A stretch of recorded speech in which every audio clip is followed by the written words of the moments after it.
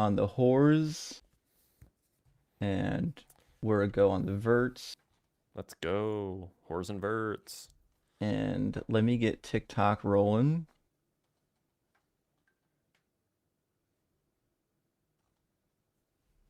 And we are live on the TikToks. Let me make sure we're live on the phone. We'll jump on the phone. Hey, welcome in, friends. We're starting a little bit before our usual start time. We're toying with the notion of moving the show earlier by a little stretch so that we can get done prior to the airing of the Sunday show on the line, so that our hosts, as we go back and forth between Unapologetic and the line, don't have to leave this show early. But we're still we're figuring out how we're going to navigate the situation still. Nevertheless, we're a couple minutes early here today. We might be a couple minutes early next week. We'll see. But we should have Ian with us momentarily. Let me get joined up on TikTok here. But not like the Jesus is coming back soon. Yeah, like, within your lifetime soon. Yeah. Oh. I did not sleep enough last night. Such is the world that we live in. I know, you have to wake up earlier than both Ian and I, because you're on the West Coast. West Coast, best coast. We do already have a guest. It looks like two of them. So I would say, so far, without delay, let's just grab them. Ian will be here shortly. And friends, if you send in any super chats, we'll grab them after our first guest. As per usual, we are reading. We're reading all of the super chats between callers, and then also at the end of the show. So any super chat that y'all send, we'll read it eventually. So if you have questions for Ian or Blitz or myself, we'll be able to answer those during the stream. So let's get Yup in here. Yup, how's it going? Welcome in, Yup. What's up, ladies? How we doing? Doing A-okay. How are you, sister? Not too bad, not too bad. Dude, you're a beautiful woman, dude. You look damn good. I'm glad we're in agreement, all right, gal. Sounds good. All right, let's do this. God isn't real. I think God's real. Yep. This is the same guy that literally starts at the beginning of every show every week, isn't it? Is he? He calls in like literally every week, and it never works. Does he have a different name every time? What? Yeah. I've never been he calls here. in under a different name every time, and we almost always end up kicking him. I've never been here. I'm being dead serious. Yeah, I'm sure that is the case. Anyways, your name is Yup, and that's fine enough. No. So, Yup, what God that. do you believe in, and are you at least 18? Christian God, 26. Never been here before. First time here. It's a pleasure. Sure thing. So, Yup, what do you think is a good reason or a good argument or a good piece of evidence for the existence of the Christian God or any God at all? Yeah, sure. I'm not going to argue for the Christian God. I don't think I have to. I think we have to just argue for God. I'm going to posit God. I think God is basically going to be an external source that basically causes who we are, what we are. The person on the bottom there, the woman down there, they are a mathematician, so they should definitely be able to agree with me on this. The question is going to be for the person on the bottom first. If you are a mathematician, in all of your studies, where has it led you to believe with math that God is an impossibility, and how do you come to that conclusion? Thanks. Yeah, Tarski's undefinability theorem gets you to the impossibility of omniscience. Okay, great. Can you elaborate on this for me, please? Yeah. 1 sec. Let me open up my tabs and pull up the argument that I wrote a few weeks ago. Yeah, okay, so do you know what Tarski's undefinability theorem is? No idea. Okay, so Tarski's undefinability theorem states that for a given formal language with certain properties, there is no predicate called true in that language that evaluates on every proposition whether it's true or false. This is to say there's no way of defining truth within a formal language. Yeah, but that isn't okay. Within a formal language that it refers to. How does that make an absolute statement for there being no God? I'm getting there. So all right, here's a syllogism for you. Sure. If God exists, then for any proposition, that proposition is true because God guarantees it. If God exists, then in some formal language L supporting quantification and encoding, there exists a sentence of the form, quote, a sentence S is true in L if and only if God guarantees S. Premise 2, Okay. if there exists in any formal language L supporting quantification and encoding a sentence of the form, quote, a sentence S is true if and only, or in L if and only if God guarantees S, then there exists in that language a predicate, S is true in L. For any formal language L supporting quantification and encoding, there exists no predicate, S is true in L. This is Tarski's undefinability theorem. Therefore, from modus tollens, we have that God does not exist. Okay, great. Which premise do you So reject? premise 1. Can you repeat it one more time? Okay. I'm going to make sure I heard it properly. If God exists, then for any proposition, that proposition is true because God guarantees it. Yeah. So why are we? This actual. He just P1 is gonna rejected assume- premise 1. He rejected his Yeah. own position. Holy shit! I guess Yeah. we win by default. Yeah. So I'm rejecting it because I believe that. Wait, let me. You explain. understand that rejecting that premise means that your God doesn't exist, right? Well, no, because P1 assumes Okay. that we have the knowledge of God. No, No, it it doesn't. doesn't. Yes, it just does. assumes Read that it again. God grounds all truth. No, Nah. no. Read it again one more time, please. I'll explain. If God exists, then for any proposition, that proposition is true because God guarantees it. It just Great, and that great. proposition Does is just this saying that proposition- God is the ground of truth. Does this proposition, is it followed by a proposition that says that basically some things aren't true? No. Were you listening read- to the premises? Yes. Read P3 then. P3 is that for any formal language L supporting quantification and encoding, there exists no predicate, quote, S is true Great. in L. No predicate. What do you mean by no predicate? You don't know what a predicate is? No, wait, stop. I'm asking you when you're saying there's no predicate. Explain the no predicate. Yeah, there isn't a predicate that is the proposition or that is equivalent to the proposition S is true in L. Right, which presupposes that we. So here's the problem. The pre-predicate is assuming that we can have God's knowledge, which we do not have. That doesn't assume anything. This is Tarski's undefinability It does. theorem. I understand. It I'm actually saying didn't say P3 anything about what we know. Oh my gosh. In fact, I that need premise you- doesn't even invoke God at all. The word God isn't in that premise whatsoever. Premise 1 invokes God. Yeah. So I don't have to invoke it in P3 because it's already invoked in P1. So therefore, I'm sorry, I P3 read you is already- P4. Do you want me to read you P3? I have these ordered wrong in my Well, that's the in my word. No, document. yeah, you I have. need to Yeah, fix it it. makes sense. You have. It makes sense. You have them ordered wrong. But the problem was that actually They're was not the ordered premise wrong. I just wanted. labeled them wrong. No, premise 4 is what I needed. The problem is you just said that P4 doesn't invoke God, but we don't have to invoke It God. doesn't. P1 Yeah, already you're right. does that. Wait, so Thank which you, I'm premise right. are you rejecting? I'm right. Okay, I'm right. So say So I'm which- right. Actually, premise are you rejecting? not right. Does P1 invoke God? Yes or no? Read P1 again. Absolutely, sure. If God exists, then for any Okay, thank you. proposition, Stop, that stop, proposition stop. is true because Stop. God guarantees it. Stop. So does P4 operating off P1, which is invoking God to some extent?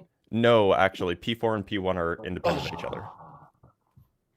All right, you guys are just too slow to talk to. I can't talk to you guys. I'm being serious. You guys have embarrassed you yourself couldn't already. track, could you? Wait. You couldn't If track. God Can you- exists, there's can no you- invocation of God. Can you just again. define? Not Can you no, just no, no. repeat Stop. premise number 1?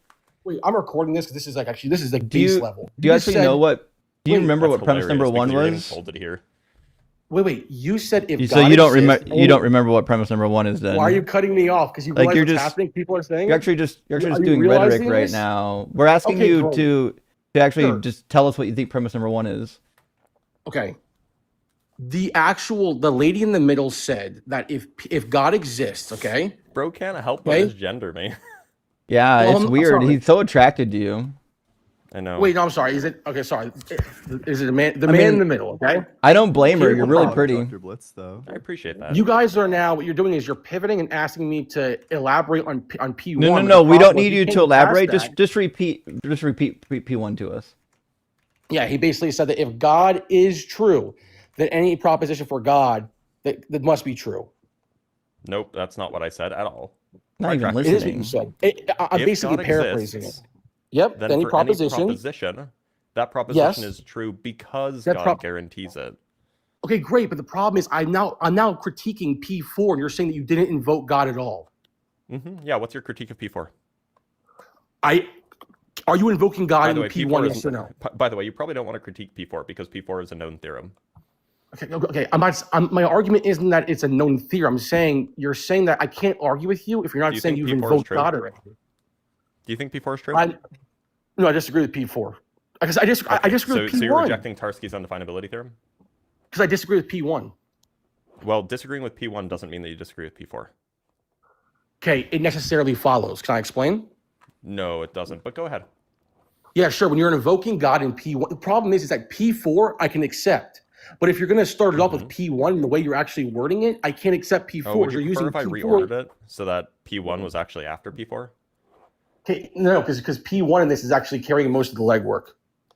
You can't reorder. So, What do you mean? So You do you can't think reorder that this. God doesn't? Do you think that there are propositions that stop, are true, stop. not because God guarantees Why is he so them? mad? Wait, how are you going to reorder These this God that where it believers makes are sense? they're always so Yeah, you're angry. quiet. How are you going to That's reorder too this where it dumb. Can you makes turn him up? sense? If P1 I got is him. what? All right. Anyway, so Thank what's you. your question, Blitz? Yeah. So, I mean, do you think that there are true things that are true, but don't rely on God for being true? I think God is a necessary condition for everything. So therefore, God is the he basically God is the reason a why every necessary. proposition is true. Wait, I'm a Christian, right? You heard me in the beginning. We're just waiting for yes So or no. So wouldn't it necessarily follow that basically God basically is a necessary requirement for everything?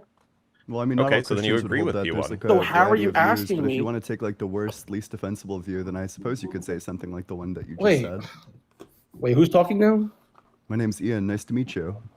Nice to meet you, Ian. Okay, so Ian's the Ian, one in can the you turn bottom. your Okay, mic there's up, buddy? three. Yeah, I suppose I could. I could do Okay, that. so Blitz, my question Is is going that? to be this. Let me make sure it's the right mic. It's good. All right, so my question is for Blitz then, okay? Well, I don't want to actually just keep asking questions here. I'm just going to make my statement. You By the way, making just claim- to be clear, you did ask at the beginning, what is the mathematical reason why you reject God, and this is it. Right, yes. And you asked me which premise I'm rejecting.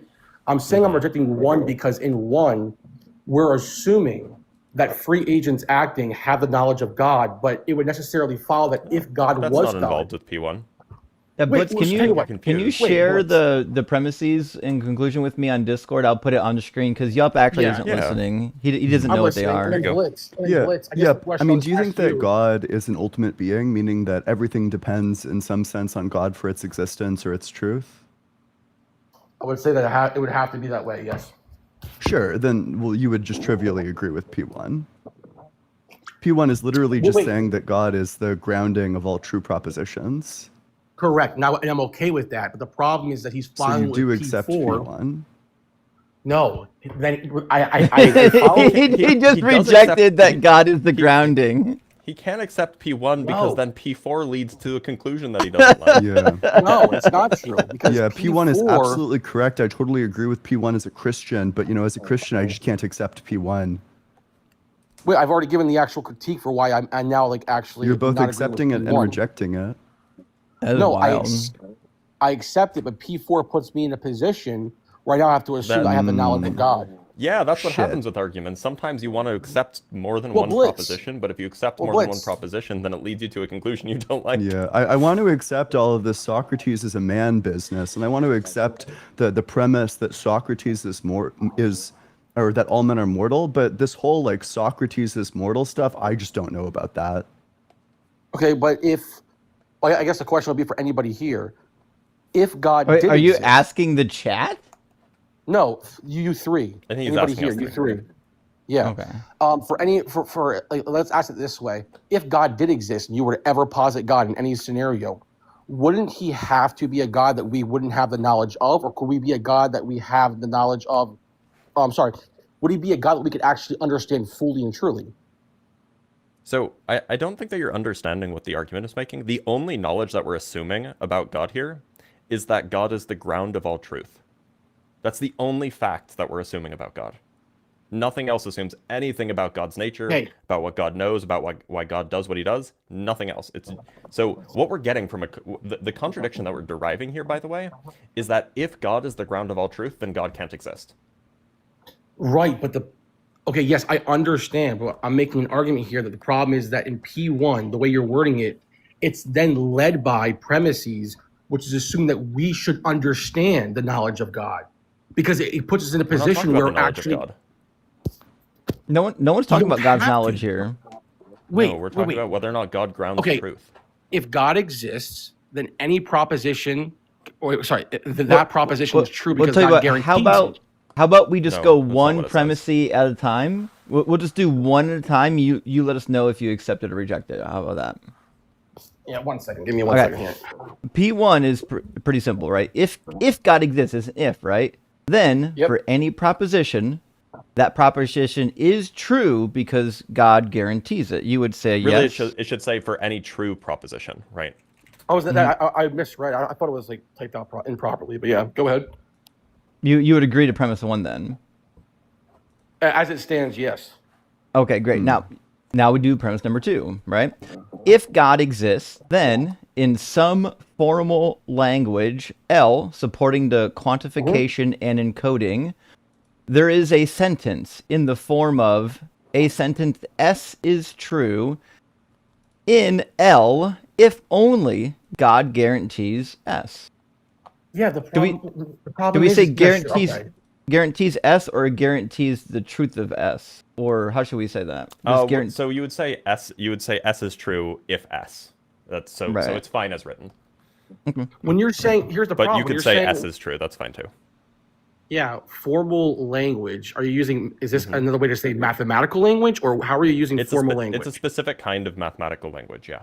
That's why I thought you're saying. Okay, so you're using it in a math. So the problem here is going to be, why are we presupposing? You're presupposing this, that if God exists, there has to be a mathematical language to support a claim, because you're basically saying here. He didn't say there has to be.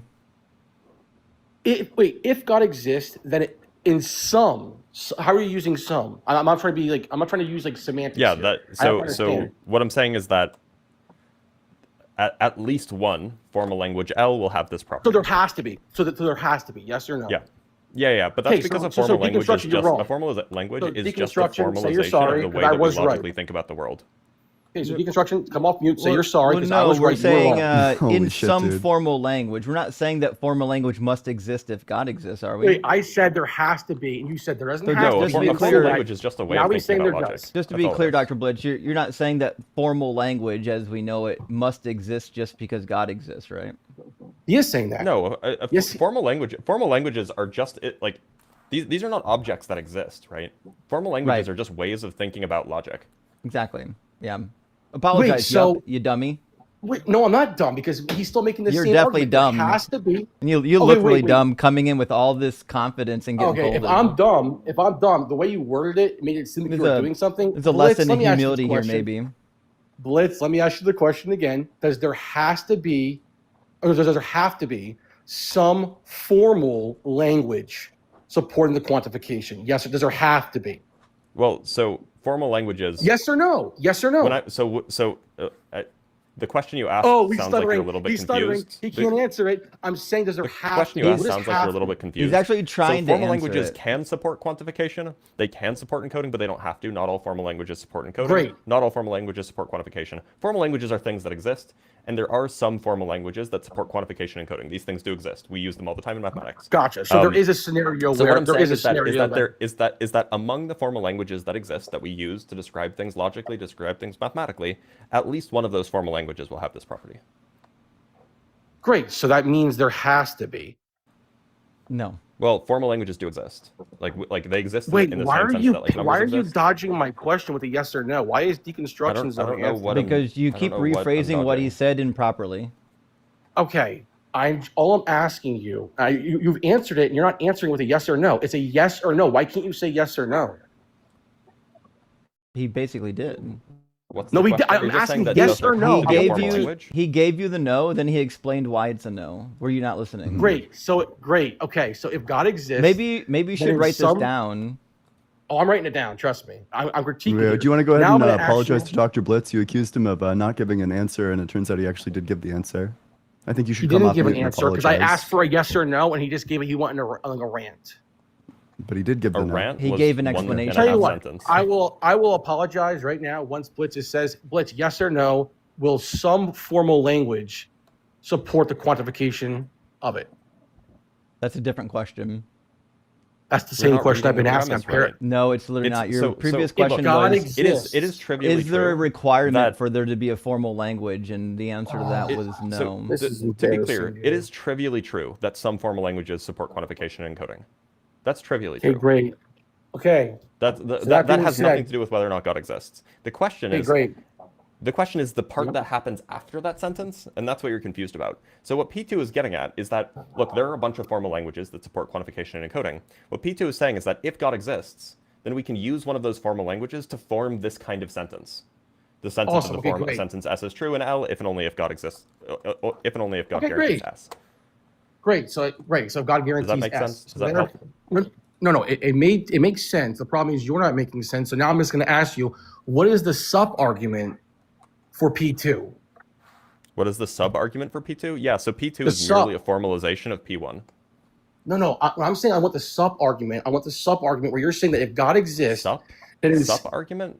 Is that supplementary is that what P- argument. a s- sup- oh, Supplementary okay. argument. Yeah. So I'm just Wait, all I'm let me- doing is let I'm me- expressing P1 in terms of formalized languages. So P2 is a tautology if you grant that P1 is true and that formalization of and that languages can be, or casual language can be formalized in a logically rigorous way.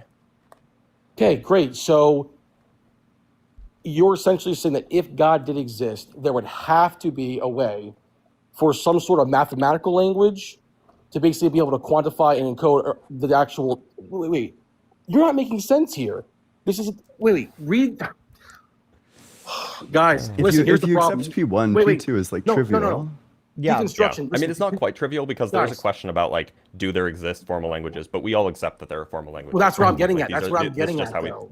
Okay, so do you reject formal languages? No, I don't. What I'm saying is that you're making the Oh. argument that there has to be a formal mathematical language He didn't if say God that. didn't exist. He just did say that. We're operating off that. What do you mean, Wait, dude? so keep to be clear, changing we the accept that question. formal languages exist, right? You guys are not tracking. So You guys are not staying yeah, linear. he didn't say that there has to be formal languages if God existed. He says that there I didn't say he formal said that. languages today. We have them. And that one of those formal languages I will have this property if understand. God exists. That's the claim. No, I understand that. But what I'm saying is that you're making the argument now, and you have a lot of legwork to carry here, that because of the formal languages we have today, if God existed, these Nope, formal not languages saying that it we has do to be have, one of the formal languages that we have today. So then what could it be other than that?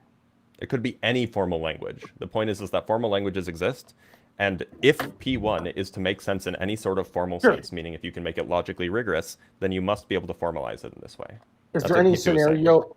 Sure. Is there any scenario where it's a formal language that's undiscovered?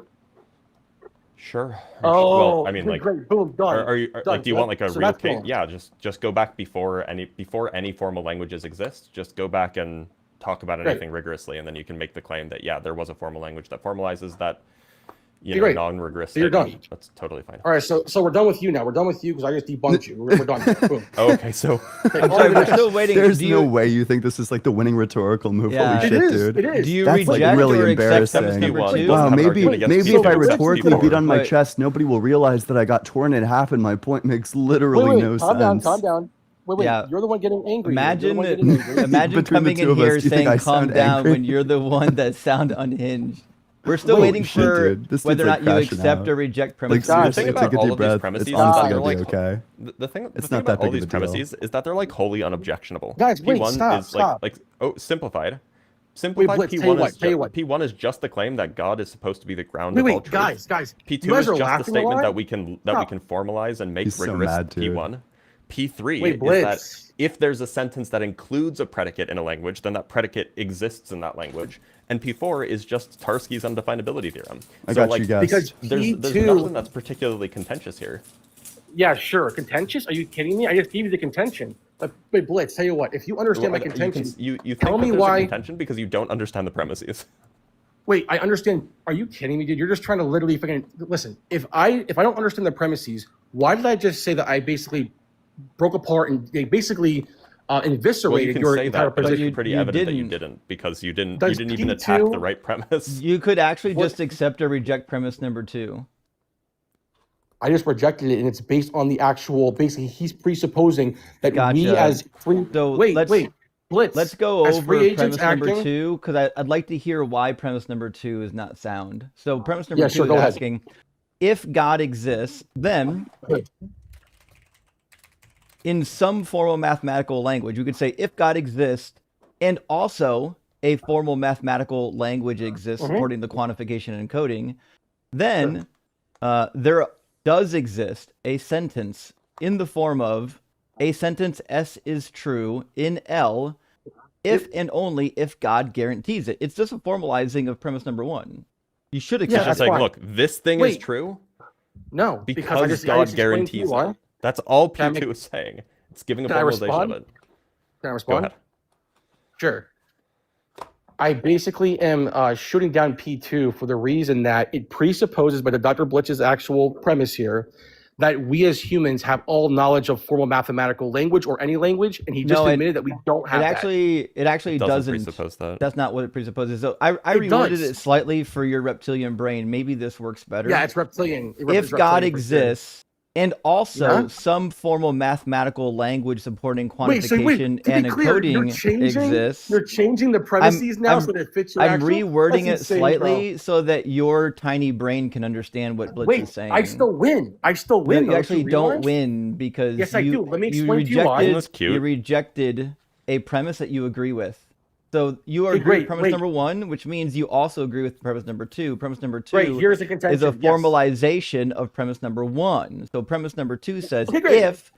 if God exists and also some formal mathematical language, meaning L, that supports quantification and encoding exists. So these are two ifs. If God exists and if the mathematical language exists.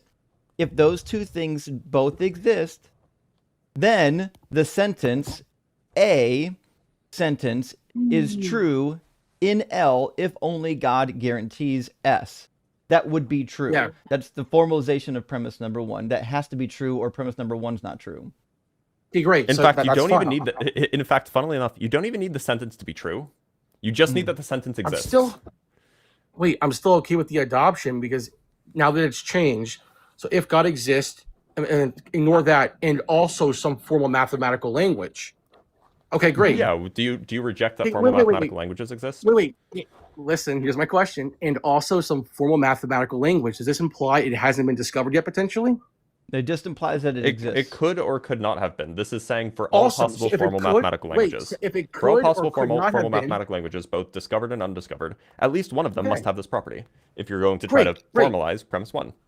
So Okay, also, great. The problem I would is add that- that premise number two doesn't assume that there's some transcendental mathematical language. It could be that, not saying there is. Yeah, it could be conceptual.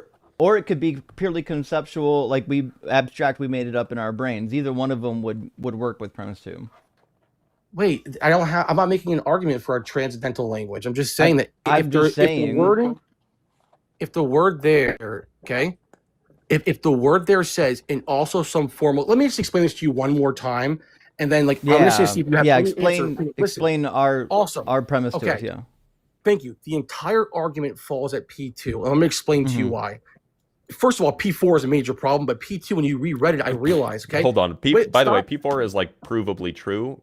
This Hey. is this is a known meta theorem in mathematics. It's called Tarski's undefinability. But theorem. but I'm explaining to you, it falls So because P4, of you don't want to P1. reject P4 because that would Wait, just stop. render Stop. you in direct contradiction. Okay. I'm going to explain this in layman's terms. I'm going to try to stay as linear as possible for you guys so you guys can Yeah. cope Dumb with this, okay? it down for us. Thank you. Thank you. Okay. Oh, Ian, Here's you're what's muted. happening. Okay, great. I was just saying we're very stupid. Please help us. Yeah. I'm not saying Please, I'm yeah. not saying you're stupid. I'm saying you're not staying linear. You're not Actually, tracking.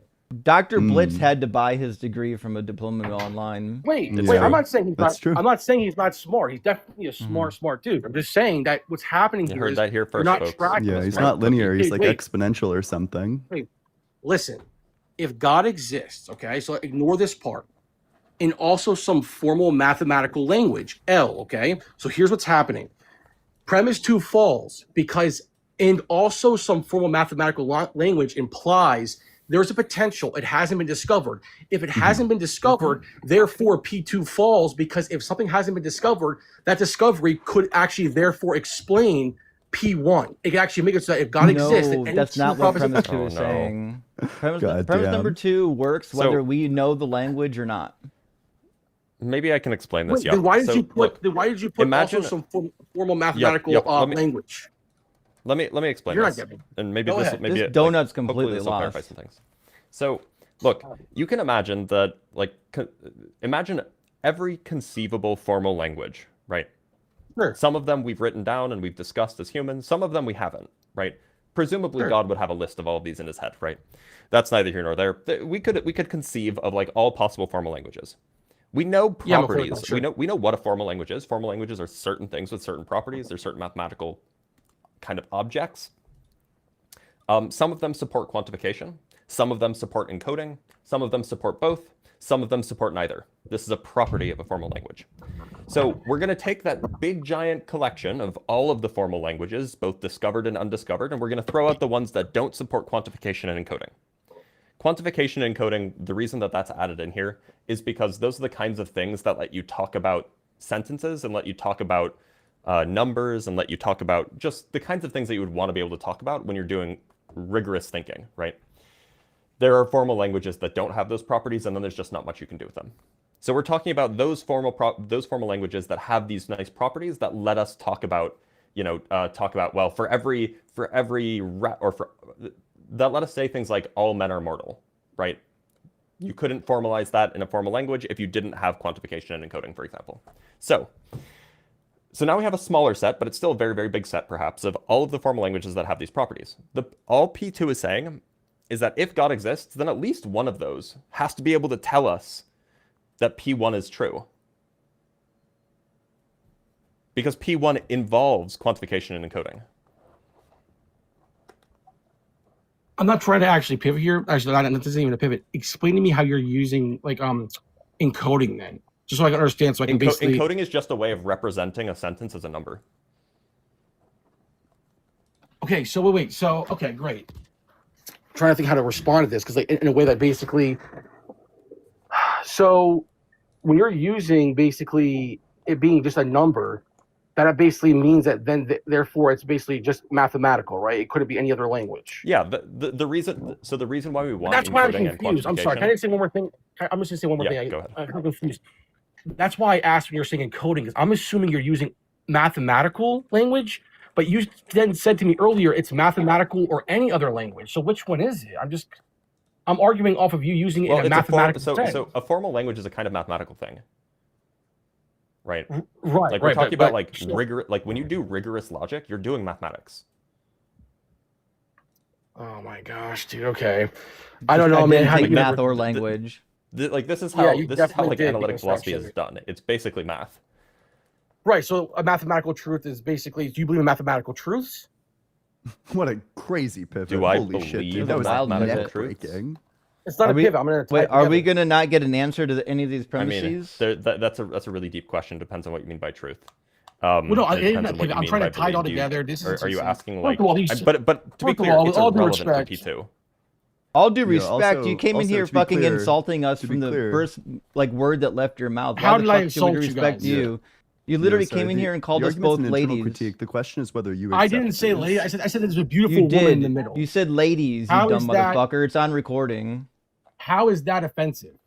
Wow, how is it offensive? It's offensive to call because you somebody misgender who's people. You obviously a clearly man a misgendered woman? us on purpose just so Okay. you could sound like you're like dominating us. Okay, no, listen. Which Here's the is argument. I'm just gonna crazy say this. from a guy who's know, literally here's- getting dominated. Yeah, he bit Well, off first more of than he all- can chew. He didn't realize that he'd First get of all, blown the fuck nobody's out, getting so, dominated. You know, now he wants to turn the temperature down in the conversation. Now that he's getting like Wait, totally no, because railed. listen, I'll Just calm down there. Here's You the know, and problem. I'm just sorry gonna that end you with fucked this, up. okay? Maybe next time you come in, you can try to build like a better rapport. You know, Well, maybe you here's- can like here- really yeah, win yeah. friends and influence people. But as things stand, you did insult us. We're going to insult you. Yeah. Deal with it.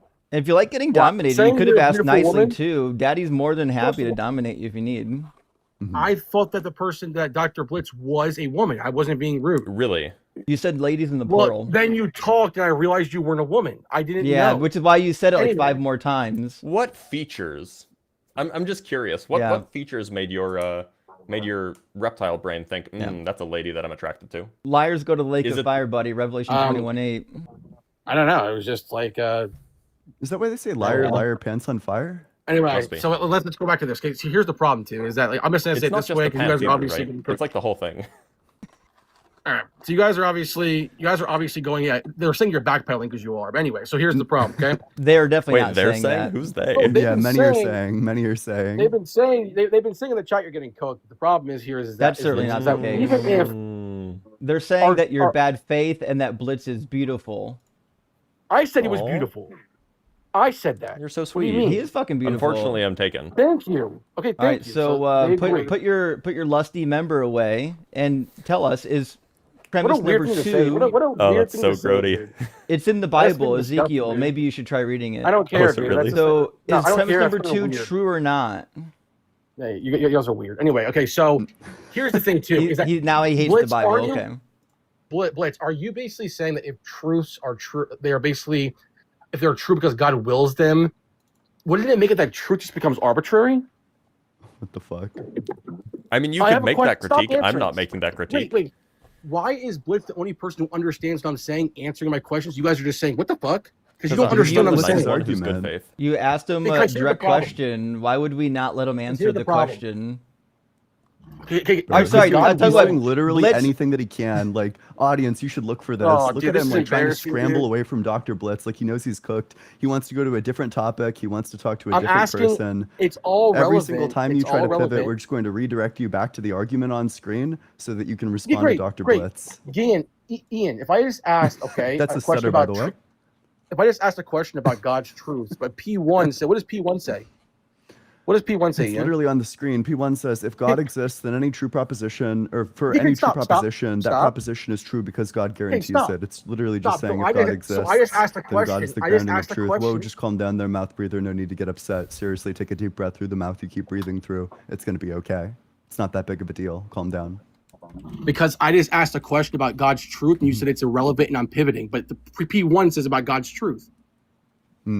You keep So- on so trying you're to not pivot to other tracking- you're not people. You keep on tracking. trying to You're pivot. not You're tracking. asking You're like, not well, why does only tracking, Dr. dude. Blitz respond? That's specifically what that You're comment was in not response tracking. to. You're embarrassing yourself. Stop So talking. specifically, what the thing that I said, what that was in response to, was when you said that the other two people aren't responding, that only Okay. Dr. Blitz is responding. If your debate strategy anyway, relies okay, on I'm you just gonna say forgetting the this. things Okay, that here you we go. said, then I'll simply remind you each time you do, and then it'll be a bit embarrassing for you. Okay, yeah. So anyway, I'm just gonna just ignore what you're talking. So here's the thing. So Blitz and the deconstruction zone. Here's the thing. If truths are true because God basically No, just wills them, okay? I'm not deconstruction stop. zone anymore. I'm Yup's daddy. Yup's Daddy Yup's beat daddy. twice. Zaddy. Wait, are you guys scared? No, actually, we're just fucking clowning on you because you haven't accepted or rejected premise number 2 yet. You're gonna get Are to you it or what? guys scared? He says, a little Wait, quiver in his wait. voice.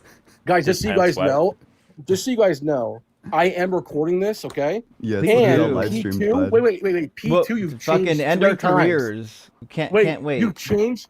Just so you know, this is a well-known thing in like philosophy. If you change P2 or any P3 4 times, you lost the argument. Actually, we didn't change it. So No, P2, literally, you all I lost. did I is already cooked I literally took the sentence out and I replaced it with I L cooked because you. L No, literally you is changed the it 3 sentence. times. So Look at Blitz's, look at we'll try Blitz's this face. again. He knows. Oh no, Oh, Justin, actual swear- actually, as written, it's not this. It's not substantively the same.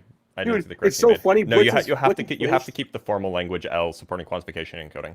but that is And L, wow, isn't it? he's not even putting it in there right. Oh, He's I not see. even I putting see. it You're right. saying L is. So you want to say So if God exists and also L, exists. which is formal Anyway. language that Also L supports exists, I encoding. guess. Well, yeah, This is so also There L. embarrassing. is some L. I mean, also You can L imagine implies that Or L also exists. there is L or I have a something. question. Yeah. Yup's daddy. If I Yeah, give you that's 4 fine. So say- premises, If God exists and also L would mean L exists. wait, Yeah, Yup's sure. daddy. If I give you Yeah. 4 premises, So but I it's change still, 2 premises, I actually Wait, didn't. so this I is- actually this is didn't change them. substantively the I'm same, I'm actually. you reducing changed it the 3 amount. times. I'm I'm reducing the recording amount of. this. I'm reducing the amount of words in it, you No. dumb motherfucker, so that Oh, your did you- reptilian brain can understand the premises because you're not tracking. I'm trying to dumb it down for you, right? So the premise is identical to what was before with less words.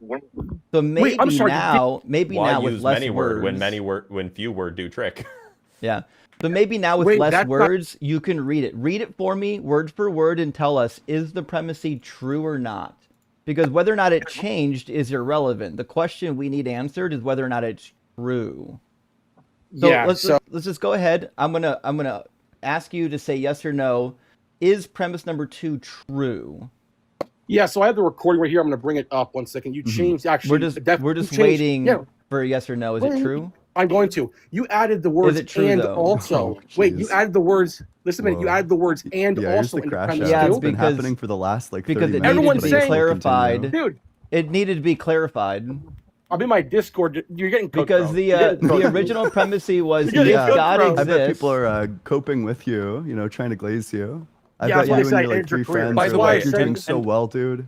If we're just being if we're being ultimately charitable, which you don't deserve, but I just want to be charitable for No, the don't- audience. don't go there. There Don't are go there, back to critiques of what's this going on. argument. You're Also, just what's missing your every single one channel, of them. buddy? Yeah, you'll see it in a little bit. Don't worry about No, it. no, I want to see I'm not- how many, like how 5 of your Well, I'm on- followers I'm are on- I'm coping on- with this one. So I'm on Twitch right now. You can find me if you want to. Here's the Yeah, thing. what's your okay? channel? So No, what's your wait, channel on just- Twitch? just a minute, Twitch just a minute, getting Blitz. Bro is What's live your- streaming his what's your own channel on destruction Twitch? on Yes, on I am. Twitch. I am. It's so But funny. wait, Yeah, we want to know Just though. let me know. What's your live stream on Twitch? I'm going to tell you right now, but I'm going to say this first. No, we So want to here we hear right go. now. Wait. So we have the changing of the verbiage. No, adding we're just and we just also. want to That's know why your I channel thought right you're now. scared. You guys So are he so doesn't scared. You he guys are doesn't want us losing. to know his channel. Anyway, Dr. Blitz, you should refine your He's argument. running. He's running. He doesn't want us Oh, to but- know I mean, that he's got a channel that missed the nobody critique. watches. Like there are critiques here. There is a critique Well- of this argument. You just missed all of them. No, wait. The Your problem was that criticism when I gave shows you that my you don't even critique- understand the argument, which is not surprising because you probably don't know what a formal language is, and you probably don't know what Tarski's Wait, wait, undefinability Here's the theorem is. problem. Here's the problem, okay, dude? Here's the problem, okay? You're saying that you're basically trying to make these arguments when I'm basically saying I can't even address your argument if you're changing premises as we go. You're right. You can't address it because you don't understand it. Premise two was changed, but it's substantively the same claim. Like the wording changed to make it simpler for you, but that's all that happened. Wait, so you're saying in adding the words and also, which was never there, is a formal change? It was implied. No, it's in the substantively previous the same. wording. That's what I thought, dude. And also. It's Can you imagine? substantively the same. It's implied because It's premise actually number logically 2 equivalent, wouldn't work interestingly if enough. formal True. language didn't exist. Watch this. like Watch this. the claim is if P then Q then R, or if P then Q, or sorry, if P then if Q then R is the same thing as if P and Q then R. Those are formally equivalent. Fine. Can I give everyone here an example of what you did? So putting premise one. and doesn't actually Wait, change the wait, equivalence wait, here. To be clear, we are Premise- still waiting for your Twitch Yeah. channel. Yeah. Yeah. Premise one. But we're Royce never went to getting the- that Twitch Wait, channel. Yeah. I'll give it. I I'll think give it he's to you. lying. I don't Premise- think he has one. Here we go. Oh, that was Premise a stutter, one. by the way, Royce- because you want to check stutters. You stuttered. Yeah. Premise one. Royce went to You the stuttered fair. again. Holy shit. Premise two. Wait.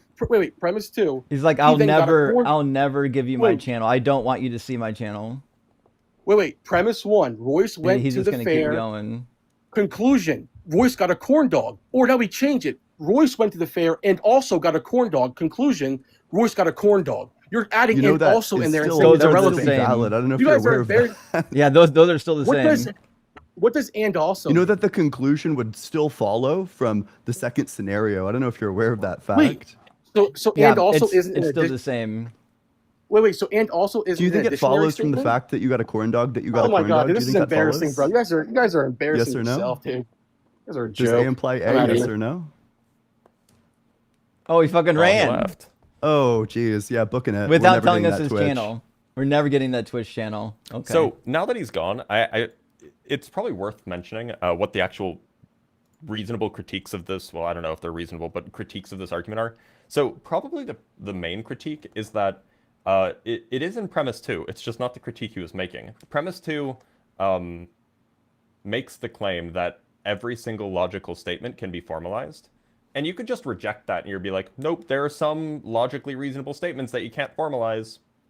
And like, sure, you can say that. I think that that's probably pretty unreasonable, because then it doesn't seem like I guess if you're doing continental philosophy, maybe you'll say that. But if you're doing any sort of analytic reasoning, if you're trying to actually like reason from premises to conclusions, then you're doing formal logic. So it just seems like that's a pretty big bullet to bite. Okay. Well, I think that was fun. So let me grab some super chats, friends, and we'll get our next guest here. Matt was next in line, and then after Matt, it looked like our next guest was Contobot, with that name, we're gonna have a lot of fun. But I feel like T-Bar. that's like, there's like a 90% chance that that's Clark. Or troll, maybe? I don't know. No, Clark is a troll. I mean, Oh, there you go. Yeah. yeah. T-Bar says, Happy Mother's Day. Oh, hold on. This is not on the screen very well. I don't know why that got moved. I think it got moved by accident. Oh, I should text my mom Happy Mother's Day. For sure. Yesterday on DoorDash, they had like the Mother's Day section. And then I called my mom and was like, Happy Mother's Day. And she's like, you know, that's Get tomorrow, wrecked. right? And I was like, LOL. Oh, well. Better late than never. All right, we got super chats. All right. Seabar says, Happy Mother's Day to your mums. Thank you, Seabar. My mom thanks you as well. Vintage Gaming, thank you for the super chat, says, I asked Ian if time is the movement of space. He didn't think so. But if everything stopped moving, even quarks, etc., wouldn't time/change stop?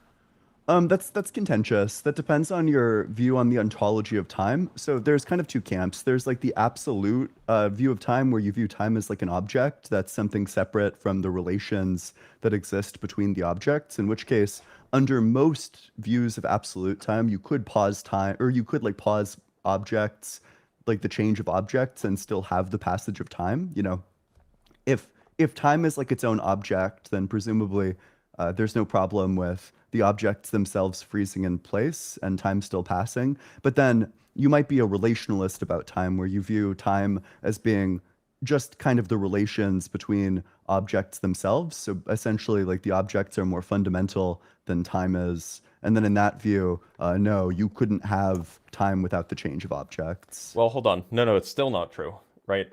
Because even if you're a relation, and also I meant to be condescending and say, "Oh, look at Ian trying to explain the physics of time," but then I forgot. So It's metaphysics, bud. it's yeah. Well, get wrecked. Metaphysics isn't real. It's only anyway. But so even if everything stopped, you can define time as just the relation between events, right? And so, sorry, not if time stopped. If everything stopped moving, you would still have distinct events in space-time. It would just be different parts along the world line of some object, and so that would still give you time. Sure, even okay. if nothing's actually moving. That's right. That's right. So then the statement that I made is true of like the pre-relativity stuff, but with relativity, because when time passes, it's not just time that passes, but also like space itself. Are you saying like that would then imply? What I'm saying is that the way that we define, like in relativity, we talk about an object's world line, which is something like the path that an object traces out through time, or sorry, through space-time. And so it could be the case that nothing is moving spatially, but they still have world lines. They still, trace paths through space-time itself. And so then there are distinct events in space-time. That would just be like an object is here, and then an object is here later.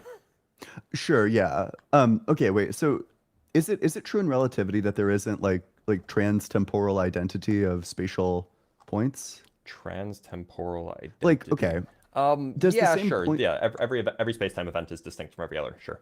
Yeah, sure. Well, yeah, then in that sense, it seems like actually you could no longer have like the scenario where time passes, but then well, it's kind of strange because it sounds like a lot like the specific positions of objects is kind of drawn in later, or like things like movement are drawn in later. Yeah. So, sure, I think for that reason, it would make sense to say that that scenario would be impossible under both a relationalist and a substantivalist view. But maybe, Now, it well, is the maybe that would be a case- good reason to think that relationalism is false. I don't follow. Because Hey, well, presumably, friends, okay. We got So people. the Yeah, we do have relations- guests. We Yeah, got people okay. waiting to debate. We'll do We have a Dr. job Blitz here. Ask We a have a job here to Physicist do. this week. Baffle says, fucking let him have it, Blitz. Which premise do you reject is gold? Actually, that did get me a little excited. That was a good one. Miko, I hey, mean, good like, to see you, friend. You just gotta jargon drop people, and he was not expecting an actual mathematical argument for God not existing. So No, not at all. Whoa, Dr. Blitz with the Discord tactics. Holy shit. yep. That's Yeah. good. I Sorry, learned them you from just you. made an I learned them from argument. you, What's Dad. your theory of argumentation? Whoa, sorry, you just invoked an inference rule. What's your view on deontic logic? Miko, my friend, good to see you. Thank you for the 10 super chat. If God is forever each way, what about free will? What if he doesn't want the God job? You mean can God decide not to be God? He's stuck here like the rest of us, but indefinitely. Blitz helped answer already. What do Justin and Ian say? I think free will is one of those tricky things because everyone defines it differently. Can God do things that are like against God's nature? Like, I think most believers would say no, so it's not really something that I would attack. But then again, based on the simple definition of omnipotent, meaning all things are possible, I would say any carve out or any caveat would mean he's not actually all powerful. So if he can't do illogical things, if he can't redefine his own nature, I would say we just can't call him all powerful anymore, can we? I don't think I agree with that. I think it's a totally Okay. valid move to move to like God can do all things that are like logically possible. Because presumably the theist could just hold to that. And then I guess it's like it would be like strange to me to say that, you know, you believe in like the God of the Bible and he can do everything that's logically possible, but then we would say that he's not all powerful. I I don't know. I guess it seems like there's like or at that point like God just like wouldn't be God. Well, I think it depends on if you believe that God created logic. If you're a theist that thinks that God created logic, then he has to be able to define logic or define it differently. If you don't think that God created logic, then yeah, he would be somehow bound to it, and you would think that logic is somehow not really transcendental. Yeah, I agree with that. Although if I were a theist, I simply wouldn't hold that God created logic. That sounds like a nonsense position. That's most of what like most of the Christians I talk to would say that because they're not doing philosophy. Yeah, that seems like it leads to like direct problems. Like presumably the creation relation is itself a logical relation, which Right. means that, you know, logic itself could not be created because creation would presuppose logic. Indeed. I'm not entirely sure if I even understand the question that's being asked in the super chat though. Um, I think it's I think you can could. God change his nature is what they're asking. Oh, for sure no, because that Yeah. would violate God's eternity. Right, exactly. So if God can't change his nature, meaning he can't change his eternal nature, is he still omnipotent? Yeah, I think that there's like reasonable conceptions of omnipotence that would include that, Okay. or that would Bacon like and bar that rather. Bacon and Bush, my friend, thank you for the $10 super chat. Says, "Yup, may not be smart, but at least he's arrogant and a liar. I pity Jesus. These are his people." You know what? It's crazy that he came in acting like that while confidently saying that he was a Christian. Don't do that, friends. If you're a Christian, well, actually, you just do it. We don't care. If I was a Christian, I would say don't do that because you make other Christians look bad. But you know what? We already know the truth now. Dr. Fudge, thank you for the super chat. Says, "Yup is sad, is a sad, strange little man." Well, I mean, I don't know if that's I don't true, want to assume except Yop's gender. I didn't actually ask. well, I did check Yup's page while he was up here crashing out, and his only one video on TikTok is about his breakup with his girlfriend, apparently. So he probably is sad. But then again, that was like in 2025, so maybe he's over it now. David Brooke, my friend, thank you No, for the there's no super chat. way. There's no way he's over it. That's why he's still fucking mad. Christians seem to confuse hypothesis with scientific theory, and they do a lot. Like this is like sickeningly common. Richie says, "Why are Christians always so angry? Because they can't prove that their God is real, and it makes them really uncomfortable when you poke at that." Bro from Norway says, "Ian, I disagree on your point of view when it comes to time. Is that something you're willing to talk about?" Oh fuck, I mean, like I suppose, although Don't do it. Don't get baited. well, the strange thing is baited that you. I'm still learning about time, so I don't take a view on time. I mean, there's like some aspects of it that I would for sure take a view on, and these are like the aspects that are like totally uncontroversial. Things like, you know, change happens within time. That's like, extremely uncontroversial because change, of course, requires like a separate state of affairs wherein one of these states of affairs is before the other one, and that just is time. If you have one state of affairs and there's like a sequencing to these states of affairs, at that point like you just have time. Tell that to the mathematicians who talk about the rate of change of a function. The rate of change of a fun, but isn't that I mean, isn't it literally discussing like time? Like you're talking about No, like it could be space. can you give me an example? Yeah, what is the rate of change of the elevation of a mountain with respect to horizontal position? Oh, sure. So when I'm invoking change here, I'm specifically talking about change of the entire object. How are you defining the entire object? It sounds like a mereological question. I don't know. Well, like I mean, because like atoms because arranged I like would say that the mountain-wise, entire maybe? object is its 4D world line, Yeah, probably. but then that thing doesn't change. Sure. Then okay, so I would invoke change as being like when you have contradictory properties, you have two properties such that if they were had at the same time, they would be contradictory. Yeah, That's so gonna the be height of the necessary for mountain at this change. place is different from the height of the mountain at that place, and it can't be they can't be at two different heights at the same place. But specifically, they could have that at the same time, which means that it's not like a contradictory set of But features. now you're trying to define time. You're using time in the definition The definition of what? Change? of time. Well, yeah, of change, and then you said that change is what gets you. Yeah, time. it's because I think that time is It going to be seems pretty like- brute. so- I so- don't think time uh, reduces. I mean, this is a content, and we could have this conversation off stream, but I think that defining time as that which allows change, I think is probably far too broad, because then you can just say that any spatial difference is time as well. I think it's going to come down to how you define change. I think that you can give Yeah. like a notion of change that is like specifically temporal. So I mean, if you use the words like before and after in your definition, then sure, but then you're kind of just circling back on time. like okay, you would say that like a specific part compared to a different part changes, like there's like a change in elevation there, but you wouldn't say like the mountain itself changes. Well, that's just because we think about the mountain at a moment in time as one object, but that's assuming a certain metaphysics of time. Wasn't that just a metaphysics of mereology? No, because you could think of the mountain as its entire 4D, I guess in this case it would be a world volume. Yeah, sure. Well, and under B theory, you would indeed be committed to Right, but then, something then like there's, a worm then there's no theory. change at all. Right? It depends how you define change. Right. Specifically, and so you might how are wanna you, define how are you going to change- define change without I would defining what time is first? Oh no, I would define change in terms of time slices.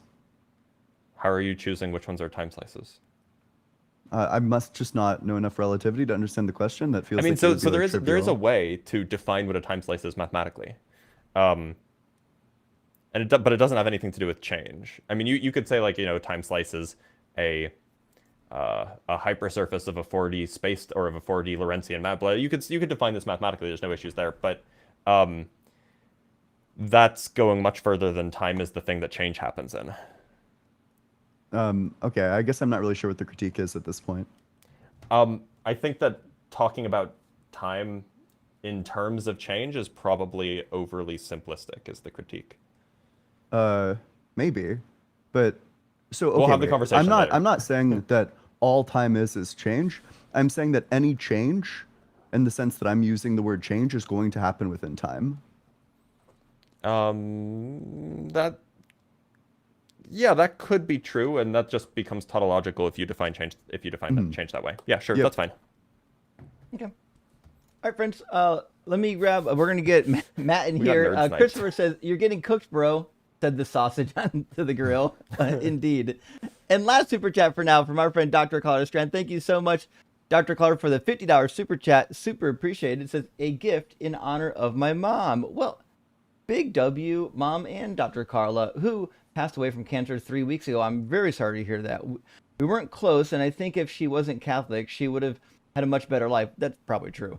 Thanks to all of you for your work helping people deconstruct from the indoctrination. Well, Carla, that's what we're here for. We're trying to help people get out of this toxic nonsense so they don't come up here and look stupid publicly like, yup, and make fools of themselves and then have to regret it or their family regret it decades later. But thank you so much for your support, and sorry about your loss, friend. I hope you're doing all right.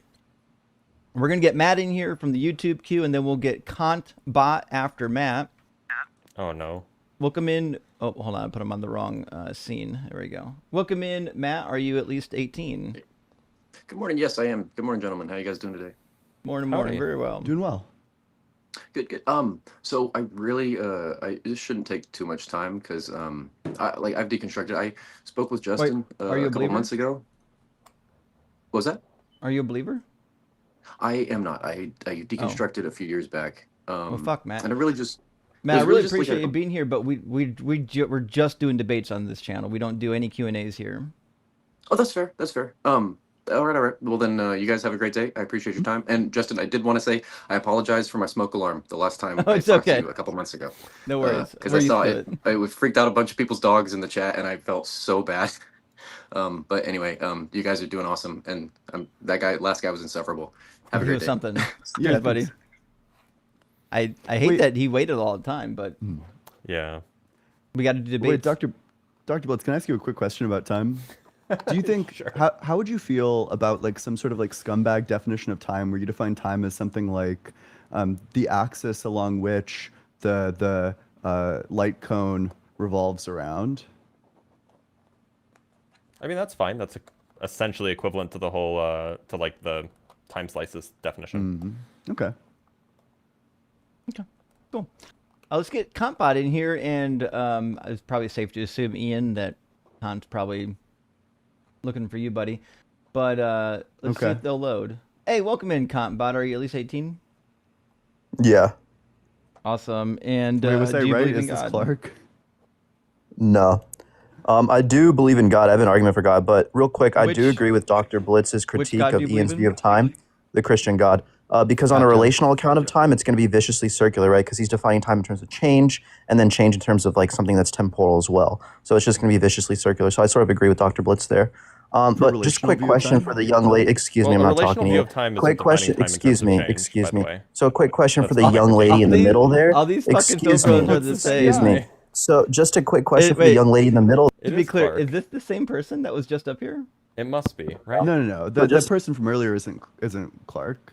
Oh, okay. This is a This different might be, person. but I don't think this person is. I mean, equally Okay. is Dr. Blitz, stupid, the argument but you gave different relies on a reasons. property of Okay. deduction called monotonicity, right? Do you have an argument for monotonicity, Dr. Blitz? Yes or no? Monotonicity of what? Monotonicity of. To be clear, like, that's a blunder, informal- right? The argument you informal gave is languages? deductive. Excuse me, slow That- boy, that's stop a talking. blunder. So the That's- argument you that's a gave is blunder. Excuse me, deductive. slow Holy boy. fucking shit, your face don't They- us up they- right now. Just be they just clear. repeat- So the they argument just you repeat gave the is same going to rely on stupid a stuff. property of This deduction, guy's which is not called even monotonicity. real. Look, he's just fucking laughing in the middle He of got his... disconnected. Bro, Oh, I was no. totally right. He is Clark. That's terrible. Oh. Yeah. Oh, wow. Clark is a funny troll. I like him. He's like deathless. Yeah, you know what? When He's he less giggled, funny I than thought Deathless in maybe my view. he might be a troll. Okay. Although the Compbot did come back, I assume it's a troll though. We'll just get rid of him real quick. All right, let's bring in our next guest. And as far as I could tell, and I apologize if I didn't track them, I think Rancho and Polymath were next. So let's bring in Whoa, Rancho. Rancho. Well, Rancho didn't connect. I guess we'll grab Polymath then.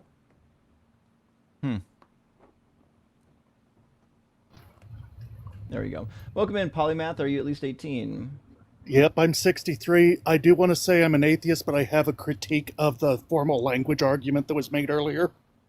Well, Sure, we're are you going just- to repeat the critique that I offered just a minute ago? Oh, he's gone. Okay. Wait, Yeah, I already- was that already was that removed him. Rancho? You should bring back Rancho if he was there. Sorry, I already booted him because he's not a believer.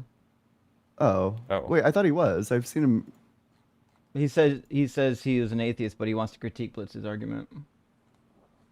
Unless we're doing- are we doing devil's I know. advocate I know now? you just kicked the person who like just now, but the Yeah. one before that, like Rancho, when you said that he didn't connect. Oh, sorry, you're right. Yeah, Rancho didn't connect. Polymath was the one who just came up and said he was an atheist but wanted to critique Blitz's argument. I apologize. Yeah. Rancho didn't connect. Rancho, if you're out there, come on back and we'll get you up here. Also, Bubby, I'm not stupid. I know you're a comp bot. You have the same fucking logo. All right, Bro let's just get, changed it changed his name. It even says recent guest. That's so funny. Booby, I watch you just change your logo right now. All right, welcome in, Casala Home 3. How you doing? It's so funny. What's up, guys? How's it going? Howdy. Not too bad. So I'm a believer, and if you would Sure. ask me what God, just go ahead and say that the God I believe in it's more of a clockwork or essentially a great designer, a good engineer. So that's So- just I believe in a deity more than So anything. You're not a believer in any specific deity. You're not like a Christian or a Muslim or anything like that.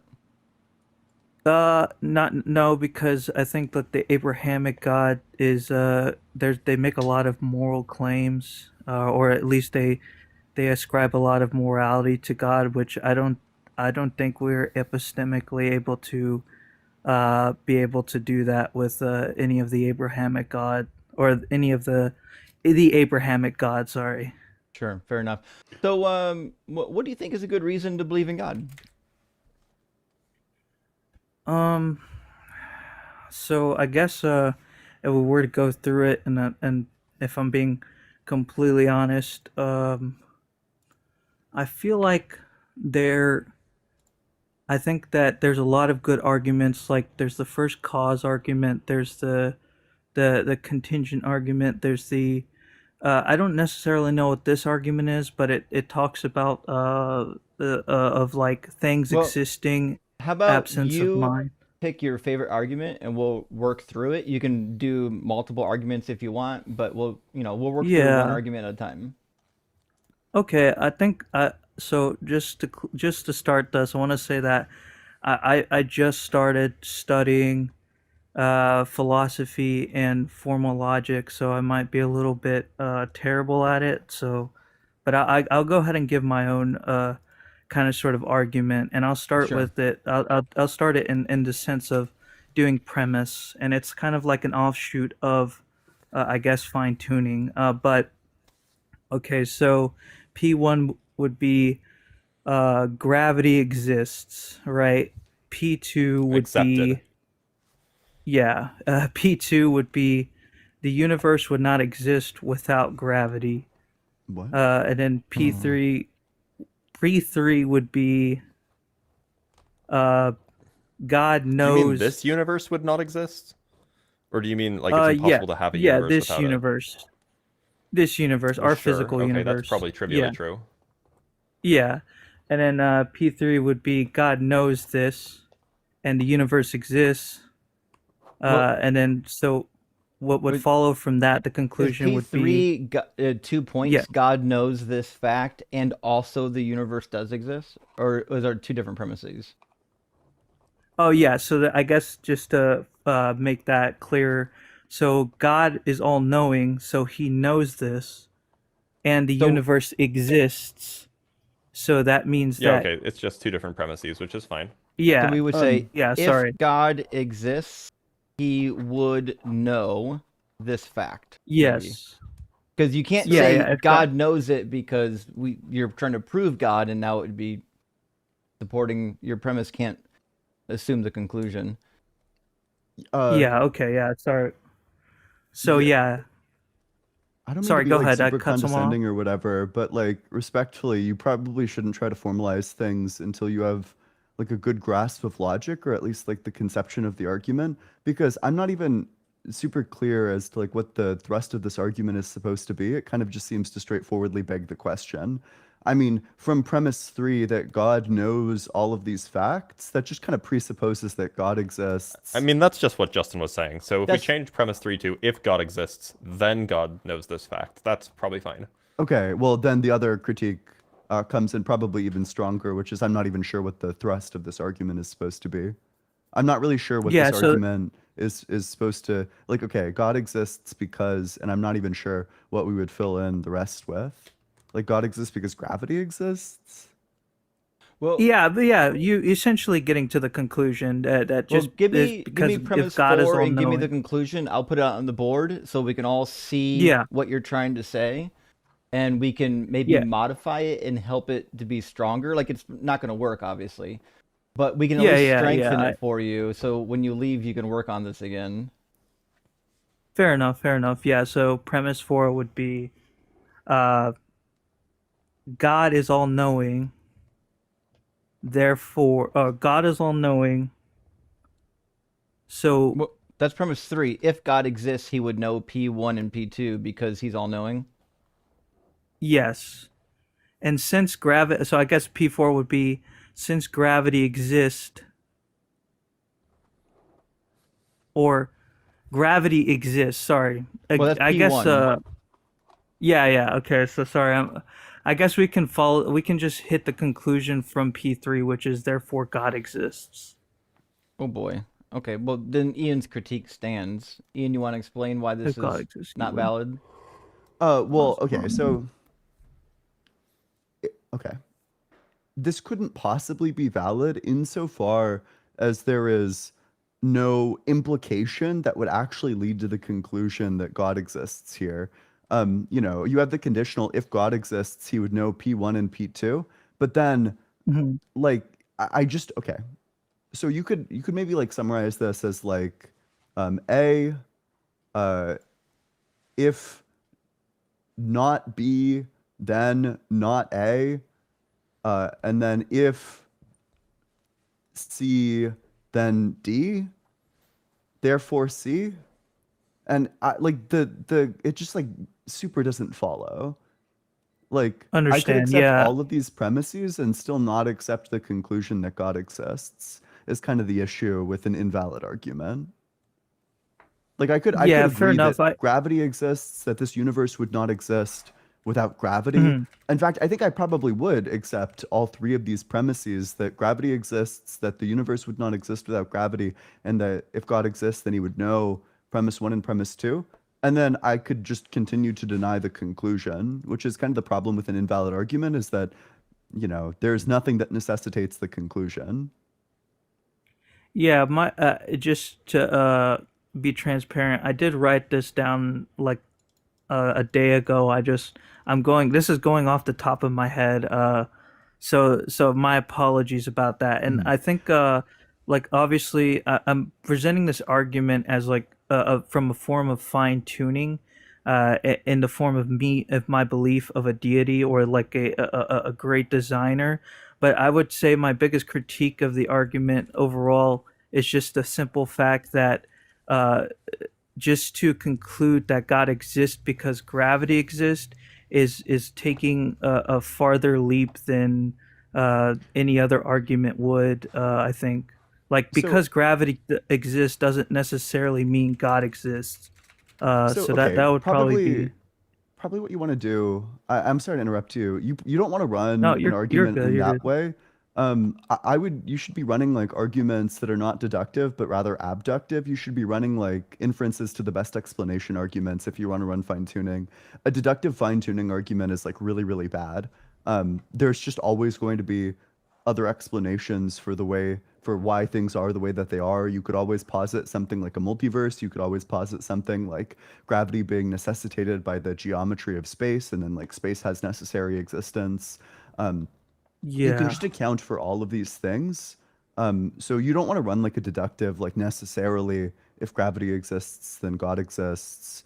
You probably want to run like God is the best explanation for gravity. But then at that point, I just don't even know why that would be true. Yeah, yeah. The biggest thing about my worldview, or at least my viewpoint, is that when I talk about epistemic limits, like I don't even take into consideration that, like me even making the claim that there is a deity and he is a designer is an epistemic claim. Like I'm defeated by my own worldview is self-defeating.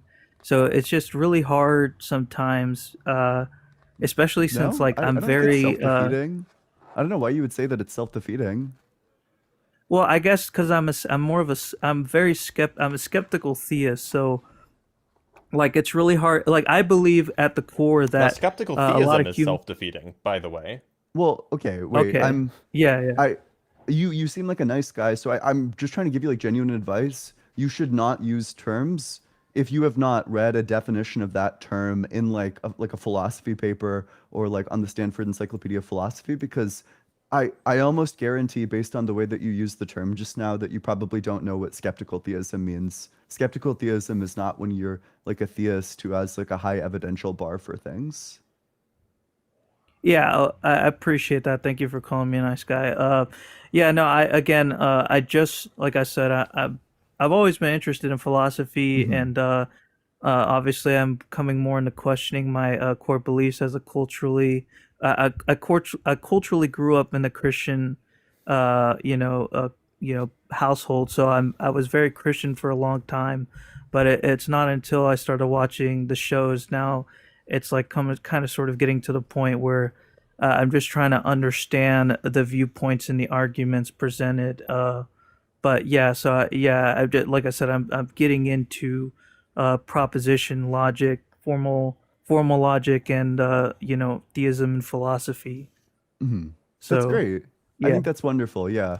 You know, uh, again, I think one of the most important pieces of advice is to be humble with your knowledge. Don't like guess what terms mean. You should like verify to make sure what terms mean. But okay. Hmm. So one issue that you're going to run into with fine tuning is that in order for the fine tuning argument to make sense, you kind of need to posit that God is motivated by goodness. Otherwise, like, why would your God want to create fine tuning? Like, what does your God want out of this universe? that it needs such that it needs to be finely tuned. Yeah, that's a good point. I think that point is very related to my original point of view is that we're epistemically limited. So like me even using the fine tuning argument is kind of sort of in my opinion it's terrible, and I apologize if I wasted your guys' time, but yeah, I mean, I can't really, just because of my belief of being epistemically limited, me to even say that, God, the universe is fine tuned, therefore that proves God, is making like a claim that God created the universe in a specific way for a specific reason, and that just doesn't logically follow from my viewpoint. So That God did it for a specific reason.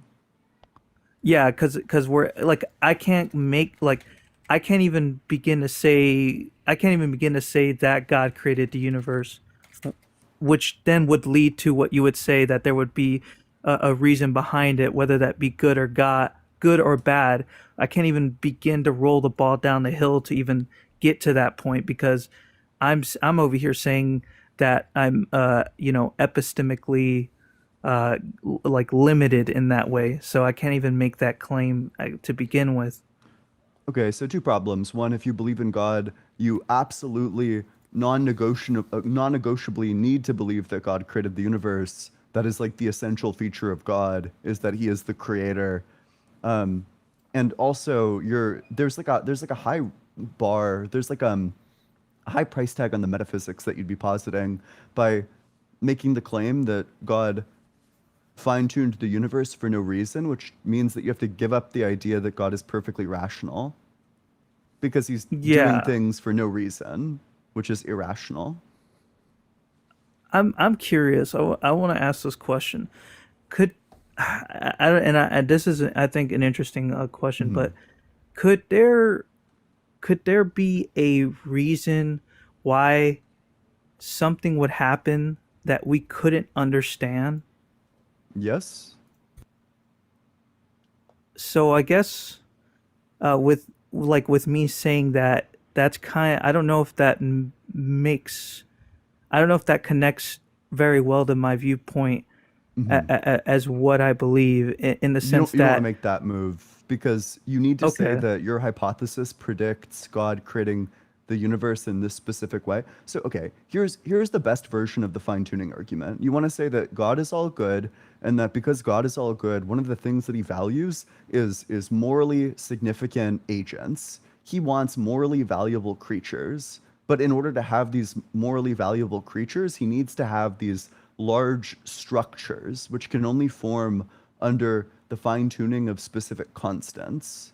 So, in order to get this thing that God wants, he needs to fine tune it, which is why we would expect under that hypothesis for God to actually fine tune the universe, which means that like the precision of these constants becomes evidence for God's existence. That's probably what you want to say. You don't want to say that God created for no reason, because then your hypothesis doesn't even predict that there would be fine tuning or life or anything for that matter. gotcha. Yeah, I see what you're saying. I guess, yeah, okay. Yeah, I guess I'm just out of my depth here. So again, I Mhm. apologize. That's okay. There's no need to apologize, I but you should like, definitely read more. I wish you the best of luck on your journey. yeah, I appreciate that, Dr. Blitz. You awesome. Love you. I love you guys. You're so Both of sweet. y'all. This is a cool show. So I guess I appreciate that, and I'll see y'all later. All right. Yep. Cheers, Toodaloo. buddy. Good luck. Well, at least he's honest about where he's at. I mean, yeah, it's very difficult to prove a God belief, which is why, most people believe kind of based on experience or culture. Hmm. Maddie, thank you for the super. It says favorite BG3 character. Mine is Karlach. I don't even know what that is. That's the correct answer. It's the correct answer. Oh fuck. Okay. I agree then. And Baffle says Good. Ian looking good. Ready for the line? Actually, I am. yeah. Ian, you're on at 2 p.m. Eastern time, right? Does that mean that I have to be there at like 1:45? Yeah. Okay. Yep. Gretchen says, "This is getting gross." Yup, just fucking stop. Yup, didn't know what was good for him. He's got problems. Baffle with another super chat. Thank you for Zaddy. Guest handled perfectly. Well, thank you, Baffle. I appreciate that. And Maddie Mister, thank you for the additional super chat. Says favorite video game console. Justin can say Atari. I was actually gonna say Sega So Genesis, mean. but I do love the Atari. Okay, just saying. Y'all? I mean, I would say, I don't know. Like, I've always been a computer gamer. Yeah, PC. Slam dunk PC. Damn. Okay. Bold. Billo Dragon, good to see you, buddy. Says, Blitz, what is your response to the premise that the universe cannot be past infinite because entropy would have caused heat death? I had to ask. I mean, I used to say nuh-uh, but now I just say, look, good luck defining entropy in the universe. Right? Here's my thought, okay? And tell me if I'm crazy here. You're crazy here, but continue. Well, that might be true regardless, right, of what I'm about to say. Right. Because gravity exists, right? Even if you had, say you've got 10 objects in space and they're all completely stationary, none of them are moving relative to anything else. Mm-hmm. Because gravity exists, they would eventually start moving, right? Yep. Okay, so if that's the case, it sounds like gravity is just going to be causing motion at all times, and motion technically is how we would compute energy. I mean, they're going to come together at some But point. we're talking and form about a entropy, mass. not energy. Well, But I agree, but no, but this is actually the point, and it's I don't want to say it's surprising that you stumbled upon this, but this is a very non-trivial point, which is the way that we typically define entropy is something like how many different ways the world could be without changing the macroscopic properties. And so the example that we give is you have a box of gas. You could imagine distributing those gas particles randomly throughout the box, and that would have a higher entropy because there's more ways that you can do that without changing the macroscopic properties than if, say, you put all of the gas molecules in one corner. Because then there's only a few ways that you could rearrange those gas molecules within the box without changing the property that they're all in one corner. And the thing that makes gravity tricky here is that gravity tends to cause things to clump up, which we generally think of as anti entropic when things clump up. And so we need a better definition of entropy, which is not agreed upon. when they clump up, don't they become more dense and more hot? Sort of. The question is how do you balance the clumpiness factor with the thermal behavior? And that's not trivial, right?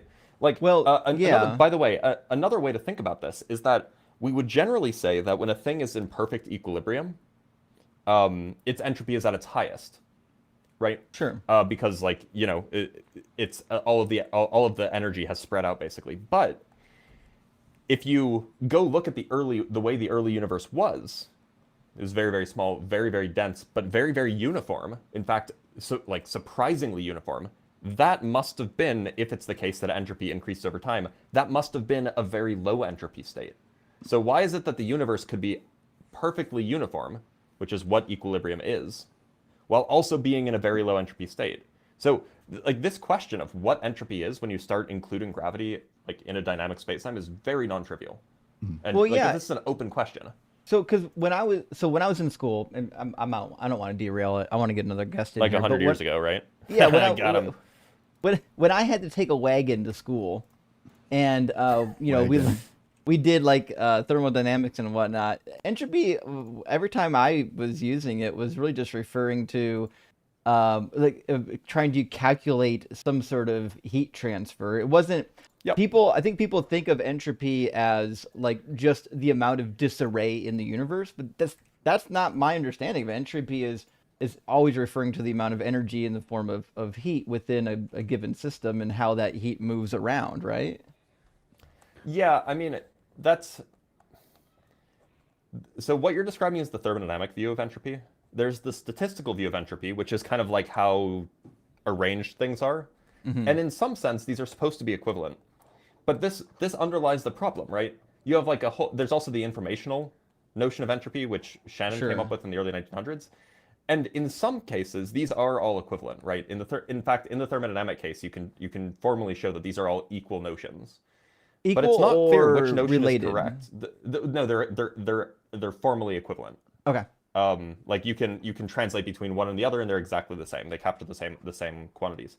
But it's just not clear what the right notion of entropy is for a system that's not in thermodynamic equilibrium, like our universe.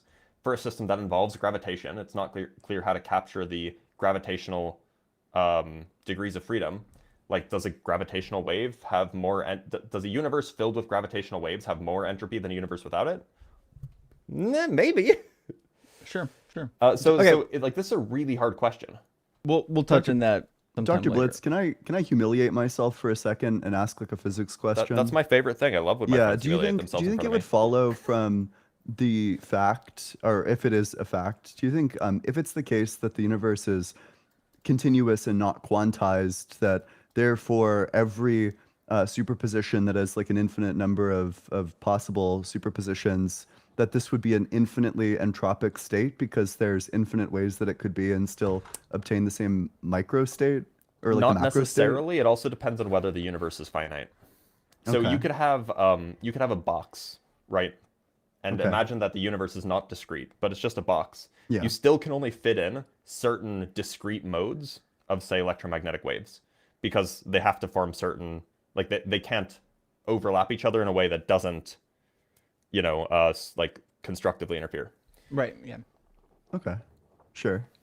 But yeah, I mean, if you grant that the universe is A, the formal language is non-compact, and B is not discrete, then yes, you do get an infinite number of microstates, and so your entropy is it should be infinite. Okay, sure. Interesting. Okay. Well, let's Yeah. bring in our next guest, and we'll try to get some conversation rolling. As far as I saw them come in, I'm gonna grab Decon Blue, and then I'm gonna grab MJF Gaming backup, which I assume is the backup for MJF Gaming, which I think at least I've talked to. I don't know if Unapologetic has yet. Actually, Decon dropped, so there we go. I guess we're gonna do it. MJFG next. How you doing, MJF? Hey, what's going on, guys? Howdy. MJF, are you at least 18? I'm 30. And do you believe in Damn. God? Okay, Unc. No, I'm kidding. Am I Graham? Pot Yeah. meat kettle. Are you? I don't know. I don't know the criteria for that. So essentially, I just have a few premises. Can I go through them? And Sure. You are- then you can give me your thoughts. Am I correct in recalling that you're a Christian? That's correct. Yes, sir. Okay. Sure. All right. So my first premise would be we have never seen proteins form from elements naturally without intervention from science, only a guided process. My second premise would be if proteins have never been seen forming naturally from elements without intervention from science, and it's an essential part of life, therefore I would say that God is a more tenable position for creation. Do you disagree? Yeah. Sure. So, I guess like both of these feel like super, like obviously false almost. I think that you're going to run into like one of two problems with the first premise, which is that, when you say you've never seen them without scientific intervention, there are like tons Yeah, like and a tons of guided scientific process. experiments that just try to replicate natural conditions. Do you think a scientific experiment wherein they try to replicate natural conditions and then see the formation of proteins, something like the Urey-Miller experiment, would you classify that as like scientific intervention? Yeah, I do actually. I would say because it's what do you call it? It's a guided process. You think like the Urey-Miller experiment is like a guided process, even though it attempts to replicate the conditions of the early Earth and take out as much artificial like human interference as possible? You would still say that if that's the case, then basically what you're telling me is that your standard for seeing something naturally without scientific intervention is like if you literally went into like the ocean vents with like your microscope and viewed So essentially what I would say proteins is that forming. because it's not a purely natural process, and I understand what you're saying about how they're trying to make it as natural as possible, but the point is being that is it's not correct? purely natural. Would that be your standard? Like you would like literally Yeah, need to go into so to nature and speak, then yeah. like view it under the microscope? Right. It needs to be observable, repeatable, analyzable, or falsifiable. Well, hold on. How do you repeat it if you're not allowed to repeat it in a laboratory? No, that is true. That's a fair point. However, it's still not a pure natural process. it needs to be guided But by then, science. then you're just not. Then you're look. But then your standard isn't a scientific standard, right? If you're not allowed In to what test way? these things in a laboratory in order to verify that certain natural phenomena occur, then But they are you're doing not it. allowed No, to. aren't they You're not doing it allowed in to a lab test it, now? right? I just If you're not allowed to test it, then you're not allowed to do then you're not doing science to it. That's a fair point, but it still doesn't negate the premise that Well, it's a natural process but it is or an natural, but I unnatural think process, I should none of say. it really matters because your conclusion is unconnected from the premises. So No, it's even not. if If proteins are essential to well, life, then how just does pay attention. you get life from non-life? Do you want me to explain to you why, or no? Okay, so the reason why it's disconnected is because Sure. your first premise is basically we've not seen proteins form without intervention. That's great. So your premise number one rests on we've not observed something. Like, so we have to observe something then for that to be likely or For it to that be science, yeah. for it to be true. Right, it needs to be Okay, we need to so show that it's not a guided process. none of us basically. has observed God, right? So the premise number one, the critique that you're making But that's a with pivot from my abiogenesis position. also just applies to God. Yeah, but I'm not talking about God right now. I'm talking about the fact that we've never seen proteins No. form from naturally without intervention from No, science. you are talking about God. I wrote down the points just to make Yeah, sure that's the last premise, no one gets but lost. we're still on P1. If we have never seen proteins form without intervention, I'm sorry, we have never seen proteins form without intervention. Premise number two is if they have not been seen forming, then they can't form without intervention. That's obviously just not true. We don't know that it can't happen without intervention. In fact, Yeah, it is from naturally from elements. That is the case. We've never know that observed it otherwise. we actually do know that it forms without human intervention. But that's No, the that's point. not true. That's completely untrue. Hold on. The way you've worded it is not invalid. It's just not sound, right? You're saying if we haven't seen it, then it can't happen. Do you want to reword that? Because that's just not true. Sorry, what do you want me to reword? I think the Premise second number two. premise. Premise number two.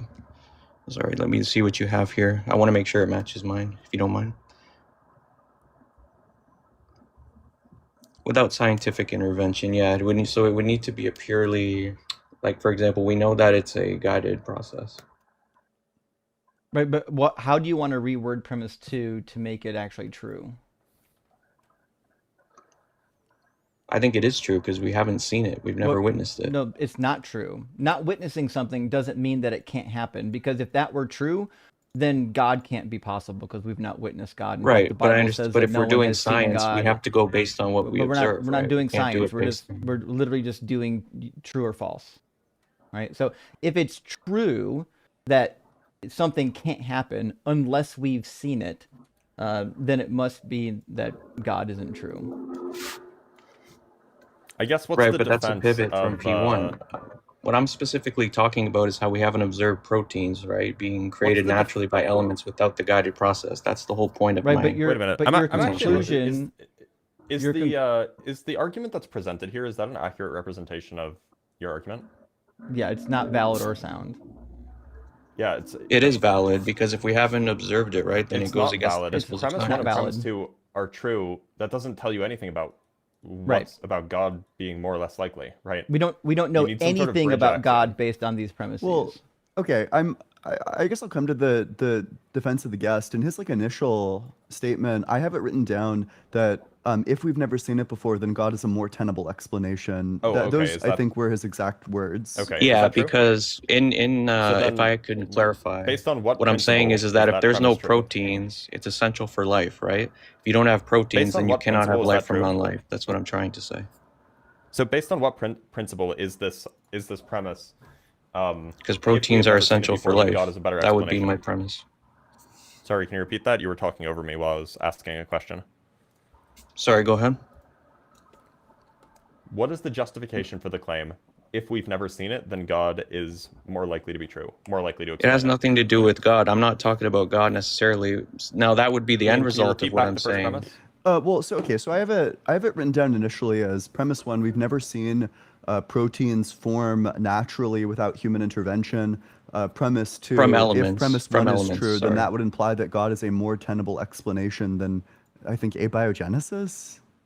I Correct. think that's what he's Therefore, I implying. would assume the conclusion is that God is a more tenable explanation for the formation of life than abiogenesis, or the formation Yeah, of that's proteins. correct. Yep. Okay, so then how do you justify premise 2 that if premise 1 is true, then God is a more tenable Because it is explanation true. than We haven't observed abiogenesis? it otherwise. I mean, you can say that That's it's premise technically one, not you premise could say two. it's an argument Yeah, from I'm asking for silence, the defense of premise. but I'm asking for the defense of premise 2, not the defense of premise 1. Let's grant for the sake of argument that premise 1 well, is true. from elements we Why is haven't premise seen 2 it, true? right, without the intervention of science. So therefore, I have no reason I'm to granting that believe premise that. 1 is true. For the sake of argument, I'm granting Okay. premise 1. Okay, So fair what's the enough. argument for premise 2? Well, if we haven't seen them form naturally without the intervention of science, I don't believe that it could be a random process. Essentially, that's how I would justify it. That's essentially restating premise 2. But I'm confused about the It's not quite conclusion if it's not that's quite premise 2, but it's 2. essentially restating it. I mean, like, What's the what's actual the conclusion principle? of the Like, argument? why should we believe that if we can't replicate something scientifically without scientific intervention, therefore it is unlikely to be random? Like, how are those two ideas connected? Well, essentially, well, you're right. It would have to go. We would have to look at it, right, and see if it is repeatable, observable, analyzable. But That's within not what I'm asking. nature, we haven't seen that. I'm granting, Mhm. for the sake of argument, that, suppose that we haven't replicated this, that we don't know how to do it without scientific intervention. How does that therefore mean that it's unlikely to be a random process? How it's unlikely to be a random process? Well, it would be based on P1. So we could actually say P1 and P2 are essentially similar in a sense. No, crack you out. don't want to say that, because then it's stating nothing. You need to take some inference of P1 to get to God, which is what you initially had. But we're just wondering, right? Like, if your standard is like so insanely high for what sort of inferences we can draw about the external world based on like scientific experiments, that basically your standard is that we can infer literally nothing about the external world from a scientific experiment that's done in a lab. I don't know why I would agree I'm actually that we my critique's even simpler than that. It's just not clear to me how, because we can't do a scientific experiment to do something, therefore the explanation for that something is less likely to be random. That's just a non sequitur. That's true. I also Well, no, agree with see, that, yeah. I believe that it would be God based on. So if we're explaining it, I want to generalize the point, right? If proteins are essential for life, right, and we don't see them naturally, then it would mean that God would be a more tenable explanation for creation because he's not dependent necessarily on those things. He can create things. Okay, there's the bridge axiom that I was asking for. So you could so you say, look, well, I guess you still need one more bridge axiom, but you're saying Right. like we can't create this in a lab without intervention. And Correct. because Without we can't create it it in a has to lab be a without guided intervention, process. It hasn't been done without then you one. say because we can't create it in a lab without intervention, this is what you want to say. It is therefore impossible for it to happen naturally, or rather it is unlikely to happen naturally. Sure, that's not a problem. And then you want to say, if something is unlikely to happen naturally, then it is more likely to happen supernaturally. Something like that. That's something like the argument you want to make, right? I would say, well, actually, I would say because there's a lack of perhaps a natural explanation, therefore it could be more likely of a supernatural one. Sure. Or at the very least, A we lack don't of a have the natural answers at the explanation moment. implies a higher chance of supernatural explanation. In a Being sense, maximally or charitable, that's probably true. But then transcendental. how do you demonstrate that there's a lack of a natural explanation? Sorry, in what way? I didn't hear everything you said. Yeah. So I said, I'm going to be maximally charitable and say, like, look, if it's true that there is that we lack a natural explanation, then it follows that that a supernatural explanation is more likely. That might be true. I can just, we'll just grant that being maximally charitable. It could be that a supernatural explanation is more likely. Actually, let me ask a question. Do you think that when you say more likely, do you mean like more likely than not, like it's greater than 50% chance, or do you just mean like it's more likely than it would have been had there been a natural explanation? Essentially, yeah. Which one? That was an either or. Well, I'm just trying to think about it for a second here. You're I fine. just believe it. Yeah, I believe that it's more from a supernatural perspective, I suppose you could say. I know. I'm We trying to understand get at that, the yeah. reasoning here. Yeah, we're asking like why, based on. I think Dr. Blitz is trying to clarify like the sense in which you say that it's more likely. Bingo. I just think I would say it's more likely based on the fact that we just haven't observed it, right? Without Wait, a no, natural, no. it has to be a guided Yeah. process. That's the whole. So, look, I could say that if I buy 2 lottery tickets, it's more likely that I win the Sorry, lottery I than got if I a buy call. no lottery tickets. But the more likely there is a comparative more likely, meaning that, like, I say one thing is more likely than the other. It doesn't mean that I am likely to win the lottery.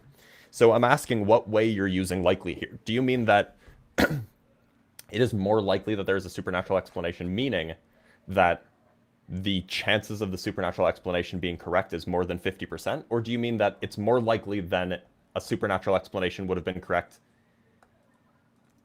than it would have been otherwise if there was a natural explanation? Like, I could imagine, and I'll just give you the scenario I'm thinking of just to be charitable. Suppose that there was a natural explanation, then maybe we say the supernatural explanation has a 1% chance of being correct. And then suppose there wasn't a natural explanation, then maybe the supernatural explanation has a 2% chance of being correct. In neither case would we say that the supernatural explanation is likely. It's just more likely in the latter case. So I'm asking, which one do you Sure. mean? Do you mean that the supernatural case I just think it's. becomes I would likely, say it's or is it more just likely. more It would likely? be the second point you brought up. Okay. The second So point that you brought up. would be what I'm- so in that sense, if the premise is that if we don't have a natural explanation for a phenomenon, then a supernatural explanation is more likely, I think that that's trivially true. But it's also not Okay. very interesting. Well, Because okay, the conclusion so- that you come to is just that God is more likely given there is no natural explanation for something, which Well, is wait, fine. okay. It doesn't mean it's likely at all. You should also clarify whether this like no natural explanation is an epistemic claim, like we Yeah. don't know of a natural explanation, or if separate it's a thing. metaphysical claim, like it's not possible for there to be one. Because I don't think it follows from the fact that we don't know one that therefore we have a good reason to think that God did it. I would think that I would think that probably that's true if It's you're more saying of a like it's not culminative thing, possible that right? there is a natural explanation. But I don't know. Like I guess like are you claiming that we don't know of one, or are you claiming that there just isn't one? I'm saying that we don't know of one, but also because of that, we just have to infer to the best possible explanation. I believe that God would be capable of doing so. Okay, why wouldn't we think that there's like a good natural explanation? For proteins, Yeah. because we haven't observed it without an unguided process. But wait, have we observed laws of physics giving rise to proteins? Laws of physics. Yes. Well, even that by a purely natural process would be That was a yes or no question. Have we essentially seen like laws 0 of to none. physics give rise to proteins? And where is this It's a demonstrated? yes or I no haven't was a question seen just question. anywhere. Have we ever seen laws of physics give rise to proteins? No, I wouldn't say so. So you don't think that the Urey-Miller experiment used laws of physics to give rise Wait a to minute. proteins? To be clear, we see laws of physics giving rise to proteins in our body literally every microsecond. Yeah, that too. Sure, that's fair. I'm just saying that I don't believe that we've seen it without intervention, right? Elements naturally just creating them asking, without an unguided process. Have we seen laws of physics give rise to proteins? Just at all? Have we seen them? I don't think we have, no. Okay, so you What's reject going that on our in our bodies body? create proteins? I'm sorry? You reject that our bodies create proteins? No, I'm talking about the scientific process. Okay, then you're just not listening to the question. I'm asking a very broad question. Have we ever seen laws of physics at all, in any circumstance, give rise to proteins? You could say so in any sense, but I'm not necessarily Yes. referring to that. I'm referring Okay, to the could process in those which laws of physics, could that physical process happen in nature? Is it possible? I don't think so. No, not without an unguided process. Okay, what would the contradiction be? It's impossible is a huge claim. I would say it's extremely unlikely. I don't know about impossible, but we haven't seen it. We have not Okay. witnessed it. but it is possible for there to be a natural explanation. There's a possibility of many things. I guess you could say so, but that's anything Sure. quite literally. Well, then, okay, then the idea that there is no natural explanation just falls apart. Yeah, P2 fails. Not necessarily. It still holds validity within science. No, because It your absolutely doesn't. syllogism You're literally says, rejecting all of science that's experimental. right. The syllogism says, because of P1, it is impossible for it to happen without intervention. Well, now P2 is false. It's not impossible. It's possible. Based on observation, yeah, we haven't seen it naturally. But I do that's stand not, by that. That's not inferred. Not seeing something doesn't make it impossible. That's what Ian's trying to explain. No, that's fair. I'm not saying that that's not the case, but what reason or motivator would I have to accept that? Then Because if I there is haven't a witnessed physical it. explanation that we know laws of physics in some circumstances will give rise to proteins. So why wouldn't we think that laws of physics, that those circumstances arose? Especially because there were novel predictions made on the basis of the hypothesis that physical processes gave rise to proteins. Specifically, one of the things that was predicted is that there would be alkaline ocean vents, because that would make it way more likely for these proteins to form. We didn't know of the existence of alkaline ocean vents, but the novel prediction was made, and then one day we discovered them. Do you think it was just a coincidence that it turns out actually that these alkaline ocean vents do exist, and that's exactly what was predicted by the hypothesis? Yeah, so the whole point of my argumentation is just simply that if it's not if science is guiding the process, then it cannot be natural, right? That didn't That's answer all the I was question. simply What was the saying. question that I just asked you? About you were talking about a bunch of different scientific topics. I wasn't, but they weren't really about what I was talking about. You don't think that novel predictions about what exists in the world is like scientifically relevant? That a scientific hypothesis that predicts that a certain sort of thing exists, and then later we discover that that thing in fact does exist.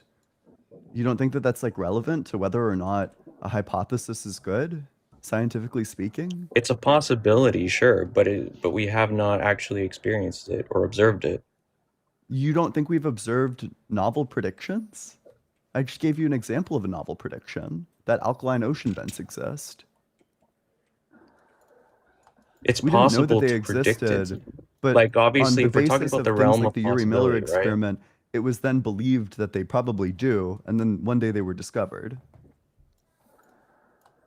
Okay, yeah, I'm not saying that it's not. Obviously, science can discover things at a later date, but it's consistently science. Like, for example, a lot of the methods in Then science premise number 2 consistently fails change. again. If something can be possible even if we haven't observed it, then that just means premise number 2 fails. Not necessarily, though, because there's still validity to P1. No. We'll try this again. So premise number 2 says if P1 is true, meaning if we haven't seen it, this means we haven't seen something form without intervention, right? If P1, We have never seen proteins form from elements naturally without intervention Just from gonna science. say it again. Only a guided Yeah. process. He just doesn't understand the try to critique. follow along. If P1, I know. I was right, just repeating it, so then we it could is be on the same page. impossible. It's on the screen. No one has to repeat it. If P1 or because P1. Well, you're actually is- missing parts of Do you P1. want me to fucking read the premise or not? Justin, don't get upset. We're just talking. Listen, all I'm just gonna saying is mute you're missing. All right. So P1 is we have never seen proteins form without intervention. You can add more words to that. That's the basis of P1. P2 Form is from elements, correct? it doesn't matter if you add elements or not. Because P1, like assuming P1 is true, it is impossible to happen without intervention. That's what you've just contradicted. You just said that it is possible for something to happen even if we haven't witnessed it. Which All I was means saying is it's a possibility. P2, which means P2 is false. It doesn't mean Because it's factually correct, no. P2 has the word impossible in it. It's possible that I could fly. If it's possible, then it's not impossible. Sure, I'm not saying that that's not the case, but the problem is that it's not really addressing P1. Okay, so P1. How do you want to word P1 so we can move on? We already agreed to P1. How do you want to fucking word it? I'm saying, so essentially, if we agree with P1, right? Nope. Yeah, How do you want technically, me to we word P1 so you stop crying about it? How do you want to word it? Well, why you don't have to get upset. So let's just take. I just Okay, so want, I said I we just have want never seen you. I proteins want you form. to pay attention. So I'm how do you want about me to to read word it to you. P1? Okay, can I explain? Can I read it to you again so you get it correct? Yeah, I'm Because going there's to type parts it. missing. Yeah, go ahead and read it. Okay, cool. We have never seen proteins form from elements naturally without intervention from science, only a guided process.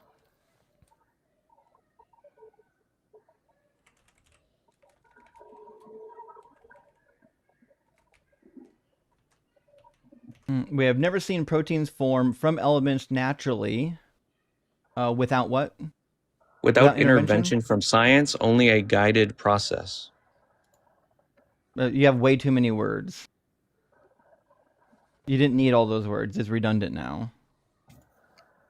Well, I just want to make sure that a guided process is intervention. So now you've got a redundant okay, that's fair. sentence, That's which fair. is why I took some of that shit out. Okay, so listen, we can just agree to premise number one. It's irrelevant, Sure. no matter how you word it.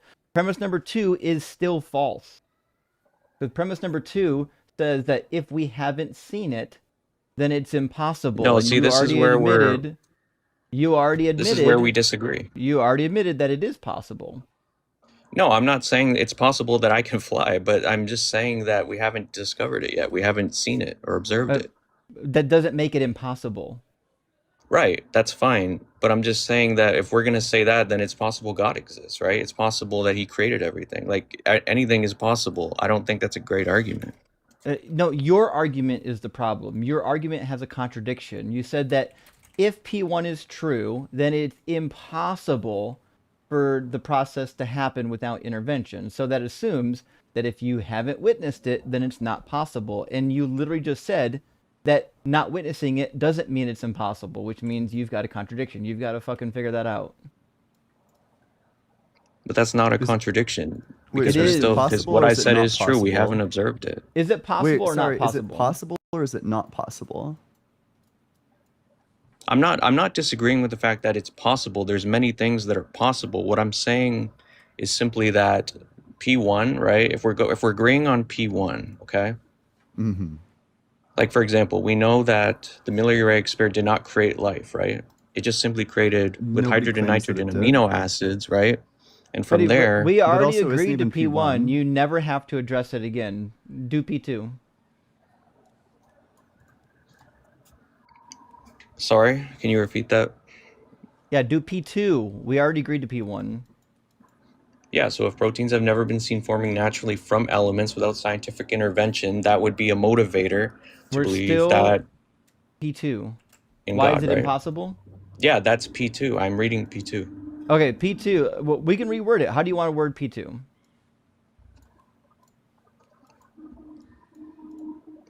So let me think. Give me a sec. Therefore, it is more probable because therefore it is more probable because it is an essential part of life. That's your conclusion. We need premise number 2. I'm elaborating on P2. I'm adding to it. P3 says if P2, then a supernatural explanation is more likely. If you change P2 to what you just said, P3 becomes irrelevant now. You got to figure this one out. See, that's the thing too, though. P1's not false. No, I know. I wrote true, dummy. Oh, jeez. This is like a crucial tracking error. We do not disagree with P1. We do not disagree with P1. We do not disagree with P1. Okay, I just want to make sure. Is there going to be like some confusion in the future about our stance on P1? Are you going to need to reaffirm? You're going to feel the need to reaffirm? No, it's just P1 the again answers haven't really been satisfactory. But okay. Name one answer that was not satisfactory. Go ahead. I'm just simply saying that P3, right? So we said that the answers haven't been satisfactory. Can't name a single one. What's P2? I just said if proteins have never been seen forming naturally from nature without intervention from science, and it is an essential part of life, correct? Do you agree? Do you agree proteins are essential to life? So the essential part of life probably is irrelevant, right? Yeah. It is relevant. We need proteins We for just want to life. know what P2 is. Stop dodging. Okay, hold on. That Before is we P- before that we is continue, P2. MJF, do you know what a valid argument is? No. A valid argument. What do you mean by that? Yeah. Go ahead I and mean, you're elaborate giving a on it for syllogism. me. Do you know what a valid syllogism is? I should say. I mean, valid argument would be a syllogism would be a subset of a valid argument. It means I that don't if see the how this premises are true, isn't. then the conclusion deductively follows. It is if you follow it, but It doesn't. Okay, so the argument that you've presented in no way, shape, or form has been valid. Depending on, well, it's either valid and well, if P1 the is premises true, are trivially right? false, or it's not valid. You keep vacillating between those two options. Well, I mean, look, if we're agreeing on P1, which we've all agreed on, right? Mhm. And proteins are an 100 essential times part now. of life, but cannot be created from elements Is that- naturally without wait, sorry, is that intervention. P2? How? Why are you still Hmm? reading P1? We need P2. Because it's part of the total. We wait, have we it just part of the written total argument. down. We need P2, bro. MJF, do you understand the question that we're asking you? No, I understand what you're asking me, but what Okay, what do you you're not think we're letting asking me you elaborate for? further. All right, here's what we're We gonna don't do. need you to. There's no need. We agree. What's All right, P2? let's do that. MJ, here's what's gonna happen. You're gonna give us word for word what you have written down for P2. I'm gonna cut you, okay? I'll give you the whole thing. Can I read the whole thing to you? Read Please. P2. I swear to God, if you read P1, I'll cut you immediately. Read P2 right now. You don't have to crash out. I'm just simply. I'm going to cut your dumb ass if you don't read us P2. Yeah, This just give is us the a second worthless premise. conversation. Okay, if proteins have never been seen forming naturally from elements without So if intervention from science, If P1 therefore is it what is you need not to a say, natural process. Then it is cannot not be a natural process. Oh, wait, yeah. What's the justification for P2? It has not been observed, repeated, analyzed. What do you think I'm asking you for? Do you I think just- I'm did like I not just illiterate? Do you think answer? I can't like read the premise that's already there? Do you think I was asking you to repeat it? What's the You justification guys, for what it? are we Like, why doing would I here? think that if P1 is true, It's really that simple. Look, we don't therefore- even need a just calm syllogism. down. No need to get upset. Just take I'm a not deep breath. upset. I'm asking you give for the you an answer? justification for P2. Just calm down. What's the I'm justification? I'm good, guys. Look, Okay. you are not can I give good. you it without a syllogism then? Would that make it No, easier? Give us the justification for P2. Yeah, because the entire argument, whether you have a syllogism or not, rests on P2. You're saying if we haven't observed it, then life must not be a natural process, which is just redundant basically in premise number 3. So why would we think that? But it's not, because if you don't have proteins, you cannot have life, and that's the point. But we agree. But why Okay, would so we no assume that it's proteins, not no natural? life, and then is there like additional premises that get us to P2? Without which this is that- essential building block, because there's so many steps, therefore I'm saying that I believe that God is a more tenable position. It's we that so don't many grant that steps. there are no proteins that form naturally based on the fact that we don't see it. Why from would we grant that? elements. Yeah. Why would we grant the fact from the fact that we Because we it haven't has literally not gone been out there and shown. observed it? Yeah. Why would we grant from the fact that it hasn't been shown? That is P1 I don't. again. We I mean, already you guys agreed to don't that. have to grant Why it, would but we? it's just a Whoa, factually just true calm down thing. and P1 give is the true. answer to the or yeah, just give the answer to the question. I'm saying if P1 is true, then what I'm saying is actually is true. That is premise 2, correct? What's the justification that follows from P2 or from P1? Sure, without this essential part of life, it does not come from a purely natural, unguided process. Well, It's wait, but why would we science think that guides it the doesn't come process, from a therefore it's natural, not unguided natural, right? process? Because if science is not guiding it, then if science is guiding it, sorry, my Science apologies, is an then it is not. epistemology. Do you think we think that the science, like the scientific epistemology, guides like the laws of nature? Science is an epistemology about how we arrive at the truth of the laws of nature. Via the physical Science world, does sure, not that's not a problem. prescribe what the laws of nature are. It describes what they are. I don't see a problem with what I've stated, guys. I really don't. Okay. Then I'm sorry Do to you think say there's a it, problem but- with your Critical inability to tracking give like a failure. justification? Sorry, can you repeat that, Ian? Do you think there's like a problem with your inability to give a justification? It's not an inability, guys. It's pretty straightforward, step by Why step would by I step. think that because we've never observed it, that means that there's no process, there's no natural process that could form proteins? Never witnessed it. If we haven't witnessed it, Yeah, how I can understand we can that. say Why it's would it follow from possible, that right? fact? We can say that it's Wait, possible sorry, that I'm why would that Superman, but that follow? doesn't like a possibility of something. Sure, I don't have a problem with saying that, but that doesn't mean That it can literally happen or that negates it your inherently will, right? your second premise. Your second premise is saying if we haven't seen it, then it's not possible. But you're saying it is possible. So clearly there are some things that we haven't seen that are nevertheless possible. We've seen it, but it was only a guided process from science. Do Essentially, you is how I think would not seeing something means that it's impossible? tangibly. You mean tangibly, correct? No one's asking I don't tangibility. even know what I don't even as know a what asking I what don't possibility. even tangibly know what that means in this means. context. Tangibility just means it's capable of being touched unless you're using some sort of idiomatic usage. I'm just asking because I want clarification on that. I don't know what it means to ask. Is it tangible? Like maybe no. Yeah, can you observe it with your eyes, things like that? That's what I'm asking. super not what tangible means, by the way. I mean, that's fine. I'm just I asking, can don't you think physically that see something it? being unobservable means that it's not real. For example, I haven't observed directly like an electron. I don't think that that means that electrons aren't real. I'm just saying the process of P1, it's never been observed, and if you go with that, Well, actually, He keeps Well, repeating. shows what- everything. we This guy's, keep like, agreeing to short-circuiting. P1, Yeah, well, even okay, though here's what we can can do. I disprove can just give you an P1. argument for the impossibility of God causing anything. Do you think God's outside of time? God is outside of time? No, not Yeah. purely. He can be within time, outside of So time. he's both inside of not. time and outside of time. So he both has past, present, and future, and lacks past, present, and future. He's not defined by them. Do you think that answers the question? You're asking me a question about God, but he's not defined I'm by time, asking space, you, or do you think matter. God both has past, present, and future because he's in time and lacks past, present, and future because he's outside of time? I don't see the relevancy. Just answer the question. What's the relevancy of it, though? That feels like a because you're trick positing question. that God can cause things. I'm rejecting that. Answer the question. How would you come to that conclusion exactly? Like, I'm what's literally the... trying to help you arrive at the same conclusion. Just answer the question. But this is a trick question because God's not defined by time. It's a trick question. You hear that first? You hear that, guys? It's a trick. Yeah. Ian, you're so tricksy. Yeah, I know. Do you want to answer the question, or are you like intent on not? I think you know the answer to that. Yeah. I just don't think it's a relevant question. I mean, I've look, explained- if God's not I've defined explained by exactly what time, I why would it was. matter?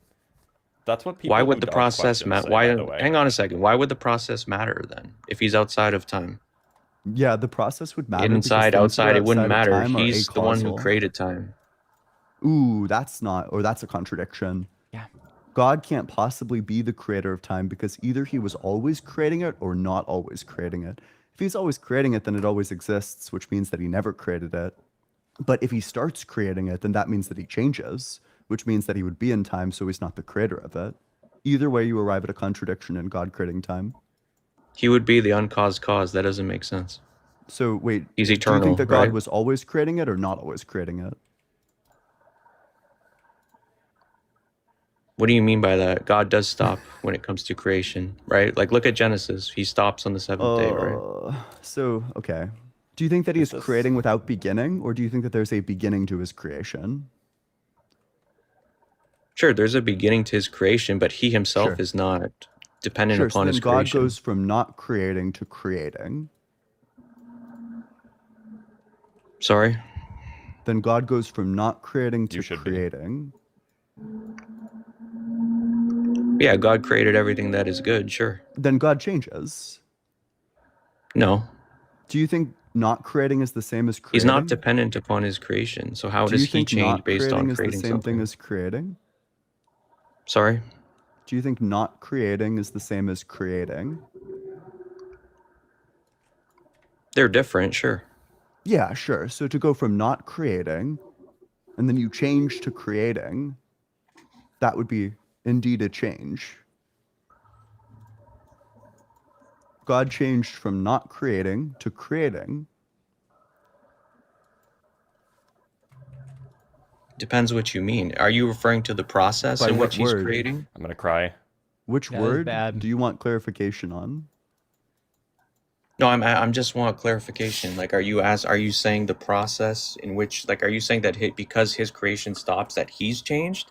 Because that would be referring to his nature, which he hasn't No, changed. because God is not creating, and then God starts to create. That's a change. Because not creating is not But the God's same as not creating. changing When you based on go his from not creation. His creating nature to is different, creating, right? it's not the same state, so it must be a change in states. Okay. So then God changes. Yeah, his behavior can change. I'm referring to his nature, Yes. right? Yes, cool. So sure. So God changes. Everything that changes is in time. No, God doesn't change. He He stays the same.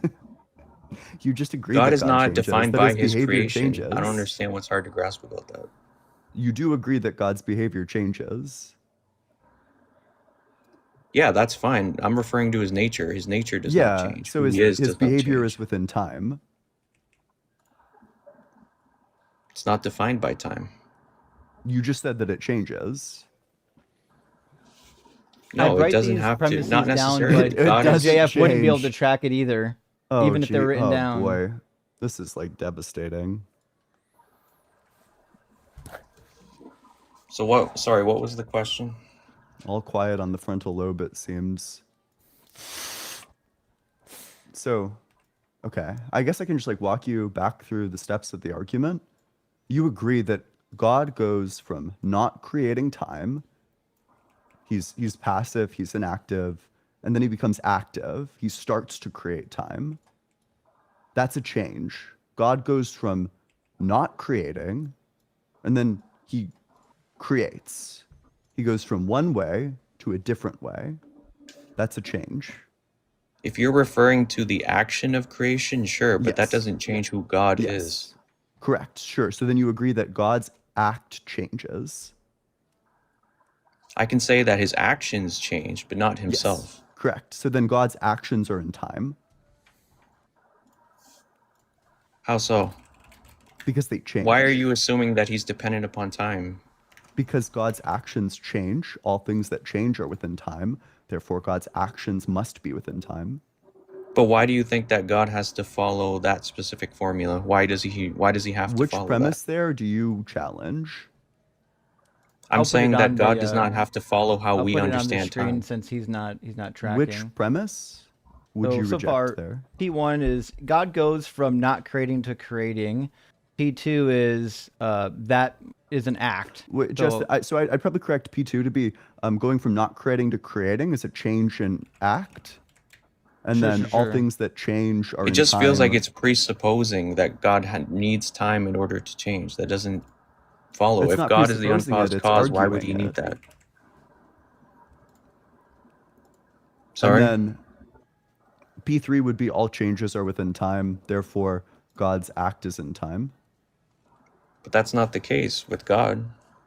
It is Sure, the which case. premise here do you reject? P3. Sure, All okay, God I doesn't can need motivate that time. one. Would you agree that if nothing happens, then nothing changes? If nothing happens, nothing changes. Again, if you're talking Yes about or us no? as human beings, sure. Yes or no? I'm not talking about, I didn't give that qualification. Did that qualification leave my mouth, or did you need that qualification to leave my mouth so that you can attempt to like weasel out of the question? No, it's just you're applying human premises to God that don't necessarily follow. Sorry, what question did I ask you? Go ahead and restate it. Yeah. Do you agree or disagree that if nothing happens, then nothing changes? Nothing happens, nothing changes. For the sake of conversation, sure. Yeah, then it would follow by contraposition that if something changes, then something happened. But an event is literally just defined as something that happens, which means that all changes must themselves require events to map onto. And all events are within time, which means that all changes are going to be in time. Yeah, that's based on logical reasoning, but that doesn't mean that God has to follow that but system. God is illogical. Sure, I wish you would have led with that. Okay, He's so supernatural, God is meaning that he's illogical. beyond That's logic, fine. correct. We can hit the checkmate really quickly then. Do you think God has the power to make the sun both exist and not exist at the exact same time? To make it exist and not exist at the exact same time. Yeah, if God is outside of logic. He wouldn't need to do that. That would I'm go asking, against does his he have the nature. power to? Does he have the power to? Again, the question is redundant. He wouldn't do that. Yes or no? Does he have the power to? Why are you guys? Right, You that guys are was just straw manning me at this It point. was a, I'm just asking you a yes or no. Either he has the power Yeah, or he but it's doesn't. a bad question. It's not relevant. It's a a really great good question. It's such a good question that you won't even answer it. It's like a devastating question, it seems. Is the answer It's yes not, or no? but it's not a good question. There's assumptions. Is the answer... Wait, sorry, what's the presupposition that's false? Because you're assuming that God's nature would change. You're assuming that he would do things that go against his nature. So why would he sorry, do you that? think that it goes against his nature to be illogical? I could have just sworn that the reason why the other argument fails is because God's outside of logic. Oh No, that's not what I'm saying. You asked, right? Would he create the... Sorry, what was the sun argument again? Yeah, Go ahead and does restate God that. have the power to both create the sun and not create the sun, to make it both exist and not Yeah, exist at that the would go exact same against his time? nature. So why would How he would do that that? go against his nature? Because he's not going to do something that would contradict his ability to create or not create, like the But power. he is doing a essentially, power contradiction in the dynamic. other argument. That's how you try to get out of the other argument, by saying, well, God Sorry? is just above logic, you know, that you He agreed is that my above argument logic. was logical, but He that doesn't doesn't apply conform to to human God. logic necessarily. I think that's a Sure. presumption. Wait, so then God doesn't conform to human logic. So then why would you think that it would be a violation of his nature to make the sun Because he's both beyond exist and human not logic, exist? sure. Imagine Sure, so trying then to God do a does have the power logical to make the sun argument both by exist saying and not God's exist. illogical. It's not that God is illogical. That's what you guys view it as. I'm saying he's Sounds like beyond it. logic. That's illogical. What's the Logic difference comes between from beyond God. logic and illogical? Sorry, you're speaking quick. I can't hear you. Yeah, what's the difference between Ian has beyond... never been accused of speaking quick when he's explaining stuff, by the way. I just can't hear It's him. never happened. Yeah. Okay, what's the difference between beyond logic and illogical? The difference? Yeah. I'm saying that they don't apply necessarily to God. I'm saying he's beyond logic, right? Do you think that that's what I was asking you? What do you I think think my that question that's the whole was? point of the argument, no? Just, I don't want you to engage with like what you think the whole point is. I want you to engage with the questions that are asked. I don't want you to give something that's like vaguely tangentially related to the discussion we're having. I want you to give like a direct response. What's the difference between the two terms that you're using? You're saying God is not illogical, he is beyond logic.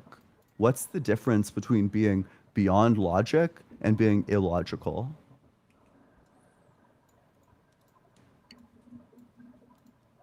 Beyond logic and illogical. I believe would be Yeah. God.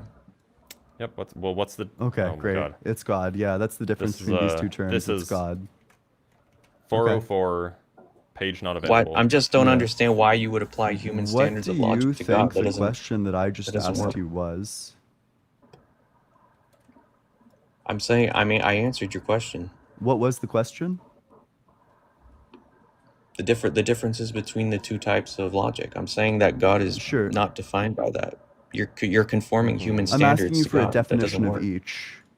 What's the definition of illogical and what's the definition of beyond logic? I don't think that we're going to agree on the definitions.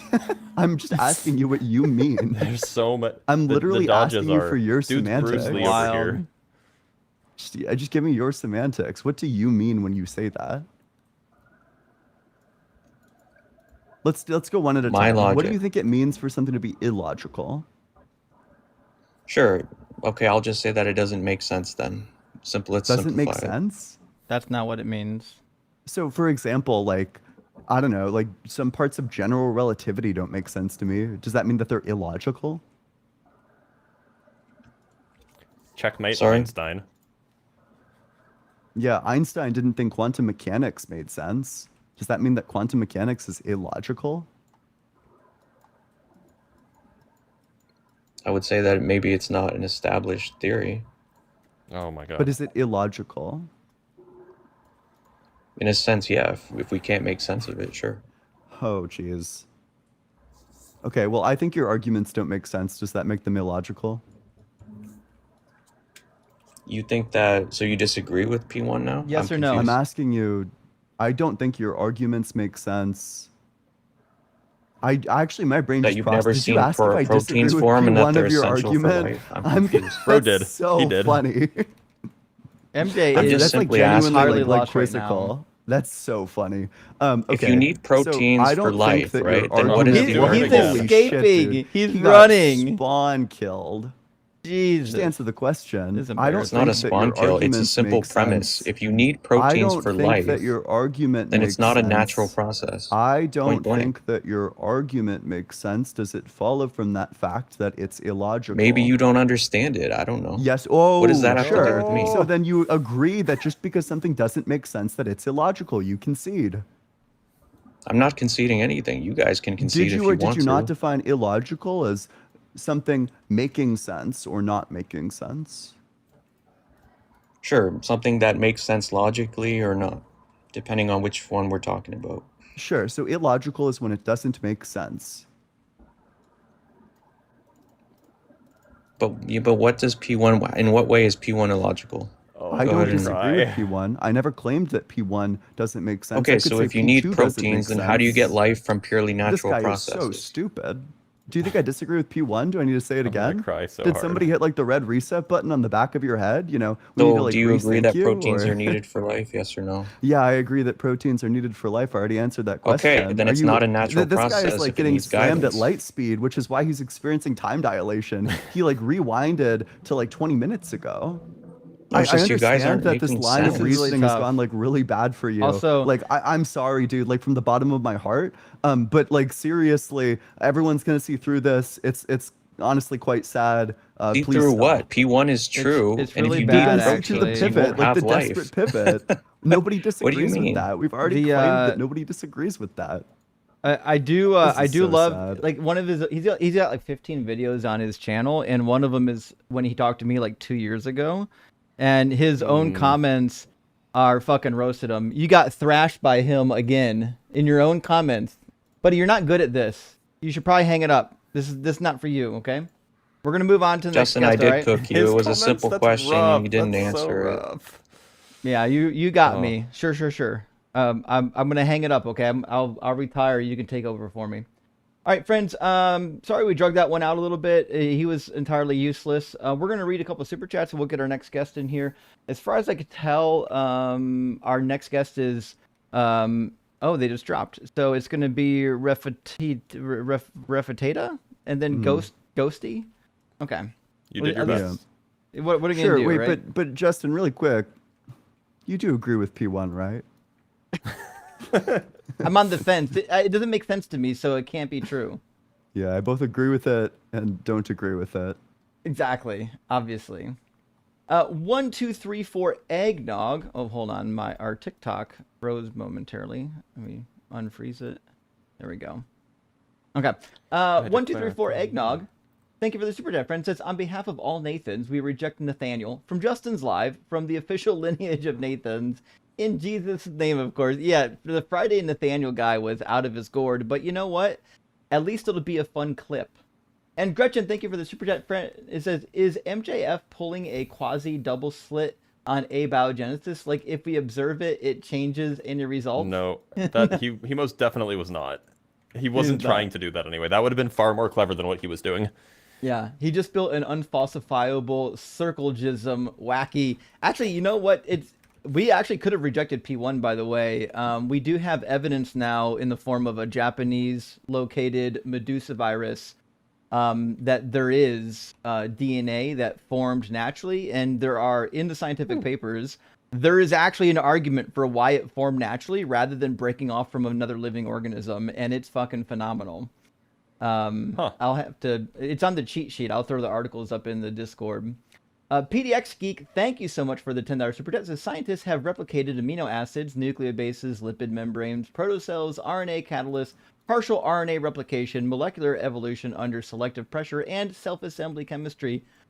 Yeah, all of the steps Yeah, that but needed. that was directed by scientists, obviously. Yeah. Yeah, of Yeah, course. we need to get like a bunch of dudes and GoPros to go into the alkaline ocean vents You just Yep. put your fucking microscope up to the GoPro and you just like swim around in shit until you find proteins forming. Also, Yep, like, it is if known. we found, say, we went to the ocean vents and we found naturally forming DNA or proteins, like unless you watched it from beginning to the end, then this guy would say, well, you don't know that it formed naturally, even though it could Yep. have all the hallmarkers of forming naturally. That's the problem with this argument, is it assumes that unless you saw the initiation point, like you have a microscope on every molecule inside of these vents, so you're studying every single fucking one of them, then you can't actually demonstrate that it happened naturally. So it's just a losing discussion. Did I read that one? Hold on. Sorry. Oh no, I read that one. Matthew, hey, thank you for the super chat. Good to see your friend. Says MJFG. Every centimeter of accessible Earth is teeming with bacteria who would eat up any forming protein. True, I've made this argument before. If abiogenesis was happening right now, the likelihood that it would survive the environment is nil. The environment would almost immediately consume it. So it's still a nonsense argument. Abiogenesis, when Earth did not have life and not expected to be observable now, P1 is irrelevant. I agree. We could have rejected P1, but it was easier not to because premise number 2 was so demonstrably stupid. It was just easy to attack P2. I see you sleeping. Not creepy at all. Thank you for the $50 super chat, though. I really appreciate that. It says, I love you guys so much. Sorry about my name. Oh, you understand then. No worries. Yep. I'm just popping in and haven't watched this stream yet, but I've been watching back everything from this channel. You are a breath of fresh air in enjoy. this bizarre world we live in. Please never stop. I see you. We won't be stopping. We can promise you that. Thank you for the support. We really appreciate that, friend. Unless we all get hit by a bus, which is why we should never travel in the same plane together. Yeah, agreed, actually. Gretchen... Like the president. And the vice president. They're not supposed to travel together. Really? That's Yeah. interesting. Okay. Makes I sense. didn't know that. That's news. It makes sense, though. Like yeah. it does make sense, yeah. Gretchen says, MJF is clinging to P1 so damn hard, it's like he's about to claim squatters' rights on P1. For fuck's sake, kick him. Bro would be I peeing did. on one. Don't worry, Wow, you Gretchen. just- I heard your pleas.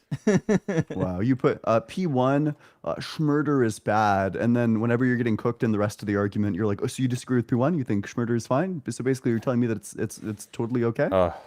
It was so bad. Liquid says P1, P1, P2, P1, P3, P1 conclusion, P1, any rejections to P1. Apparently, It's impossible, turns out. he really wanted us to reject P1, apparently. And Bacon says, P1, my data is accurate. P2, you can't check. C, I is genius. That's about right, actually.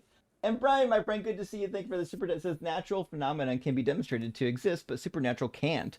So a knowledge gap means the non-demonstrated phenomenon is more likely. So this is actually, I think, the point we briefly touched on, which is like saying that God is more likely is false just on the face of it. If likelihood is merited by observation, which is what the argument was, then it's not more likely because we haven't observed God. Dank Bird says, about time the rift between Blitz and Ian is exposed. Oh no, we're not fighting. We're not doing. We got time left in the stream. We We're are not gonna, fighting. Yeah. We're not, Wait, we have what? We have time? Justin, Oh, that fuck. presupposes a theory of time. What's your theory of time? I just got cooked. I'm agnostic. Okay. Narrative dude says, did time exist before Swatch wristwatches? Sorry, not even Swiss sure. wristwatches? I- Which wristwatch is watch. a Swiss wristwatch? Oh no, I'm gonna cry. you set him off. Sorry, not even sure if I'm typing this. Use psilocybin instead of portabella on my lunch salad. You know what? At least you're having a good time. It sounds Although- like you silly, That'd be a Simon. wild day. Oh, that'd be a wild day, though. A Barnabas has a contention. Ian is wrong. Is Xbox 360? I think you mean it's Xbox 360, and it's not close. Happy Mother's Day to the moms in chat. Well, I think Xbox 360 is pretty good. I mean, when I was this was like probably not a good environment for somebody in second grade or like third grade, but yeah, I mean, it Bro was was playing COD. I was in playing I played the fuck out of Halo Reach. It was like maybe I know nostalgia like overcodes memories and makes them seem like really great, but it really did feel like just a fantastic time to wake up It was on the like best of times. like a It was Saturday the and go worst and of play like times. Halo Reach, and then because my voice hadn't gone through puberty and I was in second grade, everyone would assume that I'm a woman and like flirt with me. And then when they found out that I was just a child, they would like verbally abuse me. Now I feel bad for second grade Ian. Ekipo That's okay. says we haven't seen it. It didn't happen. This guy will lose at peekaboo. Oh fuck, that's a fair point. He's cooked. Absolutely never let Bro him play doesn't have peekaboo. object permanence.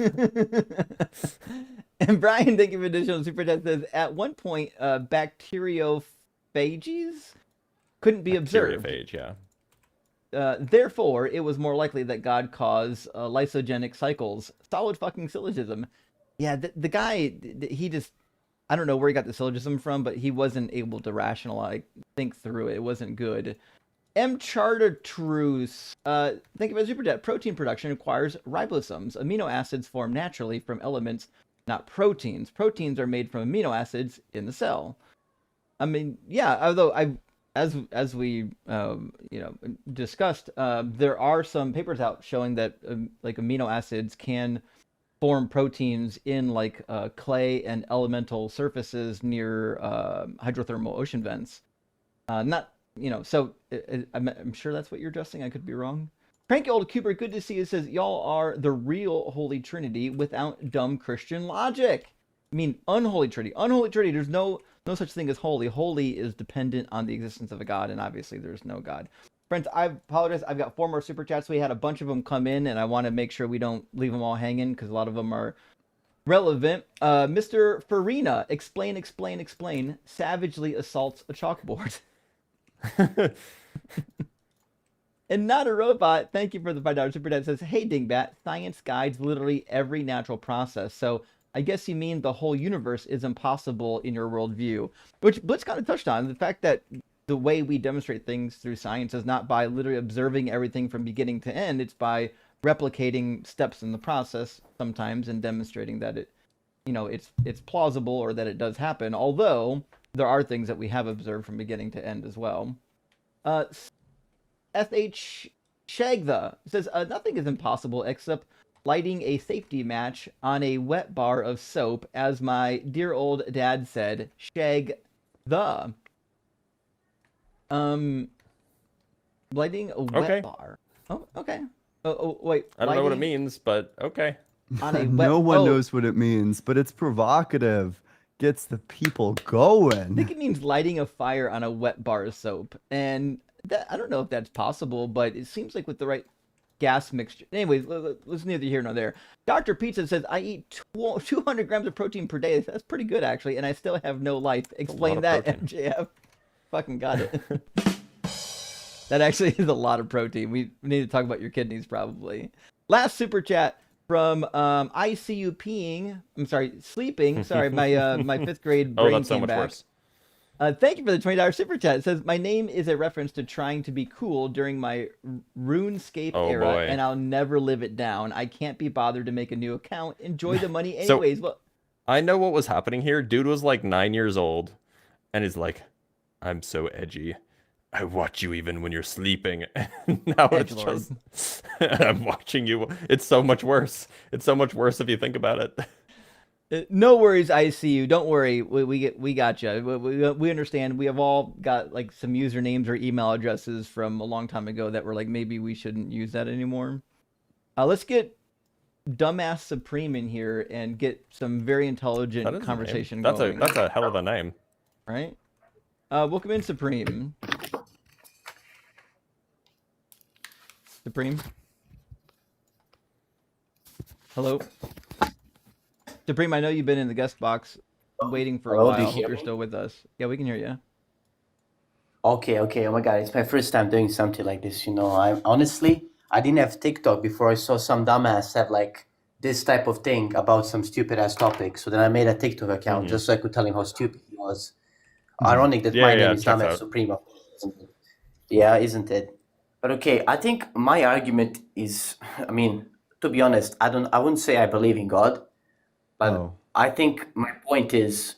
So you just came on to like be a dumbass? Yeah, no, almost. But my point is that this whole discussion is stupid. Wait, You do- can't know. Well, do you- then why would you do you Your believe name believe in checks God? out. Well, look at his name. My point Mm. is, can I speak, Lo? Can I say something? All right. My point is, you Go off, King. can't say, oh, God isn't real, because there's no not? way you can prove or disprove that. Wait, how do Well, you how can you how- prove that there's no way we can prove or disprove it? Well, You can't simple. say that It's because you can't say that we can't say my that God God, doesn't can exist I because say- there's can no I way to answer, prove or Mike? disprove the claim that you can't disprove can or I prove answer? God. Can I answer? Yeah, go for it. Okay, so hold on, just give me a second. Did I miss if this guy said he was a theist? He is not a believer. Yeah. No. Oh, he's I was an surprised you atheist. didn't cut him. Oh, I didn't hear him. I didn't hear him, so Mm. I'll cut him now. Don't come back. We don't do devil's advocate here. Yeah. We Gosh, leave that you He up know, to actually was believers. worse than Devil's Advocate. This whole God debate, that's fucking silly. I don't know why you would engage in this fucking God debate. The far more substantive debate is the meta debate about whether you should be engaging in the God debate at all. Indeed. That one's the real interesting debate. Let me complain about your prompt and not engage in any of the syllogisms that you've provided so far that demonstrate the prompt is accurate. All right, Why let's would get anyone ever Christy here. engage in something called a syllogism? You know what? This is why God warned against nocturnal emissions. Dr. Blitz, Oh, yeah. Dr. yeah. Blitz, you're atheist, so you would say that Uh-huh. you're a theist? True. fuck. Fucking kill You know, his if you ass. rearrange Hook. atheist, it spells eat shit. Get wrecked, atheists.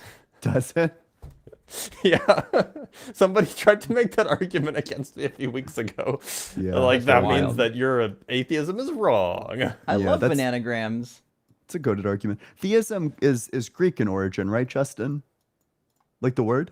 Yeah. Theos is the Greek word. Theou, theos, theon. There's multiple ways to form the word, but yeah, that's where it comes from.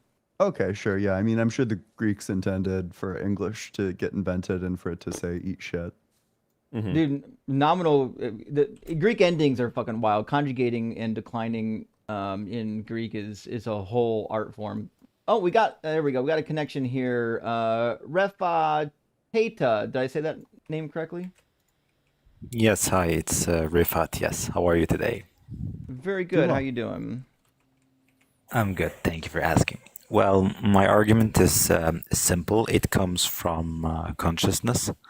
It goes like Can we, this. before we get too far, can you tell us you are a believer in some kind of a god? Well, I don't believe in a religion, but But I you do have a believe in God, philosophy. though. Maybe, yeah, but God to me is reality. There is Oh. nothing. God is Do you not think we're outside of the saying that universe. reality isn't real? What the f- No, I didn't say that. is Okay. Is God well, it kind of sentient? seems like at that point we would just end up in a verbal dispute. We're not going to contest that reality exists. If what you mean when you say that God isn't real is that reality isn't real, well, we would disagree that reality isn't real. So if that's all you mean, then like we would just agree with you. Well, I didn't mention anything not real. I'm just saying that reality exists and reality is God. We agree. There is nothing. Oh, well, I mean, we certainly just use the term differently. But that's not a very interesting debate to us. I mean, debating like what the term God means, that just feels like pretty irrelevant. No, that's the important. That's the next question. If we're It's if we a agree on the semantic dispute. previous- It's just not very interesting. That's all. Yeah. But I could ask you, what do you mean by reality? It's going to be a pretty brute thing, just like being, The stuff that existence, maybe. exists. Yeah, these are just words, but what do you mean by being? Yes, all of it's just words. Yeah. That's how we But communicate. words, Yeah, debates Words do refer involve to words, something. that's correct. but words must refer to something to have a meaning, right? Mhm. Yeah, they so- refer to the thing so that they mean. The thing that's pointed Yeah, to by exactly. the So- word existence, the thing that's pointed to by the word being, that's what actual being is, yeah. Yeah. So what? These are all words. These to have a meaning. Yes, These they are must all refer to words. something. Fucking go. They must refer to something. No, I'm just I'm talking very very basic thing here Mhm. about what is it to have a meaning for a word. When I say word, being is existence or being or whatever, I must define what existence is or what being is by referring to something in reality. So when I claim that God is reality, I'm saying that reality is all mind dependent. It's all ideas or thoughts in some sense or another. So Is that's God why mind I'm dependent? saying God is the act of existence itself. Do you think that Anything answers my else, question? yeah, he cannot be mind dependent because he is the mind. Sure, then you would He say not is, all of yeah. reality is mind dependent. The whole of reality, no. So that But the contradicts what whole you of said reality, earlier, which is that all of reality is mind dependent. no, the whole of reality as a whole. I'm not saying that parts of reality. The whole of reality is itself the mind.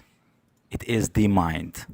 I could have sworn you But said that it was that's mind not my dependent. argument here.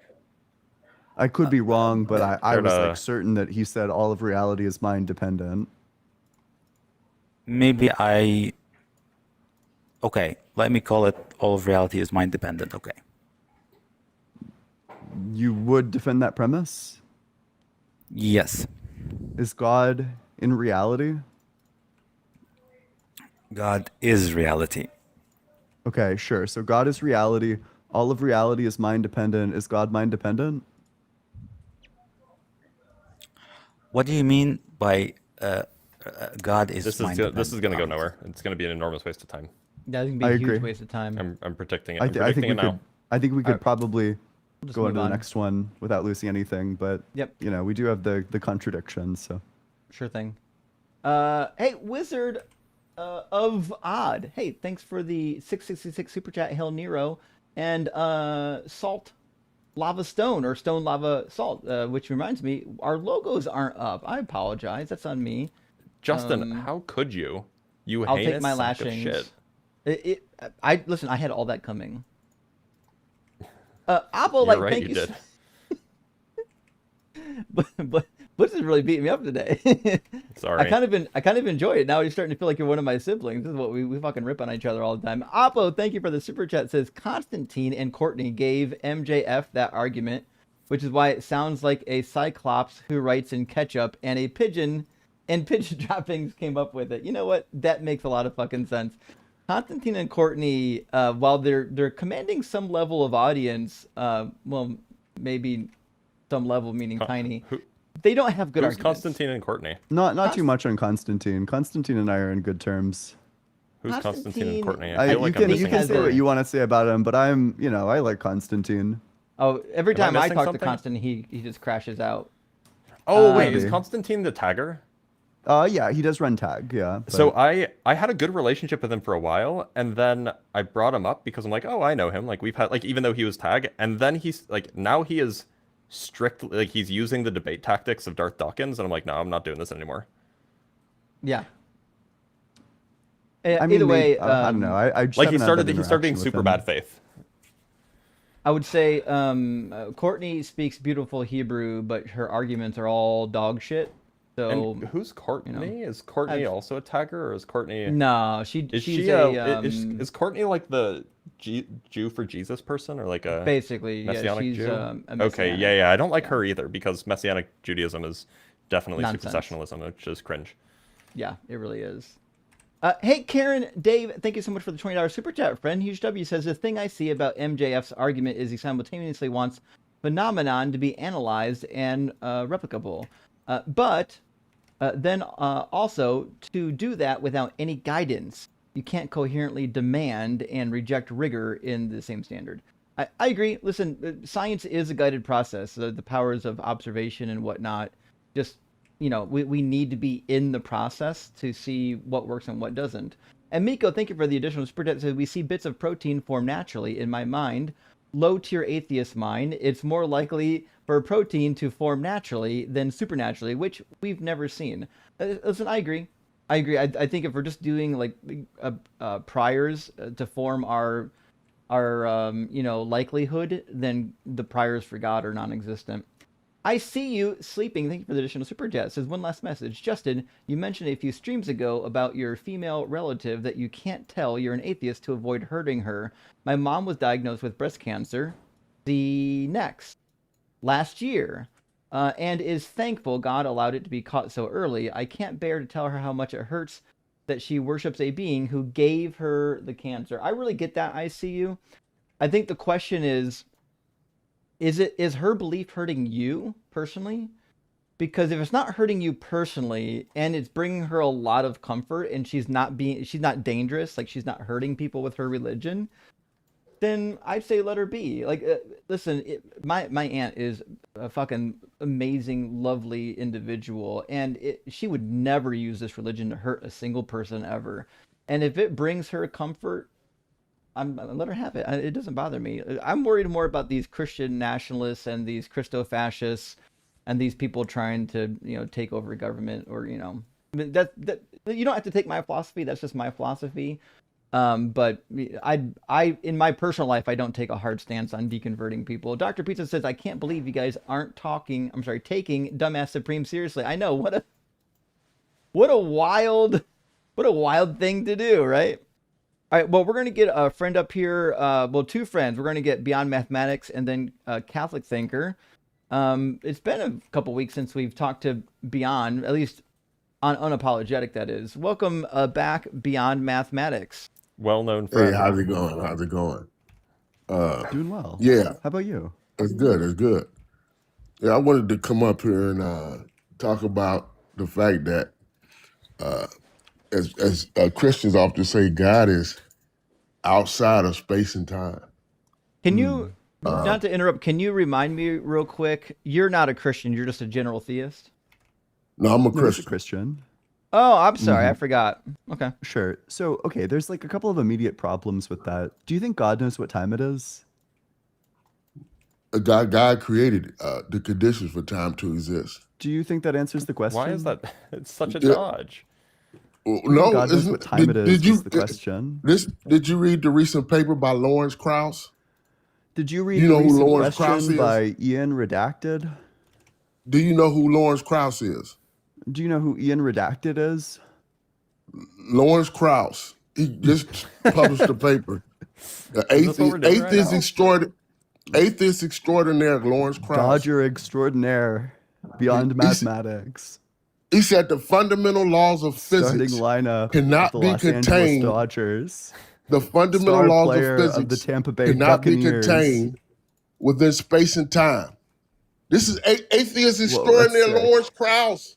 Bro, The watch, laws watch of say it enough Angel, times, watch maybe it'll Angel matter. work that like head movement, dude. He's like Blitz, fucking like answer dodging and Dr. weaving. Krauss, He's like Blitz. fucking bobbing. Like, do Blitz, you want to answer the could you question? Does answer God know what Dr. time Krauss? it is? Or it's a yes or no question. Could Is you the yes or answer no? Dr. Krauss, Blitz? Do you want to answer yes or no to the question? Maybe I if you asked say it or- enough times, we'll believe you and we'll think that it's important and relevant. But No. Have you read the paper by Dr. Lawrence Krauss? Angel, is the answer yes or no? Whatever you want to answer, know the however you answer. want to answer the question. Sure. So the Blitz. answer is no. So God's not all knowing. God is all knowing, and He's Oh, outside so of does space God and know time. what time it is? He created time. But does he know what time it is? He exists in eternity. He knows what everything Does he know is. what time it is? Sure. So He God knows does what know what time it everything is. is. He knows what everything is. Is that a yes? Now, would you answer the question? Is Do you the understand answer yes or that the- no? I told you yes.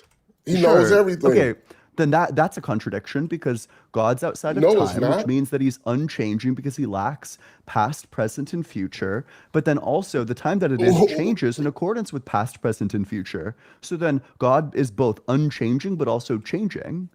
That's a No. contradiction, What Angel. did it say that if you're outside of time, you have to experience change? Do you know there's a If recent you're paper outside of that time, you're published? unchanging. It's the opposite. Do you know there's a recent paper published that It's the said opposite. that time emerges from quantum entanglement? Okay. Have you read Yeah, that paper, he's, you he's idiot? simply not going to engage with the argument. Have it you read seems. that paper? Do you Have want you to read that reject paper? the step of the some argument, random or do you paper by want to? disgraced physicist Lawrence Krauss, by the way. That's It all he ain't no came up- that- that's Blitz, all- that's why all he you- came up to do. Lawrence Krauss is a disgraced physicist. You don't know who Lawrence Krauss is? He is a disgraced physicist because he took advantage and allegedly sexually exploited students. Allegedly. That's why. That's why he was. That's why he was atheists love fired from Dr. where I went to Krause. undergrad.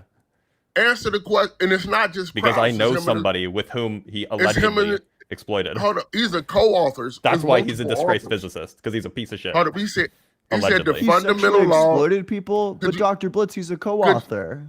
Could you answer the question? He said the fundamental laws of physics cannot be contained within space and time. That's what Christians have been saying for years because they generate them. Tell me how the low entropy of the universe is generated by space and time. Do you know what Old the low reliable. entropy of the universe is? Dr. Hold on, Blitz? I got this. Define, Dr. Blitz, do you know what define entropy is? in a space-time? Do you know what the low entropy of the universe was at the beginning of the universe? He's of Dr. course Blitz? not going to be able to answer this question. What was the low entropy of the universe, Dr. Blitz? Define At entropy. the start. What was the low entropy of the universe, Dr. Blitz? Define entropy. Unless It you can comes from the define it, I'm not second going to law. have that conversation with you. It comes from the second law of thermodynamics. It's No, a measure dumbass. of- Entropy doesn't come from the second law of Yes, it does. thermodynamics. Entropy is used entropy. in the second law of thermodynamics. Yes, and it's a measure of disorder. I know what it is. Okay, so tell me what is the So- what's the entropy of So a space-time answer my filled with question gravitational first, waves, please? Dr. Blitz. Could you answer my question? I answered George. Could you answer mine? What Yeah, was the repeat it. low entropy? What was the low entropy of the universe? Give me the I don't think that precise there is number. I don't think that there's a well-defined entropy for the universe. Your turn. Yes, what is the there- entropy yes, there of a is. space-time It was filled with calculated by- gravitational waves? It was calculated by Roger Penrose. In fact, Yeah, I let me think read he's what wrong. Roger Penrose. Let me read what Roger Penrose said. I think he's Let me wrong, read so you what can read Roger what he says Penrose all you said. want. So but why I think he's should wrong. I believe you over Roger Penrose? You don't even know what low entropy is, what the value is. Why would I believe I don't you? I don't think that you can define entropy for Why a would I universe. believe a guy who believes in parallel universes and believes Peter Pan exists in a reliable. universe? You believe in over Spider-Man. somebody- Bro, he has like the Why Google would I Doc in believe front some of him. idiot? He's like, if Dr. Blitz, Blitz says something I can't respond to, then bring up Spider-Man. yeah, he has like Yeah, the fucking but diss Blitz- track ready to go on the Google Doc. It's like things to hit on. You believe in Spider-Man. Okay, wait. Blitz Step one, believe- the he low believes entropy of the Batman universe. exists. Explain the low entropy of the universe. Step two, He don't know what the low if they entropy of the attempt to universe explain was. it, Why don't you say believe in just don't know, Spider-Man. Blitz? Why don't you say It's you such a just don't know? classic. And don't you even say materialism is false? I'm not a materialist, so I would say that materialism is So where is the outdated, sure. laws of physics grounded, if not in materialism? Stuff. And what stuff? Like all of the stuff in the universe? Electrons, protons. Wait a minute. quarks, If you're not a black materialist, what stuff are you talking about? If you're not a materialist, Blitz. Well, I think that there's more than the material. I think that materialism stipulates that there's just matter and motion, and there are non-material things like photons. So what are these non-material things? I like to. I just gave you an about. example. Do you have like, I don't know, fucking water in your ears? Well, let me hear it again. I didn't hear it. Let me hear it. Like a photon. So a photon is non-material. Yeah. So that's as in outside it's not of made time. of matter. Hold up. So a photon is outside of time, then, right? No, that's not what material means. Well, dumbass. wait a minute. Wait a minute, Oh, Blitz. God. Does a photon have rest mass? No. Does the photon always move at the speed of light? Yup. So how is it bound by time? It still exists in a four-dimensional space. That's how. You need to put yourself in a bind when you say materialism. I like how is you false. prepared your laugh before when you you- even when you listened say- to the answer, when and so you you just say came off mate- like a crazy person because I gave you an obvious intuitive answer of how it's bound Blitz. by time because it obviously Blitz. exists in space-time, but No, you still it- laughed because you you preloaded sound it like a ridiculous. goddamn 1986 Apple. Yeah, it's one of his. How is it- If you like pull the Nobody- drawstring on him, I haven't seen that's one one of the voice scientist- lines that he's been preloaded with is to I laugh haven't seen one hysterically. scientist. I haven't seen one scientist that says photon is bound by time. You think it has Then you relative haven't seen time? any scientists, I guess. Also, here's one. Yeah, A Neil scientist deGrasse telling me that a Tyson was photon just saying exists in no. four Isn't dimensional Dr. Brian Blitz a Greene was just scientist? saying no. I'm pretty sure Dr. Blitz is a scientist. Pretty sure. I'm starting to wonder. You don't believe materialism false, and then you say, well, where you ground all laws of physics stuff. Hey, Justin, you that want to don't pull up sound my like a website? scientist. He does What believe stuff? materialism is false. You're very stupid. What's that, Blitz? I He didn't hear said, you. You want to pull up my website and put it in the background and then go to the research tab? and then didn't you say? Yeah. Didn't you say? you don't know what's really real because of quantum operators Yeah, I and your don't. quantum. Yeah, because You I don't don't know have what's I don't really have a fundamental real. ontology that I'm 100% How you committed hold to. up? That's How called you gonna being talk honest about and humble. how you gonna sit up here talking about Man, God when you you're say just you don't know you're just what's getting really turned around all over real? the place, aren't you? You don't know what's real. I'm dealing with the That's three just stooges an of average day atheism. for angel investor. The Very three confused. stooges of the three confusing stooges of himself all the atheism. time. Yeah, ask about the low entropy state and then I'm make dealing with the three confused noises stooges of into the atheism. microphone. Hold up. You say you don't know in your video, quantum ontology, you said you didn't know what's really real.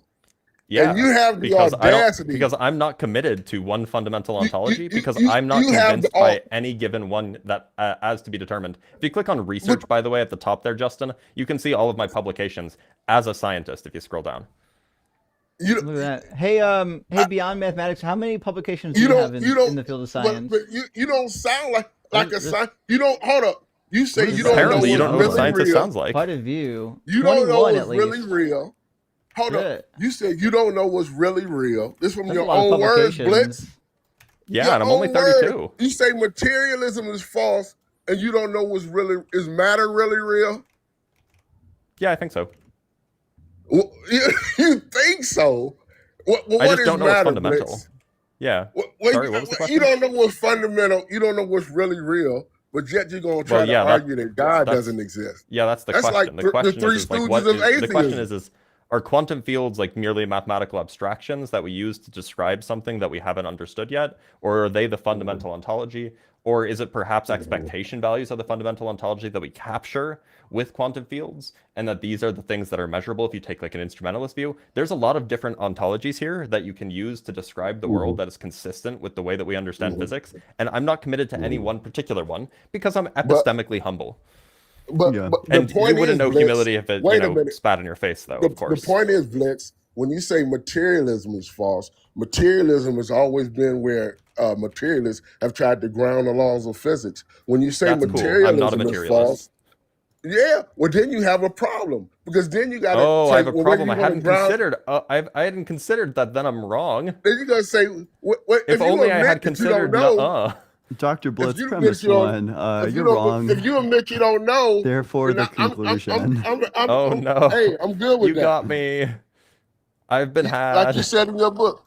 But that's why you need to read the paper by Lawrence Krauss, because he says the laws of physics are grounded in non-algorithmic understanding outside of space-time. You know what's extra funny? I've actually read that paper, and the paper is nonsense. Outside of space-time. I actually, it's funny that you bring it up. I've actually read that paper. He makes a case for why the simulation has to be false, and yes. I actually take the arguments in that paper to be nonsense. Why? It's based on Gödel's incompleteness theorem. No, because he's stipulating some sort of degree of mathematical Platonism in computation theory, which doesn't necessarily have to hold for the actual world. Like it doesn't have to be the case that laws of physics are actual objects that require computation. No, the starting premise is just fundamentally misguided. So it's funny that you cited this this trash paper by this like shitty person, and you're like, that's the basis for my entire argument. And then when we don't let you pivot, you cry and cry until I actually remember what paper it is that you're referring to and dismantle you on that too. It's exactly what Roger Penrose said, the same thing, and it goes to Roger your problem. Penrose did not say the same thing. Yes, he did. He did say the same thing about Gödel's. He didn't make an argument from non-computability. I can even play it for you. He said the exact same thing.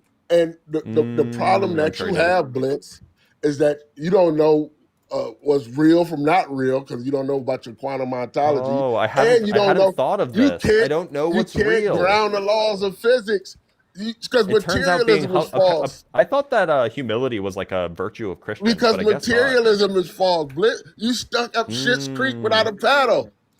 Because materialism is false. I'm some kind of physicalist, not a materialist. Dr. Blitz, you reject what do you mean? fucking materialism? Then you're stuck up Schitt's Creek without a paddle because materialism is false. The fact of the matter is, the position you hold with respect to materialism is true. You're fucked, Dr. Blitz. Okay, you say you're a physical. Oh, Blitz, you say you're a physicalist, right? I'm some kind of physicalist. Yeah, I think that physicalism is generally not well defined, but my positions are generally pretty well. Physical? What exactly is Sorry? physical? Because Werner Heisenberg Well, said that's one subatomic of the particles issues. But are real in the I take physical. physicalism to be those things which exist are those things that are adequately described by some future physics. Okay, so I mean, so you don't take any sort of ontology of the word physical. I don't. There's something No. physical. No. Oh, okay, that's even more interesting. Because that's more in line with my Bro, thing. more It turns out confused humility noises just into the destroys microphone. beyond mathematics' view, I guess. Again, Blitz is agreeing with me today. You Damn. getting on the right Angel, track. you should start hysterically laughing into the microphone. It worked really well last time. I So think in that might be like physics- the checkmate move against Dr. Blitz is if you just like Hey, out of Blitz. nowhere ask him one question, and then as soon as he answers, you should just go. How do you ground It's like consciousness? a winning rhetorical move. Wait, do is you that a new ground voice consciousness? line? Did he just ask how do we ground consciousness? I think he said No, I'm asking constants, because actually. you're saying physicalism didn't have an ontology, so how do you ground consciousness?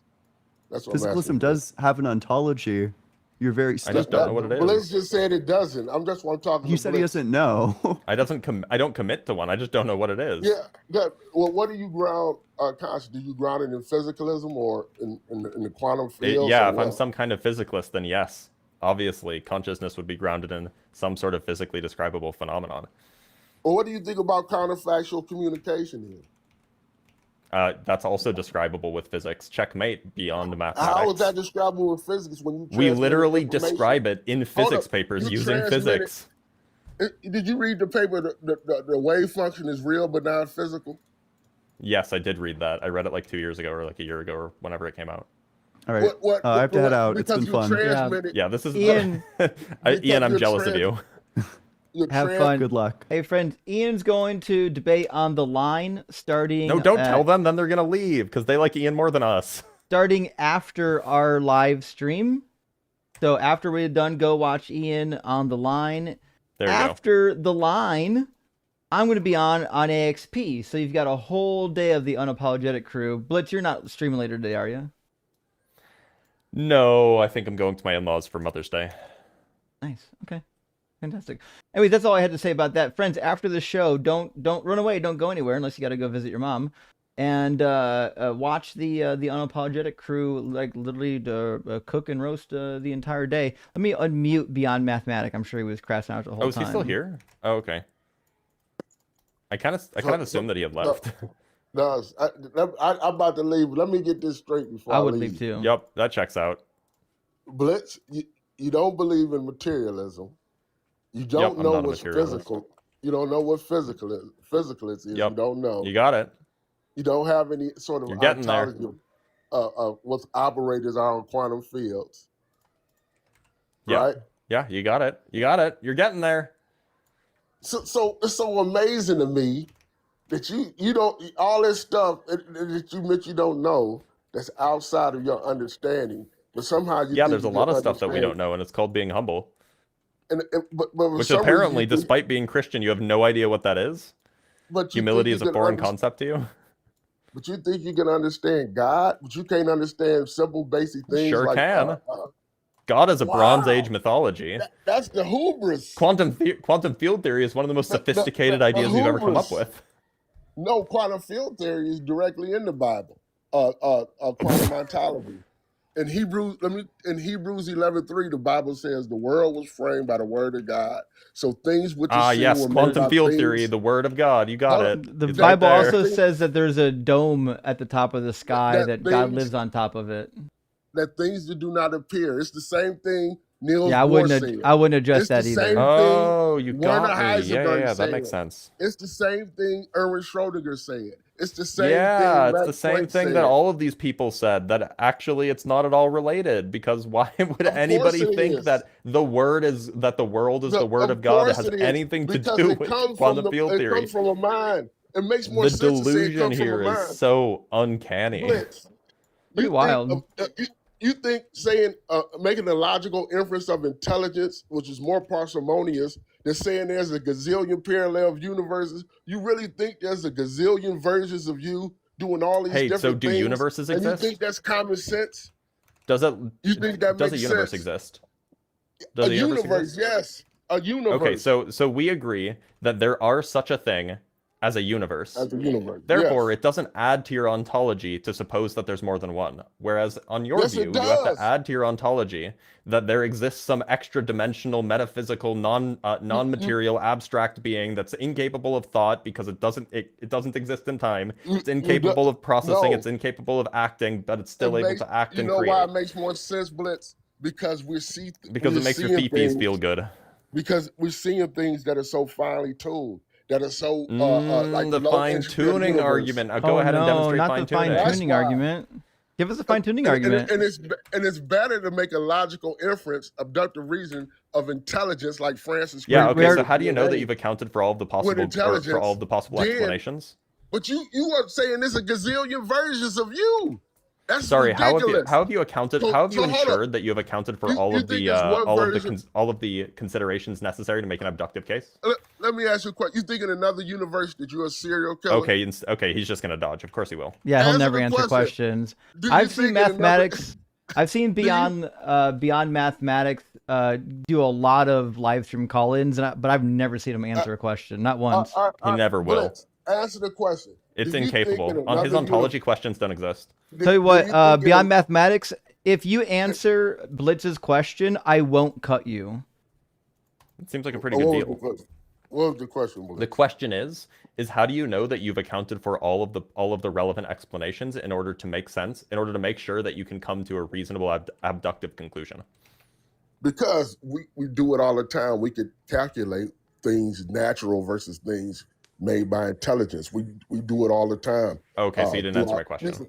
So the same, I'm telling you, the same way Francis Crick looked at DNA and he said DNA was too complex. My question is, how do you Hold know on, that let you've me- accounted for all of the possible because- explanations necessary to evaluate before making You an can abductive rule out conclusion? certain you can rule out natural explanations because nature can't do certain things. Like Wait a minute. put So things hold in a on. low So entropy state.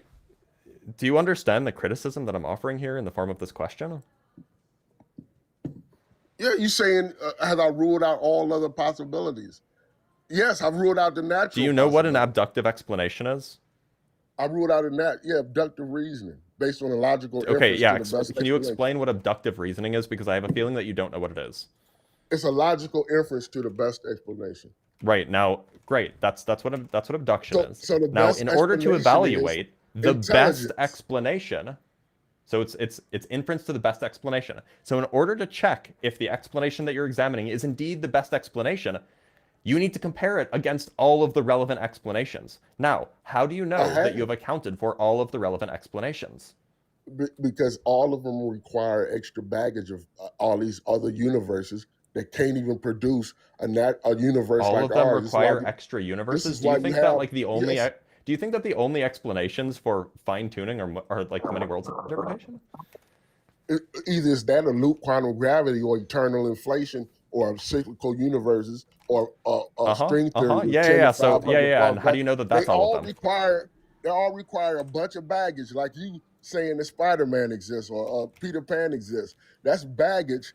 You don't have. You know what else is baggage? God. But That's- also, by the way, you're that's still bad. dodging. No, it's you're still dodging the criticism. The That's criticism just simple. here is All I gotta do is make that in absence of a Blitz. complete description of all of the explanations, abduction doesn't work because you have Blitz. to provide an explanation for Is it- how you Blitz. know that you've accounted for every possible explanation. But Blitz, there's beyond- an epistemic it's a gap there. lot- You can't beyond- know all maybe possible you've actually- explanations. Yes, you can. Beyond when Blitz, Blitz can you make, hold up. Beyond, Let me- just shut up for a second. If you would just listen to Blitz when he responds to you rather than trying to interrupt him so you can jump in, we would have a real conversation. You're not even listening to Blitz. When he responds to what you're It hurts saying, my feelings. you spend the whole time saying Blitz, Blitz, Blitz, Blitz, because you're not intending to actually listen to him. Just listen to what he's saying and then respond to what he says, and maybe we can have a real conversation here. This is boring for me because I want to see you guys have a real conversation. See? All right, can I talk? Is it my turn to talk now, or do I gotta wait for? Are you finished talking? The fact Blitz? that you don't know how conversations work is very telling. No, I'm just asking Blitz if he got any more he got to say before I speak. Is he talking? So, okay, I'm just gonna summarize my criticism here, and this is a criticism of abductive reasoning in general. Abductive reasoning requires knowing all of the relevant explanations. You have to account for all of the relevant explanations, then you evaluate which one is the best explanation. The trouble is, unless you have a complete description of all possible explanations for a phenomenon, you can't ensure that there is not a better explanation that you haven't considered. And so unless you can give me some account of every possible explanation for fine-tuning, then abductive reasoning isn't going to get you to a reasonable conclusion. Now, can I respond? Go ahead. Does that make sense to you? Not really, because abductive reasoning, the way Francis Crick, for instance, used abductive reasoning, is to rule out certain things that can occur and then say, well, it's the logical inference to the best explanation that fits the evidence. So when Francis Crick looked at DNA and he looked at the short time it had to form, the guy who won the Nobel Prize for double helix structured DNA, he said, well, it wasn't enough time. He used abductive reasoning to say, well, maybe it was seeded on Earth by intelligent aliens.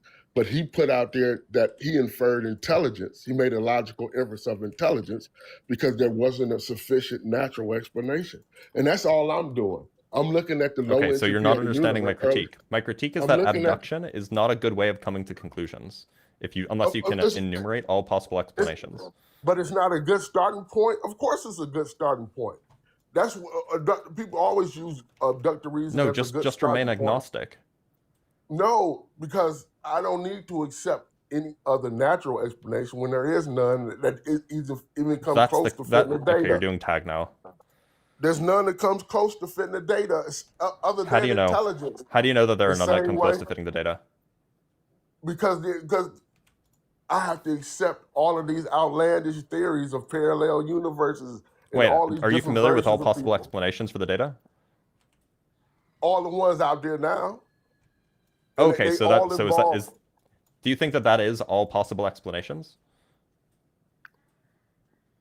I mean, we're talking about the best explanation, not just all. That wasn't my question. Do you think that you've examined all possible explanations?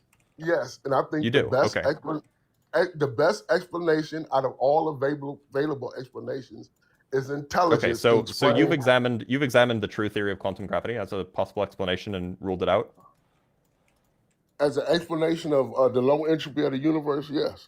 Yep. Sorry, just and help me out here, because I would love to know how you ruled this out. Could you inform me what the true theory of quantum gravity is so that I can understand your reasoning as to why it's not a sufficient or good explanation for the low entropy state of the universe, which you don't understand? That'd be good. I'll tell you why. Because, for instance, if you look at Roger Penrose's cyclical universe, and things he's not going to answer the question, will he? He talks about quantum gravity. This is so embarrassing and so sad. Beyond, are you going to answer his question? Are you going to answer his question? I'd love to have a conversation, but you're not answering my question. Can I finish So answering? I tell you what, I want you to answer his question, and then I won't cut you. I'm answering. Quantum gravity is. Do you even know what was his question? It was about quantum gravity, and what was his question? Yeah, what about it? You asked, did I rule out quantum gravity? And I said yes. They don't even have a theory of quantum gravity. What is the theory of quantum? If there's one theory of quantum gravity, Blitz. That's what I'm asking you. If you've ruled out quantum gravity, then surely you must know what it is. Because we don't even know quantum gravity is a possibility. Oh, okay. Wait a minute. So surely then, in order to establish that quantum gravity is not a possibility, surely you've either done some experiment that rules out quantum gravitational explanations for the way the world is, or you've considered every possible mathematical structure that would correspond to a theory of quantum gravity and ruled it out with regards to experimental or observational data, right? You got some people that refute quantum gravity, like Leonard Susskind and Juan Malsadena. Leonard Susskind is the father of string theory, my guy. No, but he talks about the holographic universe and how holographic gravity. Holography is a theory of quantum gravity, my guy. Try again. They talk about gravity as emergence, so there might not be a theory. Yeah, that's a theory of quantum gravity, my guy. Try again. No, they say that gravity might emerge from that's a theory of quantum gravity. Try again. No, but that's not gravity. No, they say gravity is an emergent property. It's an emergent property. That would be a theory of quantum gravity. Try again. Yeah, but it's emergent. It's not fundamental. Yeah, it yeah, can't- you're right. so- An emergent so it theory of can't quantum give you- gravity. Yeah. So how is that going to give you a low entropy of the universe as 1 part of 10 to the power of 10 to I don't know. So 123? you tell me. How have you ruled out that Explain to that me, that's Blitz. or how have you established beyond Explain to me, mathematics? How have you Blitz. established No, you- beyond mathematics? How have you established that? Hold on, I got to do this. Beyond mathematics, how have you established that the holographic principle with emergent gravity is indeed the true theory of quantum gravity? Go ahead and unmute. I said that's one theory of quantum gravity that rules Okay, out well, gravity I was as asking you. So fundamental. I was asking you how you rule out the true theory of quantum gravity, not some one random proposed idea There is for no a theory true of quantum theory gravity. of quantum gravity. There is no Okay, true so theory of how do you quantum wait? gravity. How do you know? How have you established that there is in fact no true theory of quantum gravity? But even if it is one, Blitz, how is it going to explain the he's not low answering the entropy of the question. universe? He's not going to answer the question. How is it going to never will. explain the low Are you going to answer the Well, question, He or are you just he going actually doesn't even understand the question. Okay, He doesn't even and understand No, what he I'm definitely doing. doesn't. Blitz, explain to me how quantum gravity going to explain. Should I just the low explain it to him, entropy- Justin? Like what the question is explain that the I'm low getting at? entropy of- Yeah, you're going to have to explain the it low like entropy he's of the 5, universe. though. Okay, yeah, I can do that. So look, beyond mathematics, angel investor. The idea here is that it is conceivable, and it is indeed logically possible that there is a true theory of quantum gravity that adequately explains the gravitation at the microscopic level, and that theory of gravity would explain what entropy is, why the origin of the universe was the way it was, if there was an origin, why the universe evolved the way it did from whatever state it was in 13.8 billion years ago. Those are all logically possible conceptions. And so unless you know what the correct theory of quantum gravity is that adequately explains gravitation at the fundamental level, then it seems like you can't rule that out as an explanation for, the low entropy state of the universe, which, you claim exists, but it's not even clear that it is. Why do I got to accept that as a possibility when there's no explanation? So it is. I mean, it's a There's logical no possibility because there's no intrinsic contradiction. It's not. Blitz. Yeah, sure it is. If it is one, explain to me exactly how quantum gravity going to give you a low entropy of 1 part in 10 to the power of 10 Sorry. 123. The question is whether or not it's logically possible to have a quantum description of gravity. You said it's logically possible. Well, explain it. You the doctor, Blitz. Stop. Beyond, made the if you claim want that him to ask, if you want him to answer your questions, you have to shut the fuck up when you're done asking the question. So here's what's gonna happen. He's the king of yap. If you continue to yap rather than let him answer your question, I'll mute you so that he can answer your question, because nobody wants you to ask a question and then ignore Blitz's answer. The point here is that Blitz is trying to answer your questions and you should be answering his questions so we can have some back and forth. The less you allow that to happen, the dumber this conversation gets and the less interesting it gets. So, Beyond. He keeps interrupting me. So, What are you Beyond, ask your question, and then Blitz will answer your question, and then we can move forward because he's going to ask you a question that you get to answer after that. Go ahead. Okay, here's my question, Blitz. Give me the exact way that quantum gravity, you said it's a possibility. Give me the exact possible way that quantum gravity can give you a low entropy state of 1 part in 10 to the power of 10 to 123. I never made the claim that is true. What I'm asking, and maybe I can clarify because I don't. So look, maybe I can clarify because it seems like you don't understand. My point is that unless you can show that is not the case, then it seems like you are not equipped to evaluate how good of an explanation quantum gravity, a true theory of quantum gravity, would be for the way the world is. You wouldn't be unless you can know what that true theory of quantum gravity is, it's hard to rule it out as an explanation. Well, hold on. Listen, Blitz, when I say that the low entropy of the universe is 1 part in 10, power 10 to 1, what do you think I'm talking about? I actually think you don't know what you're talking about because I think it's strictly false. Hold on. Exactly what am I talking about? I actually think it's probably ill-posed. Oh, no, it's not ill-posed. This is what Roger Penrose said. I think Roger Penrose is mistaken. Okay, you think he's mistaken. Everybody's mistaken but you. Well, Roger I Penrose, have positions on things that I'm well informed. You do understand that not every physicist agrees with Roger Penrose, right? Yes, they do. Every single one? Universe, yes, they do. Every single one. Trivially false. As a physicist, I don't agree with Roger Penrose. Yeah. He wrote, Bliss is probably the only one. physicists I've heard talked about this. I can agrees with so I can what find Roger you so Penrose many, by said the way. in his book. In fact, I Emperor's New Mind. can name one. No, look, but Blitz. Do you want me to name? Do you want me to name one? In fact, it's like a when you co-author say of mine. something is a low interest. When you say something, what exactly am I talking about? I'm asking you a question. Do you know Do you want exactly me to what name we're a talking co-author about? of mine who disagrees if with you Penrose? don't know, I can tell you. I can tell you if you don't know, Blitz. I Do you mean, want me don't to know name a everything, co-author like of you mine who said. disagrees with Penrose? You don't know everything. So his name is Pavel Narovsky. He's actually he's worked with Penrose. He's a very well-respected physicist, and he doesn't think that Penrose is right about his CCC model. This has nothing to do with the CCC model. Well, but as you far said as that it's, every physicist agrees with Penrose. About the low entropy state of the universe. Oh, okay. Do you want he me to name another calculated. who doesn't?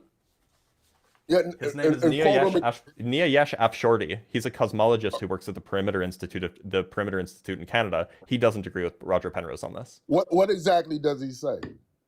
He thinks that he takes the position I have, which is that entropy is not a well-defined notion in a space-time. Would you please quote him, please? So I'm telling you what he told me when I spoke with him on Zoom a few months ago. Quote him, because I look him up here and say something totally different, because Brian Greene agrees with him. I don't have a Neil direct quote. deGrasse I had a Tyson- conversation with him a few months ago. Brian Greene agrees with him. Neil deGrasse Tyson agrees with it. Yes, pop who else science talked about it? authors. No, Okay, who else cool. agrees with it? I'm citing Niayesh Afshordi, who I had a conversation Every with, other who indicated physicist, to me mostly in the all conversation. physicists And agree so it's with every it. other physicist. So comes now the that I've big given you another goalpost. example, this is so dishonest. This is so dishonest. You said every physicist but Blitz, Blitz. Then I gave you an example of one who disagrees with Penrose about what entropy is. I thought you would know more than what you don't even know what I'm talking about when I say the low entropy. I know what you think you're talking about, and I'm telling you that you don't have a good conception of what entropy even When Roger is. Penrose talks about 1 part in 10 to the power. Yeah, what Roger Penrose is exactly- mistaken. No, he's not mistaken. Yeah, he is. No, he's not. Where's your paper? Have you published a paper refuting? Roger Penrose published a paper on this, and it's been Actually, you want to see a peer-reviewed. paper that contradicts Penrose's idea here? It was a paper Yeah, by put it up. what's his Did name? you It's David publish it? Deutsch. Oh, no, I think not it was either a Deutsch. paper by David So you Deutsch or a agree paper with by Deutsch? what was Deutsch his has name? been It was a refuted paper about over the and scale over factor. Deutsch has hold on. been refuted. He's the one. Oh, that sorry, thinks Peter I'm sorry. It Pan wasn't David exists. Deutsch. It was Carlo Rovelli, not David Deutsch. Oh, so you agree with Carlo Rovelli's relational? No, I'm interpretation? citing you an example of Carlo you Rovelli agree with his being in relational disagreement with inter- Penrose. Hold I on. also don't agree You with Carlo agree- Rovelli. Oh, so you agree with him sometimes, but not in others, I guess. Nope, I didn't say I agree with him. I said that Carlo Rovelli disagrees with Penrose. Blitz, you falling all over the place, Blitz. What did I Carlo just don't think Rovelli you're say? tracking. Carlo What- Rovelli makes the claim that the low entropy is not stored in the Weyl curvature, but is instead stored in the low scale factor of the universe in the early 13.8 billion years ago. This is in contradiction with Penrose. Penrose uses the Weyl curvature conjecture, the Weyl conjecture, to make the claim that the entropy was very, very low, 1 part in 120 or whatever the number is. Now that claim arises from the Weyl conjecture, which Carlo Rovelli, as far as I can tell, rejects because he wrote a paper that doesn't rely on the Weyl tensor to come to that conclusion.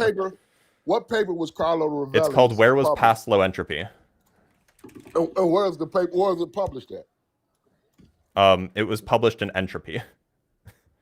And what? The journal Entropy? What? The journal is called Entropy, yeah. Yeah, I can't believe you don't even know what the journal Entropy is. I just want to say too, like a quick Google search. It didn't take much. I got a number of resources, literally 30 seconds on Google. I've got like 10 names of physicists that don't think that there was a low entropy state. This doesn't actually appear to be like a super niche thing. It sounds like this is just something that some people believe and some people don't. I don't see where the problem is here.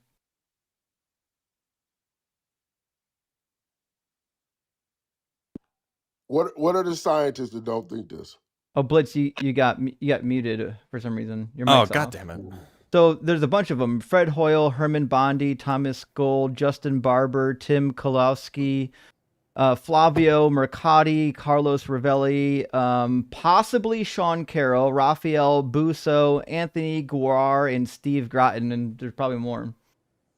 Well, I know The reason why you're not quoting anything they saying, because Fred Hoyle said I could quote them. he talks about how the universe was designed, and this is one of the reasons. This is what Fred Hoyle said. He said you want me to let me just read bring it what up? Fred Hoyle said, you idiot. What Fred Hoyle Do you want me to bring it up? Fred Hoyle was believed in intelligent design. True. Imagine being a Christian and like literally just getting onto a live stream talking to someone. First of all, I've never had a one-on-one conversation with this Beyond Mathematics. I know about him. Yes, you have. It's Angel Investor. Of course, I know. Must have. He's never come on my live stream because he knows I'll cook him on the Bible. He only comes on the science live streams. But I just want to point this out, Beyond Mathematics. This is like really embarrassing that I've not done anything to you. Blitz has never done anything to you, and now you're up here crashing out and calling both of us names. And remember, you're a fucking Christian. Christians aren't supposed to get on people's live streams and start calling them idiots and calling them stupid and things like that. That's not proper Christian behavior. If I was still a Christian, and there are Christians here in the live stream, I'd be super embarrassed by this behavior. Do you want to clean your shit up or what? I just want y'all to answer questions, that's all. Well, you don't answer questions. Fred Hoyle believed the universe was designed, so Fred Hoyle agrees with me. So who's your next Yeah, he one? did. He also didn't think that the universe had a low entropy state. No, he did. No, he didn't. He rejected the Big Bang. The Big Bang is where you get the low entropy state from. Yeah, he rejected that. Quote Fred Hoyle where he agrees with you. This is what Fred Hoyle said. Let me quote him. Quote him. The chance that higher life forms might have emerged in this way is comparable to the chance that a tornado. Oh, I thought that we were talking about the low entropy state. Are we changing the topic now? Sounds like he's changing the topic, yeah. Are you going to let me finish? That sounds like it, Finish yeah. my point? Bummer. You keep saying let Blitz play. You keep interrupting me every 2 minutes. Well, you didn't provide the answer. Yeah. But so you were answering changed a the question topic. we didn't ask. He believes exactly what I believe. So yeah. Does he believe in the low entropy? The universe started in a low entropy state. And Does he say that? I'm looking at the paper now from Carlo Rovelli. Hold up. And I'm going to his conclusion. No, we're asking, well, we're on Hoyle so far. Can you find us where Hoyle says he believes in the low entropy state? You guys quote these scientists, because and then I go look it up. If Fred Hoyle doesn't, if Fred Hoyle doesn't actually isn't a proponent of the Big Bang, obviously he's not going to be in like on board with the low entropy state. That's like trivially true. That's for Michael. I'm reading Ravelli now. Yeah, he's never going to answer this. He's definitely he's going to move on and ignore the fact that Hoyle doesn't agree with them. Yeah. He doesn't. He agreed with me that the universe was designed. But he doesn't agree with you that the universe had a low entropy state. Sorry. Where did it say he doesn't agree that the universe had a low entropy state? Well, he didn't believe in the Big Bang. So when was the low entropy state? Let me type it in real quick, because you guys just be lying. Yep. Go ahead, type in. Did Fred Hoyle ever believe in the Big Bang? Let me see. Low entropy. Or you can actually just look at one of his responses. He wrote a response on Cornell's website. It says, is time's arrow perspectival? And it says, we observe entropy decreasing towards the past. Does this imply that in the past that the world was in a non-generic microstate? I point out an alternative. The subsystem to which we belong interacts with the universe via a relatively small number of quantities, so on and so forth. He doesn't say anything. Like he doesn't. Sounds like he was proposing an alternative to there being a low entropy state in the past. Where you talked about thermodynamics and the origin of life, where he talks about a low entropy state. Hold up, Fred Hoyle, where he talks, and then he says, although it's true that life to persist in a state of low entropy must continue. Yeah, that's not the early low entropy state of the Big Bang. That's a state of low entropy of life on Earth. He's talking about. This is such a Mott and Bailey. Actually, it's not a Mott and Bailey. It's just a deflection. Yeah, he's talking about the entropy state in the current forms of life. I mean, like human beings, like human beings exist in some sort of low entropy state. Right. He's not talking about the low entropy state of the universe. Yeah, pretty obviously, by the way.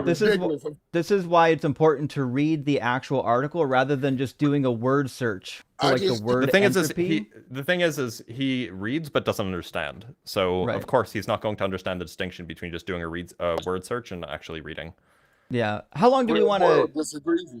How long do we want to keep this guy up? We do have other people, like actual grown adults, we could talk to. Well, It's up to you. I'm cool. I've had my fun.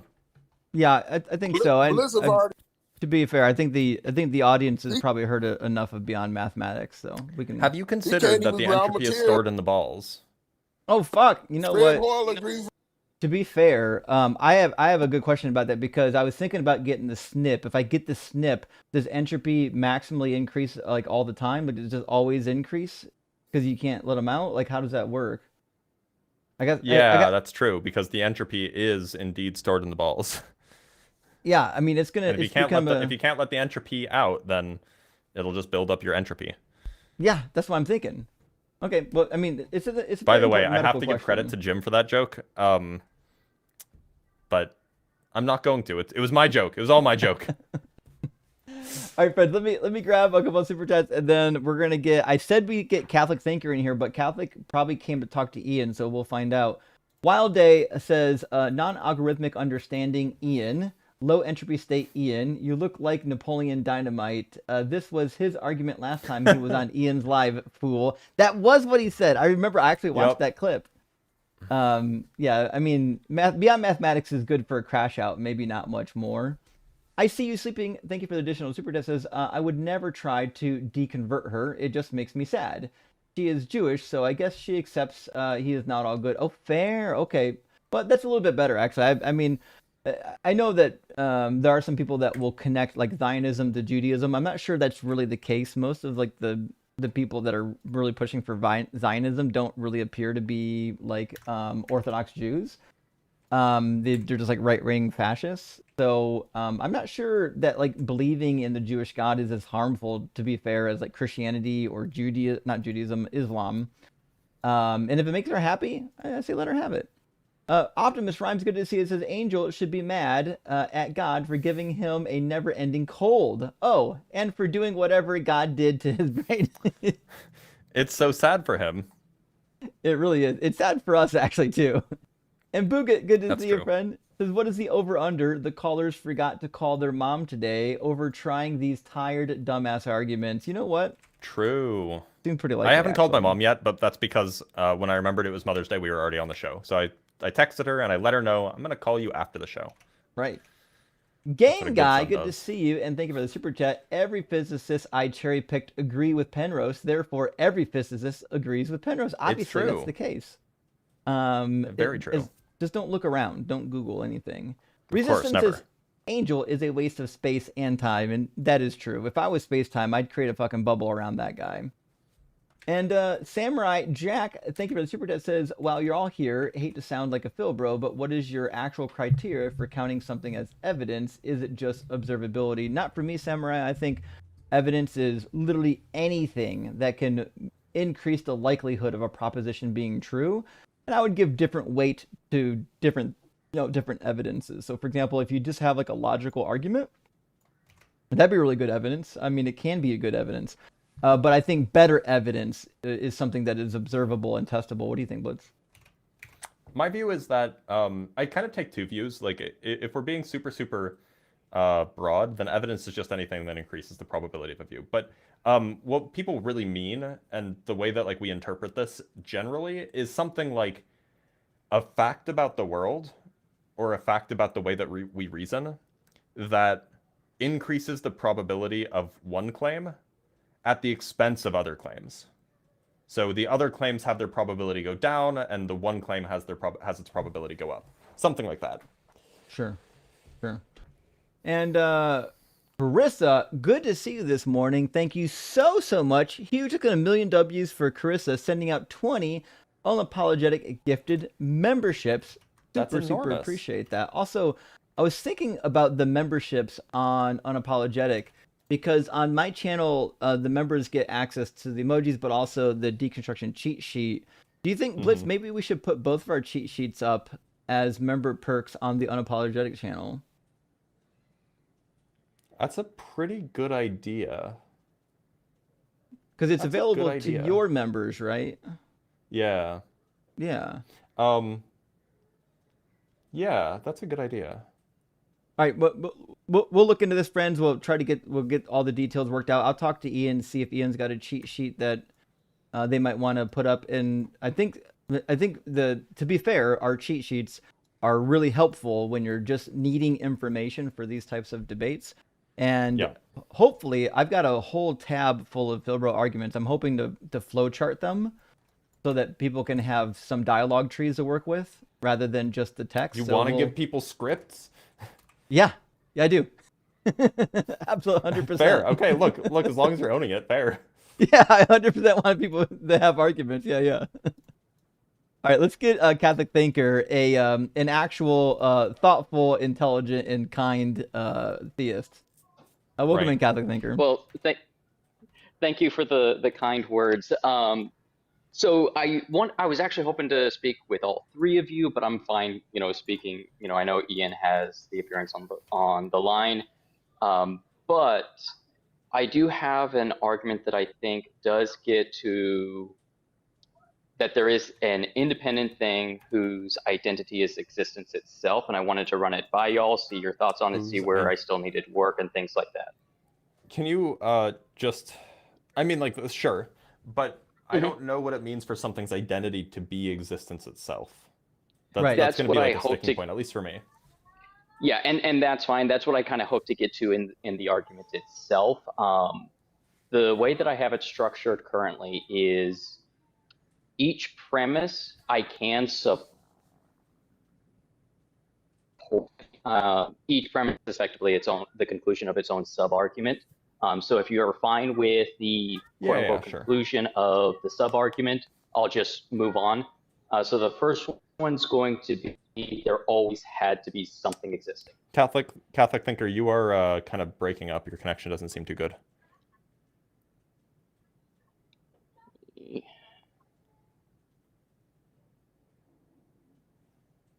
This is actually. Can you hear me better now? Hopefully. Yeah, your red bars seem to have cleared up, so you might be okay. This is interesting, though. This is, I think, going to touch on one of the very first logical arguments that I heard, when I was agnostic. That I was like, oh yeah, there was never a nothing state, because if nothing has no causal power. And something that means something can't come from nothing, and we don't have nothing, we have something. It just means that there was never nothing. But I'm curious to see where your argument's going. This should be fun. Yeah. So then the second one is going to be, in order for there to never be nothing, there has to be at least one independent thing. Now, I'm not identifying at this point what that independent thing is. It could be the universe. I don't know yet at this premise. I hope to identify that in the third premise. It's just that there has to at least be one thing that is independent. When you say clarify on that. You just mean it doesn't depend on something else for its existence? Correct.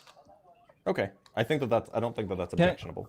Can I get clarity on premise number 2 on my wording? I don't know if I caught all of it. Because there was never nothing, there had to be at least one independent thing. Oh, okay. So we say because there was... Technically, it should probably be if there was never nothing, then there must be at least one independent thing. If there was never nothing, there must be at least one... When we say thing, what's the difference? Thing. That's what I'm asking. What's the difference between a thing and an independent thing? Because if there's just one thing, it wouldn't be independent of anything. It would...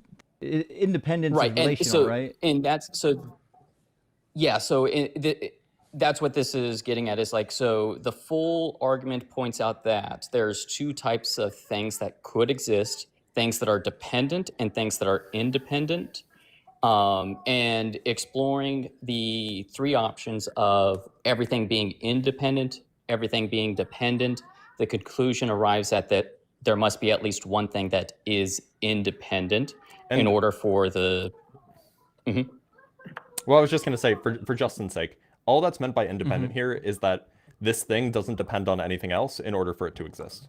That's all it's meant. Yeah.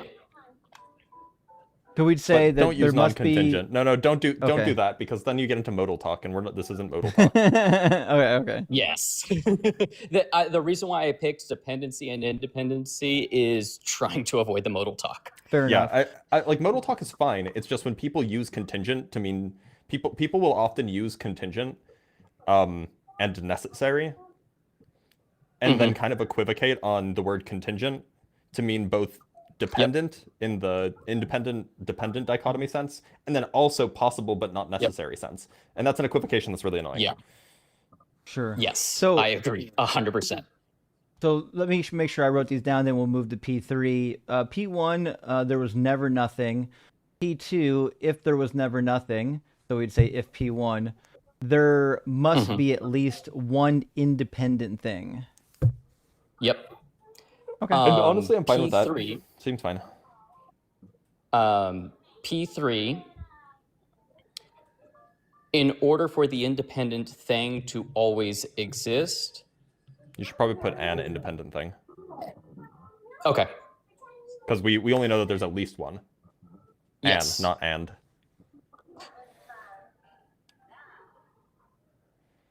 And this is Get the it one right, that Justin. Listen. I've been Blitz. You've wrecked it like 10 times today. I know. I'm so sorry. I'm just like I didn't get much sleep, so I'm just like cranky. I actually kind of enjoy it. I don't mind getting ripped on at all. That's fair. All right. In order for an independent thing to exist, its identity must be equal to its existence, and this is where I understand. Like for you, Dr. Blitz, we were going to need to probably do the justification for that premise. well, I wasn't sure if y'all would be okay with maybe or maybe not. P2. I just don't even know what it means. Right. Gotcha. Okay. But if P2 and P3 were the ones that I felt like most people would have the contention with. I think But P2 is P4 probably. is I mean, then- P2 is fine. I think. I don't really Yeah. have any objections to it. I mean, P2 is consistent with brute facts. So like. Yes. Yeah, I was don't the have an point. issue with P2. P3, I just am not sure what it means. Like, if by existence we just mean like the sum total of the way the thing is, then that's like trivially true that its identity is equivalent to the sum total so of the way the that's thing is. where I disagree. But if there's something with- else, I'm not sure. I Yeah, think so that I would just. Sorry, I think I need a little clarity as well on what Yeah. what the word identity is and what the word equal is meaning in the sentence. But go ahead. Yeah, well, so I would say then before we move on to P4, if you're all okay, just having me justify, because I think it'll help clarify what I mean Yeah, by sure, please. identity is equal to its existence. So P1, so this is going to be the sub-argument for P3. P1, an independent so thing. P3.1, let's call it. Yeah, let me. Yes. So we're gonna do 3.1. Got it. An independent thing requires nothing external for its existence. Therefore, and so so that's just from the definition. Yep. Okay.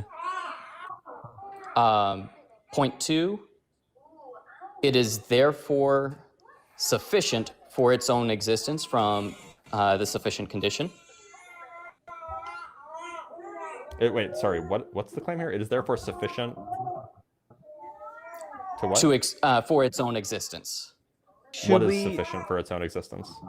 should we say therefore Itself. it's sufficient to explain its existence? Is that what we mean by sufficient? Oh, wait a minute. Okay. It's saying that it is sufficient for its The thing. existence. So, yeah. So if A is the independent thing, then A is sufficient, meaning A. that. Okay, so are we talking about like sufficient explanations here, or are we talking about like sufficient causes? What are we doing? Sufficient explanation. Okay, so we can say the thing therefore sufficiently explains itself. Maybe would that be a correct parsing? Yes, I'm okay with that. Like, and that's part of Okay. because like I knew my terminology might be off, and I'm still looking for any gaps that might be Yeah. present in No, you're fine. what I You're have. fine. Okay. I mean, we would say it explains itself because it's necessary, or Wait a minute, hold on. No. P3.2 is at least as written it doesn't necessarily, it's not necessarily true. We agreed that independent things could be brute, and brute things do not have explanation at all. We would say, yeah, if the thing exists, If the independent thing, probably, right, then it sufficiently explains itself. But 3.2 is in conflict with the possibility that independent things could be brute. Okay. So my understanding of brute facts is in the modal sense, where it talks about where it could be different, but still exists. So yeah. So well, it could still a brute fact in the modal sense is something like there is a world. So it is a possibility, but there is no explanation for why one world has the possibility instantiated and another world doesn't. Yeah. So here, what I'm trying to argue is even if it's brute, it still is, like, if it exists, then it is its own explanation for it to exist. And brute things kind of by definition don't have explanations for their existence. That's what I thought. Okay. Gotcha. So I might have misunderstood. Could we say it's self-existent rather than self-sufficiently explained? I think that I'm fine with that. I was trying to find a way to avoid necessary. Right. Yeah, I was trying to find a way to avoid the self-existent, but I'm okay with that. Mostly because I was trying to avoid metaphysical baggage that some people might have with that. But if that's more accurate, then yes, let's go with that. So what's the idea? What's the idea to replace 3.2 with? That it's self-existent. Okay. What does that mean? I think is what just said. What does it mean? So what that means is because it's self-existent, it must always exist, which then leads into 3.3, the claim I just not don't know what exist. self-existent means. Like in some sense, I would take it that all things are self-existent. If they exist, then they exist as themselves. Yeah. So the way that I'm understanding self-existent, and I could be wrong, is self-existent means that if I was to say the self-existent thing does not exist, is a contradiction, which is actually what P3 is going to be. Yeah. Where okay. So you just take self-existent to mean necessary. That's what I was thinking. It's impossible to not exist. Yeah. Like there is a relationship with necessary and contingency. I'm just trying to avoid. No, that I understand. But necessary here meaning that it can't even without modal language, just that there is a contradiction in it not existing. Yes. But then 3.2 is just saying that 3.2 itself will need a defense. That's the issue. Because this is very similar to what we said earlier, namely that it's self-explanatory. A necessary thing generally is self-explanatory, but depending on your conception, of course. But this again is demonstrated as false if the independent thing is brute. So you could add a bridge. You could add a bridge premise here and say that the independent thing is not brute, but then that's just something that would need to be defended. Yeah. Okay. Which would need to be then appealing to the principle of sufficient reason, PSR. Yep. Okay. Which is contentious. Yes. Right. Yes. I was hoping to avoid that. If you want to hear the rest of the argument, would you be willing to grant the PSR for now? Sure. I kind of want to hear it. Okay, so if we grant the PSR, so for P2, 3.3 is going to be, the statement of, for the independent thing, the claim it does not exist must be a contradiction. Yeah, sure. To say, from the law, and this, I've been trying to figure out how to formalize it, but the way that I have it formalized is for that negation to be a contradiction, its existence must be identical to its very identity. Because if we say independent thing does not exist, and the law of non-contradiction is formalized as A is not A, then A on the left is being replaced by independent thing, and the A on the right is replaced on... But your mic went off again. God damn it. The law of non-contradiction is not A is not A, it's A and not A. Right. So independent thing and it does not exist is the contradiction being presented here. So if we have independent thing, it's something like independent thing exists and independent thing does not exist, right?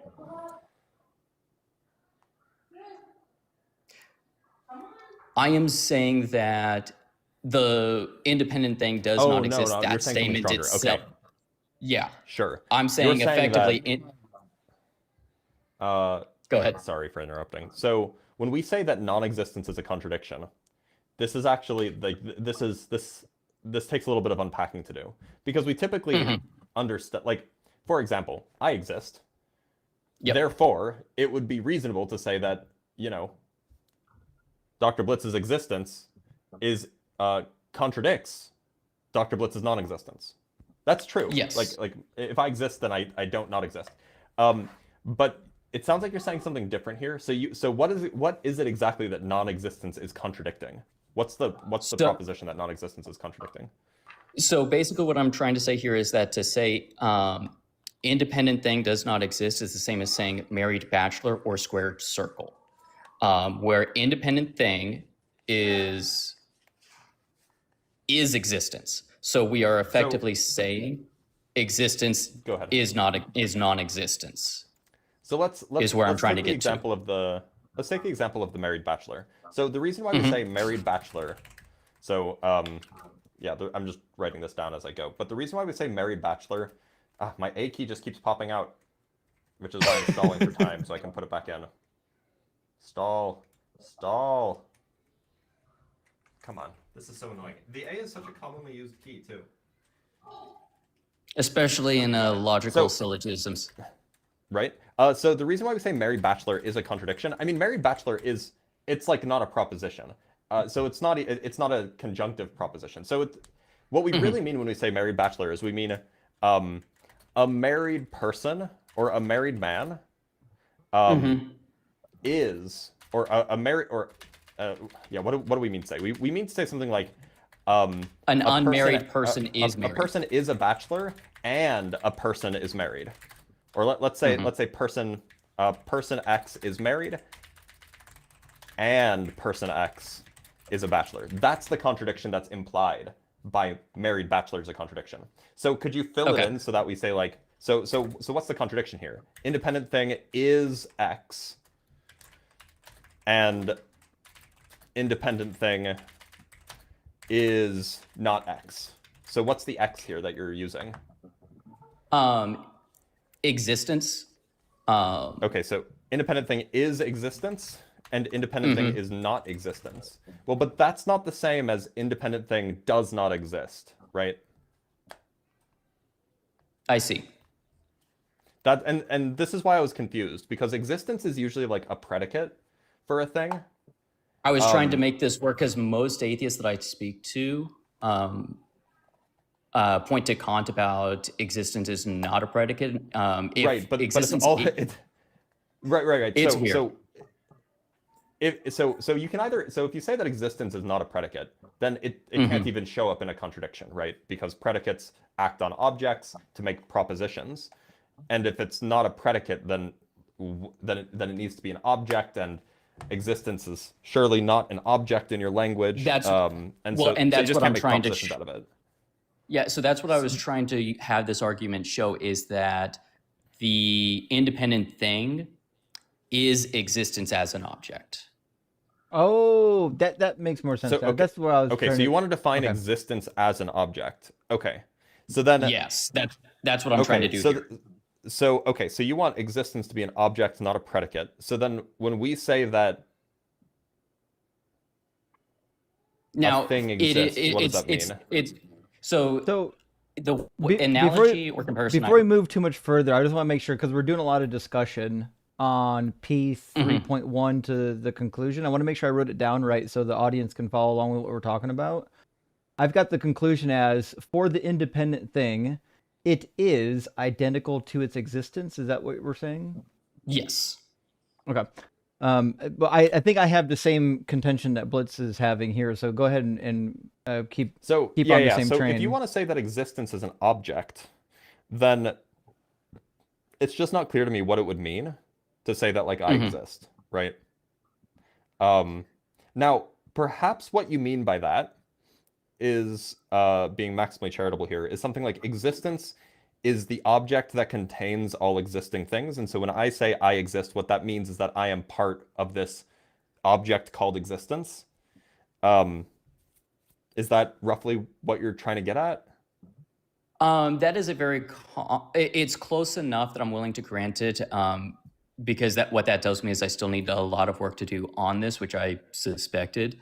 But basically what I'm trying to do is like, we can talk about red as an object. Like we can talk about red in and of itself. Sure. But kind of, yeah, if you're a Platonist, sure. And things have redness. And what I'm trying to... I don't know if we can think of red as an object. Yeah, we can think of... I think of red as a process or a phenomenon. Like the way that light gets absorbed and reflected is a process, right? You're thinking too much like a physicalist. You have to think like a Platonist here. Sorry, I'm not a Platonist. No, I know. I don't even think that a Platonist would say that red is an object. I think that they would say maybe that redness is an object. And that maybe. Because like red is a property of things generally. Red as an individual. Sorry, go ahead. Yes, and then you can talk about that property on its. Am I? You're fine. You broke up. Can you all hear me again? Oh yeah, your connection's being buggy. Your connection's bugging out, but give it a second. I'm sure it'll clear up. Actually, and also, I mean, I know we're talking about this in real time, but before, I don't know how long we have to talk, but before you leave, I actually do want to hear the rest of the syllogism, because I want to write this down and save it for later to look at. Yeah, and I can also send it over to y'all if you're interested in. Sure. But the last one is just going to be, so we have the independent thing whose identity is identical to its existence from P3. P4, due to the law of identity, a duplication of this thing collapses into a singular thing. Conclusion, there can only be one independent thing whose identity is its existence. Into one thing. I don't know if I follow that, but let me get the conclusion. What's the conclusion? Therefore, there can only be one independent thing whose identity is its existence.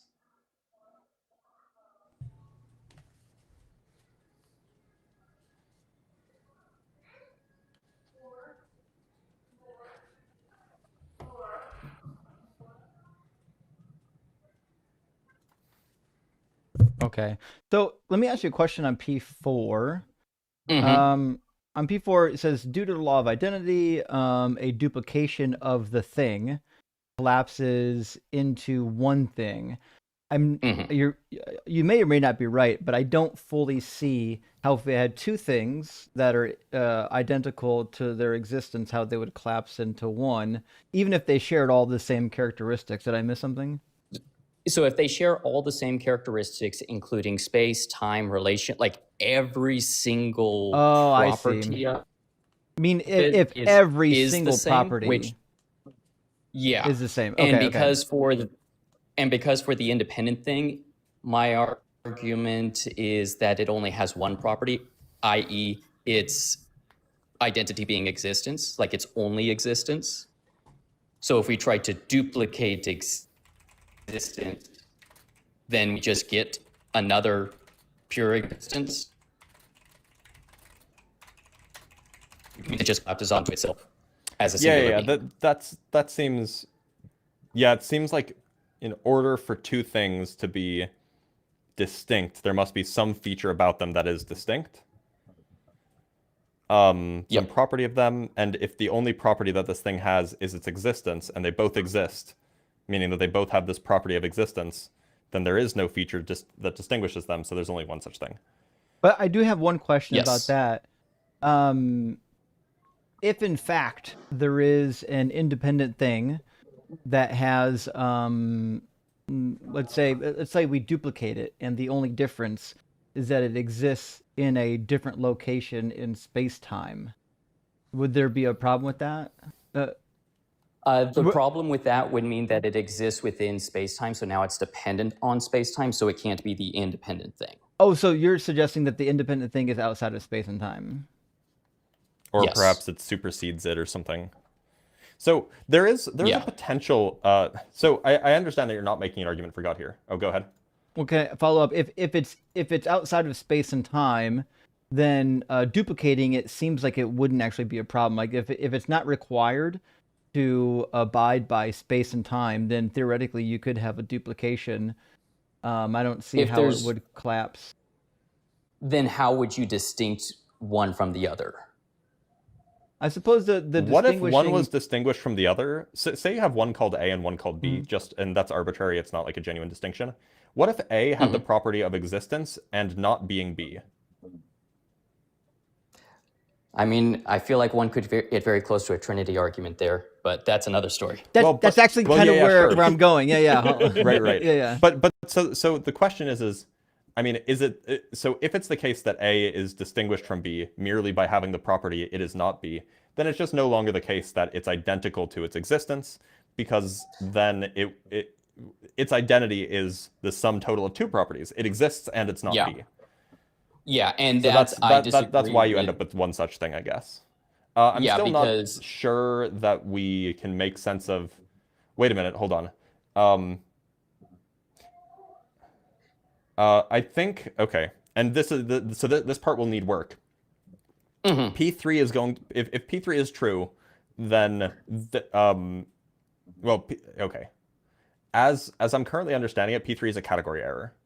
Right. Yeah. That's where I'm at. Because and the reason I say that is because if the claim is that existence is an object, and the identity of a thing is the sum total of its properties, if the identity of a thing is an object, then we're saying that a property is an object, or a sum total of properties is an object, which seems like a category error, right? It seems like we're saying that existence is both a property and it's an object. So this gets a little bit into my epistemology and metaphysics. I'm a moderate realist, and I hold to that you can have a real thing as a sum total of properties and objects. So that might just be my metaphysical language bleeding in here, and I'm trying my best not to do that. Sure. But by the way, there's something worth pointing out here. This, and I know you're not arguing for a god. However, the conclusion that you could draw, that you could come to here, is merely that there exists one object. That object is the universe. Right. So the problem with that, at least is the way that I structured it, is that the universe is composite. It is the set of all things that possess existence. And so you could take the view, you could be a priority monist. A priority monist holds the view that it is the whole that is fundamental, and it is the parts that depend on the whole for their existence. Okay. I'll need to look into that then. And by the way, there is an argument for priority monism, which involves quantum mechanics, namely that if you have a pair of particles that are entangled, then the correct description is the whole being the entangled two-particle state, rather than the properties of each entangled particle, because you cannot capture the full entangled state by just looking at the properties of each individual particle. It's not enough information. There is something extra that is captured by the whole that's not captured by the parts. So there's at least some reason to think that priority monism is plausible. Gotcha. Okay. Well, thank you all for that. Like I said, this was something that I've been working on. I'm kind of using y'all as my quote unquote editors. I'm not going to lie. I'm That's working fine. on a book trying to get from the question of God all the way to Catholicism, but I know this is going to be the trickiest point. Well, you're in good company, I of the book. suppose. Insofar as you are not the first person to try this, which is good. It's good to be in good company. The downside is, as far as I know, nobody's been successful. It depends on what one means by success. I do acknowledge that, like, I can, like, for me, this independent thing whose existence itself is God, and it is the God that I worship. And I believe I can show at least that. Once we get to the question of whether it's a personal God, theistic God, whether it, and, you know, incarnated, came on the cross, we move away from logical syllogisms that can prove something into hey, here are possible plausible interpretations, and that gets trickier. Yeah. Before we end, because we've got to end and read some super chats, then I got to scuttle off to the next show. But I actually had a syllogism I want to run by you, not to cook you. It's actually a good faith question. Sometimes I put together like funny syllogisms, but usually there's like a core of truth in there somewhere. Even though they can be kind of funny. So let me run this one by you. I've never run this in a live stream yet, but I'm curious to see how it works. So premise number 1 is all sins are equal, which comes from James 2:10. And there's actually a couple verses that say the same thing. You don't actually have to just use James 2:10, but James 2:10 says, whoever keeps the whole of the law but fails in one point has become accountable for all of it. And then there's other arguments from Paul's letters too. So if premise 1 is true, that all sins are equal, meaning if you commit one sin, you've committed any sin, they're all equal, the same, problem. All meaning, equally bad. Yeah, they're all bad, right? Premise number 2 is all have sinned and fallen short, Romans 3:23, meaning every human being has done some level of sin, and sins are all equal. Now, Catholic, you're a Catholic, which means you're the only one that's going to have a response to this. Protestants don't have a response to this, so that's why I'm using it on you. Okay. Premise number 3 is Ephesians 5. Because I think you know 7. what my response is going to be. Yes, I grew up Catholic. That's why I'm asking you. Okay. So Ephesians 5, Galatians 5, 1 Corinthians 6, 9, Revelation 28, so on and so forth, says that certain sins will send people to hell. So if you look at the list of sins where Paul says, don't you know that, the liars, adulterers, so on and so forth, that they don't inherit the kingdom. So premise number 3 would be, if you commit certain sins, you straight to hell, don't pass go, right? And then premise 4 is all of these sins are the same as any other sin, which means the conclusion, the sins in premise 3, the conclusion would be that everybody goes to hell. Now keep in mind this is based on the Bible, not on Catholic doctrine, but I do know the Catholic doctrine on how sins are weighted, but I'm curious to see how you do with it. Yeah, so and I know you're a big fan of just doing like strict literal of the text, and don't want to, and you're not that interested in biblical hermeneutics because people can use that to weasel out of different things. Well, I do like biblical hermeneutics. I think the problem with giving into hermeneutics is everybody has like a hermeneutical practice that they enjoy. And so in order to use the one that you like best, then you have to give a justification for it. And we would have to say, okay, well, why would I, expect your hermeneutic to be more functional than mine? But be more valid. I would say this, though. I could add to premise number 1, if it helps. I could add Galatians 3:10, which says, all who rely on the works of the law are under a curse. Meaning, remember, if you break the law, that is what sin is. Sin is breaking the law. It says, all who rely on works of the law are under a curse, for it is written, cursed is everyone who does not observe and obey all of the things written in the book of the law. So we would say any sin puts you under the same curse, according to James 2:10 and Romans 3:10. So, like you said, the Catholic faith does teach on different weightings of sin, and I don't know where that is expressly stated in the scriptures, or even if it is. Based on your experience, I'm suspecting that it's not, and more of an inference that the Catholic Church has made. So from a strict biblical perspective, I'm not sure how I would answer that question at this time. But what I'll do is I'll look into this, and sorry, I just took a screenshot of it, but I'll look into this, and I'll call into your show at some point after I've had a chance to look into the passages and looking into it. And I'm going to do my best to try to keep it as purely scriptural as I possibly can without appealing to the CCC and Catholic tradition. Yes, I can't wait. All right, so call in my show. We'll do a discussion. Just to be sure, I already know the response I would have given when I was still a Christian, and I would use Catholic doctrine to do it, and I would use the Bible. But in order to give that argument, it entails a contradiction. So we'll cover it. We'll cover it when you come back, and then we'll do more on this, because I think it's a lot of fun. Because I do know the answer. It's just that the only answer I know of entails a contradiction. So we'll see what we can do with that later.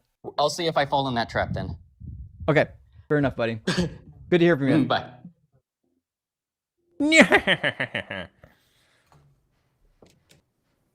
It's always fun to have a Catholic thinker on the live stream. Super good faith. Super good faith, super rational, brings better arguments than most, probably. All right, friends, let's read some super chats, and then we're going to scuttle off to go watch Ian, and then after Ian's stream, I'll be live on the Atheist Experience.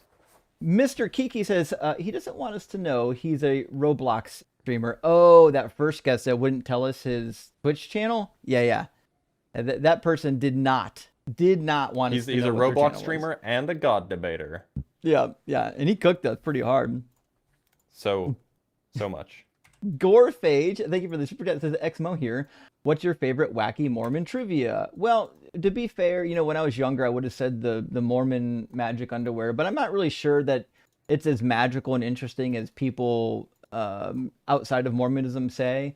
I think my favorite wacky Mormon trivia is that the Second Nephi chapter 5, I think 21 through 23 or something. It's like just super racist. It's a crazy racist cope explaining, trying to explain why black people and white people shouldn't mix. It's fucking abysmal. What do you think, Blitz? That when everybody die, when you die, if you go to heaven, you get your own planet. Oh yeah. To be fair, I did be pretty badass if you could though. Yeah, it just doesn't make a whole lot of sense to me. Are you telling me that God is just to me. like one of the many gods that has a planet? Like, it would also mean that there's a bunch of planets out there that have the same atmosphere as ours, because we would have to breathe on that planet, right? But are they like? I don't know. I don't buy that. Is it like a space planet? Yeah, because or is it a spiritual planet, or is it like they a still have physically bodies? real- They and sexually that's right. reproduce in the whole thing. So it's not like Christianity where they think like you become like immaterial. Right. Yeah. So that's weird to me. Optimus Rhyme says, "Take notes, Phil Bros. You don't have to be a dick." That's true. Listen, you can be into philosophy and be like Catholic thinker. You don't have to Or come like Ian, in. although Ian is sometimes a dick, but that's on purpose. You know what? Yeah, it's good rhetoric when Ian does it though. Yeah. And Ian doesn't do it unless necessary. It's not like Ian starts out with the rhetoric. That's like a secondary measure when the guest is being a dishonest prick. Panoramic Banana, good to see you, friend, says, "Wish Christians say God revealed himself to me. It sounds inappropriate, like flashing." Exposed. It does. Stay exposed. God exposed himself to me. That's fantastic. I never thought about that, but that's pretty good. Nathaniel Perrin, yeah, says a red button or blue button. I think red. Oh, I can't hear you. My headphones just died. Oh no. I'm I'm gonna say all kinds of horrible things about Blitz. He won't be able to hear it. Where are my earbuds? Blitz is a lovely human being. I'm saying awful things about Blitz. His hair is gorgeous, and I'm sure his Actually, eyes I are got this. I'll just listen beautiful. on my phone. Go ahead. Oh, all right. I'm done saying bad things about Blitz. Eat some shorts. Thank you for the super chat, friend. Says be sure to hydrate, eat a snack, and watch out for non-linear bait. Oh yeah, dude. Listen, the non-linearness of the guests it's the thing that makes these conversations so difficult. Is because there's a lot of guests that aren't capable of tracking, and as an audience, you want to hear the argument track, and they don't. They're not good at it. Not a robot, I swear, says how so? Definitionally, you maroon. Yeah, listen, some things are definitionally true. I would say most of the people that come up saying things like it's definitionally true or analytically true have their own definition though, and they won't actually take a break to agree on proper definitions. Optimus Rhyme says Ian totally Tin Man MJ. Listen, MJ got torn up to pieces, absolutely shredded. It wasn't good. And the reality is, not only was it ugly, but they thought MJ thought he was cooking, which is crazy. Which is look at MJ's channel and see what's on his channel. It's a bunch of nonsense. Kane Mallet says they can't be in the same plane, but dinner's okay. Wait, what? Who's they? I'm really sorry, Kane. I might have missed what. Oh, you mean the president and the vice president? They can be in the same plane, but dinner's okay. Yeah, that's a fair point. If they can't be in the same plane. Sorry, I still can't hear you, but I should be able to if I just adjust my audio settings. Sure. I think. Check. Check. Oh boy, I'm sorry. But by the way, Blitz, I don't know if I told you. Oh, we lost Blitz. He's gone forever. Oh shit. Welcome back, buddy. Let me adjust your resolution here. Oh, why can't I hear you anymore? Oh, you were just quiet. Sorry. Okay, we're good. We're good. Yeah, I'm doing the thing. By the way, Dr. Blitz, I don't know if I mentioned to you or Ian, but a while ago I went on a hunt for earbuds that will actually last all day. And I'm not saying like they'll last 6 hours or 8 hours. I mean, they will last a full 24 hours of runtime, which means you don't have to switch or charge between streams. They're made by not Audio sponsored, by the way. No, not though. They're made by Audio Technica, and you know what? The only version of these headphones that exist are Darth Vader themed. They've got that's wild. They're kind of neat. I've got one in this ear right now, but the I can send you the model number if you want one that lasts all day, and they're actually not that expensive. They're $99. Compared to what the expensive headphones on the market, that's pretty good. That's probably a good idea, to be honest. But I used them one time. I streamed on Unapologetic, then I streamed on AXP, and then I streamed on the After Dark show all one day without charging them at all, and they still had like 30 or 40% battery life left. Yeah, that's pretty impressive. Yeah, send me the link over later. Yeah, I'll send them over to you. Anyways, Kane, a very good point. If in fact the president and the vice president can't be on a plane together, it stands to reason that for the same reason they can't be on a plane together, they shouldn't be eating dinner together. I mean, that makes logical sense, right?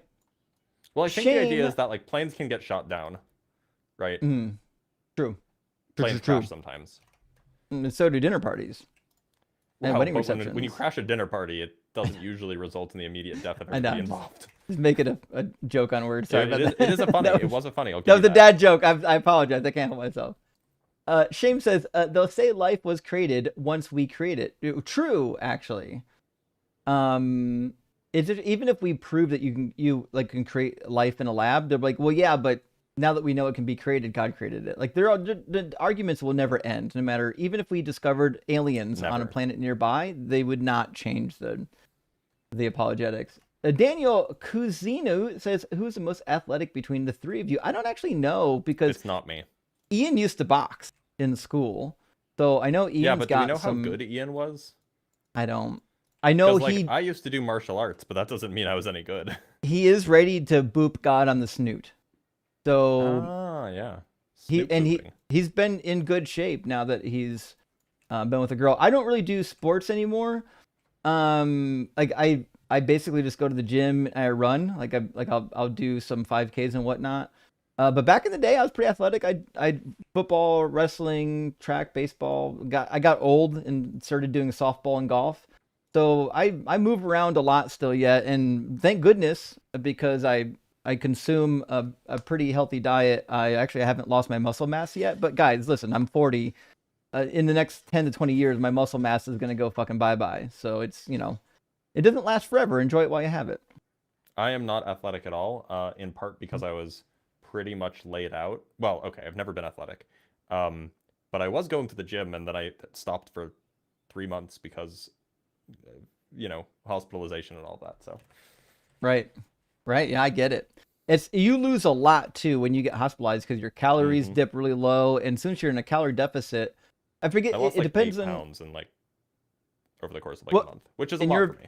Your body fat's low, so there's actually a table you can find on the internet. So on the internet, the table basically explains, depending on your body fat percentage, the lower your body fat is when you're in a calorie deficit, the percentage of muscle that gets cannibalized by your metabolism increases. So like if you're really heavy, you cannot eat for days and retain all your muscle. But when you're really thin and you don't eat, you lose a lot of muscle. So it's poor Blitzy lost a whole lot there in the hospital. Cranky old Cuber says, "Unholy Trinity, oh my Doug, so sorry." It's okay, Cranky. I knew what you were saying there. I just wanted to make sure the audience didn't confuse. You've been around for a while. And Buka says, "It's better to have a P1 than to be peed on." True, indeed. And the Knights Who Say Knee says, "My brother got a job in shipping for Planters, like Planters peanuts. I hear he drives people nuts." Oh, fuck. I don't know. Just felt like a random joke. Rock hard for Justin Blitz and Ian. That was a good one. I saw it coming, and it was phenomenal. It was. You know who didn't see it coming? The person who got run over. True. Yeah. Gorefej, I apologize. I know I'm pronouncing this wrong. Says, "The rock on my lava till I saw." No, it's she rock on my lava till I saw. Oh, I see what you did there. Hey, Red Links, thank you for the super chat. Says, the classic Spider-Man maneuver. Yes, that is what happened. Perhaps. And Joshua, good to see your friend. Says, "Is this guy a strict materialist Christian?" No, he was trying his best to do an internal critique, but he doesn't know how internal critiques work. So he was just like cackling like the Joker when I said that I didn't agree with something that he also didn't agree with. Yeah. And that's his trick, is to crash out. The Knight Who Say Knee says, "Beyond math, the sage of Kensington Street." Do you know what that means? I have no idea. I gotta look that one up. Kensington Street is in Philadelphia, is widely recognized as a severe which where people go to. Yep. Sorry, can't say that one out loud. Suleiman says, "In my mind, Angel is Biz Marquee." Yes, you got what I need, baby. Okay, I feel like I'm missing a reference. Don't know. I can't play the song. It's old. It's like 1998 business. But Biz Marquee did a really, really funny song where he did a rap song where he he intentionally is giving himself dumb guy voice while he's singing. And he sounds a lot like Beyond. If you haven't look up Biz Marquee. I think it's Friend is the name of the song, but I think traditionally we just call it You Got What I Need. Let me see. I get references if they're old, man. Just a Friend is the name of the song.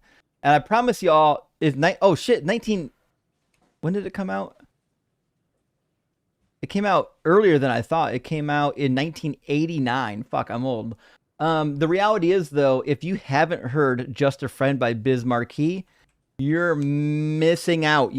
Don't just hear the song, watch the video. Go to YouTube and watch the video. Also, Biz Marquee, peace be upon him. Next to, thank you for the super chat, says Angel, but he's no longer with us. Oh, okay. I'm like, what?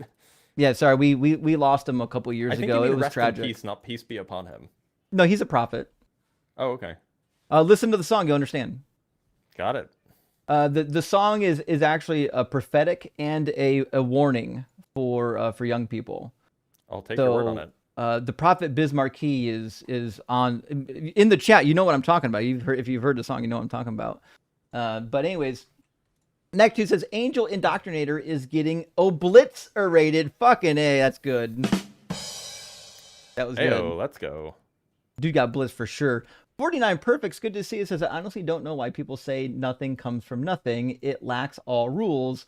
What says everything can't be a result if there are zero rules? Okay, I've heard this argument, and every once in a while I'll entertain it just for good fun, but I'm going to give you the reason why I don't use this argument ever.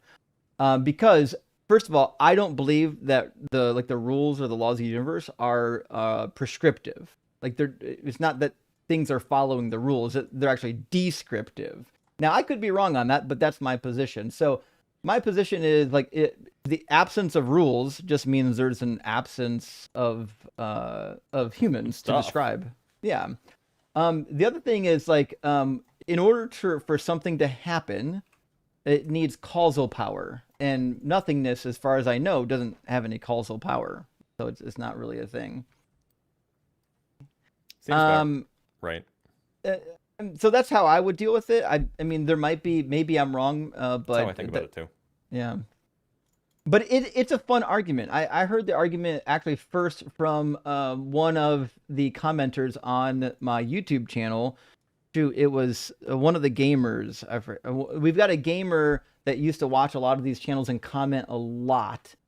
And he's really smart, and I think he might have a background in Judaism because he knows Hebrew too. But he was the one that first mentioned that to me, and it was interesting, but I don't know if I follow it yet. G3 Range says red is a photon with a 650 nanometer wavelength. I mean, true, but that's a phenomenon. Isn't the wavelength a phenomenon? It describes the movement, not necessarily an entity.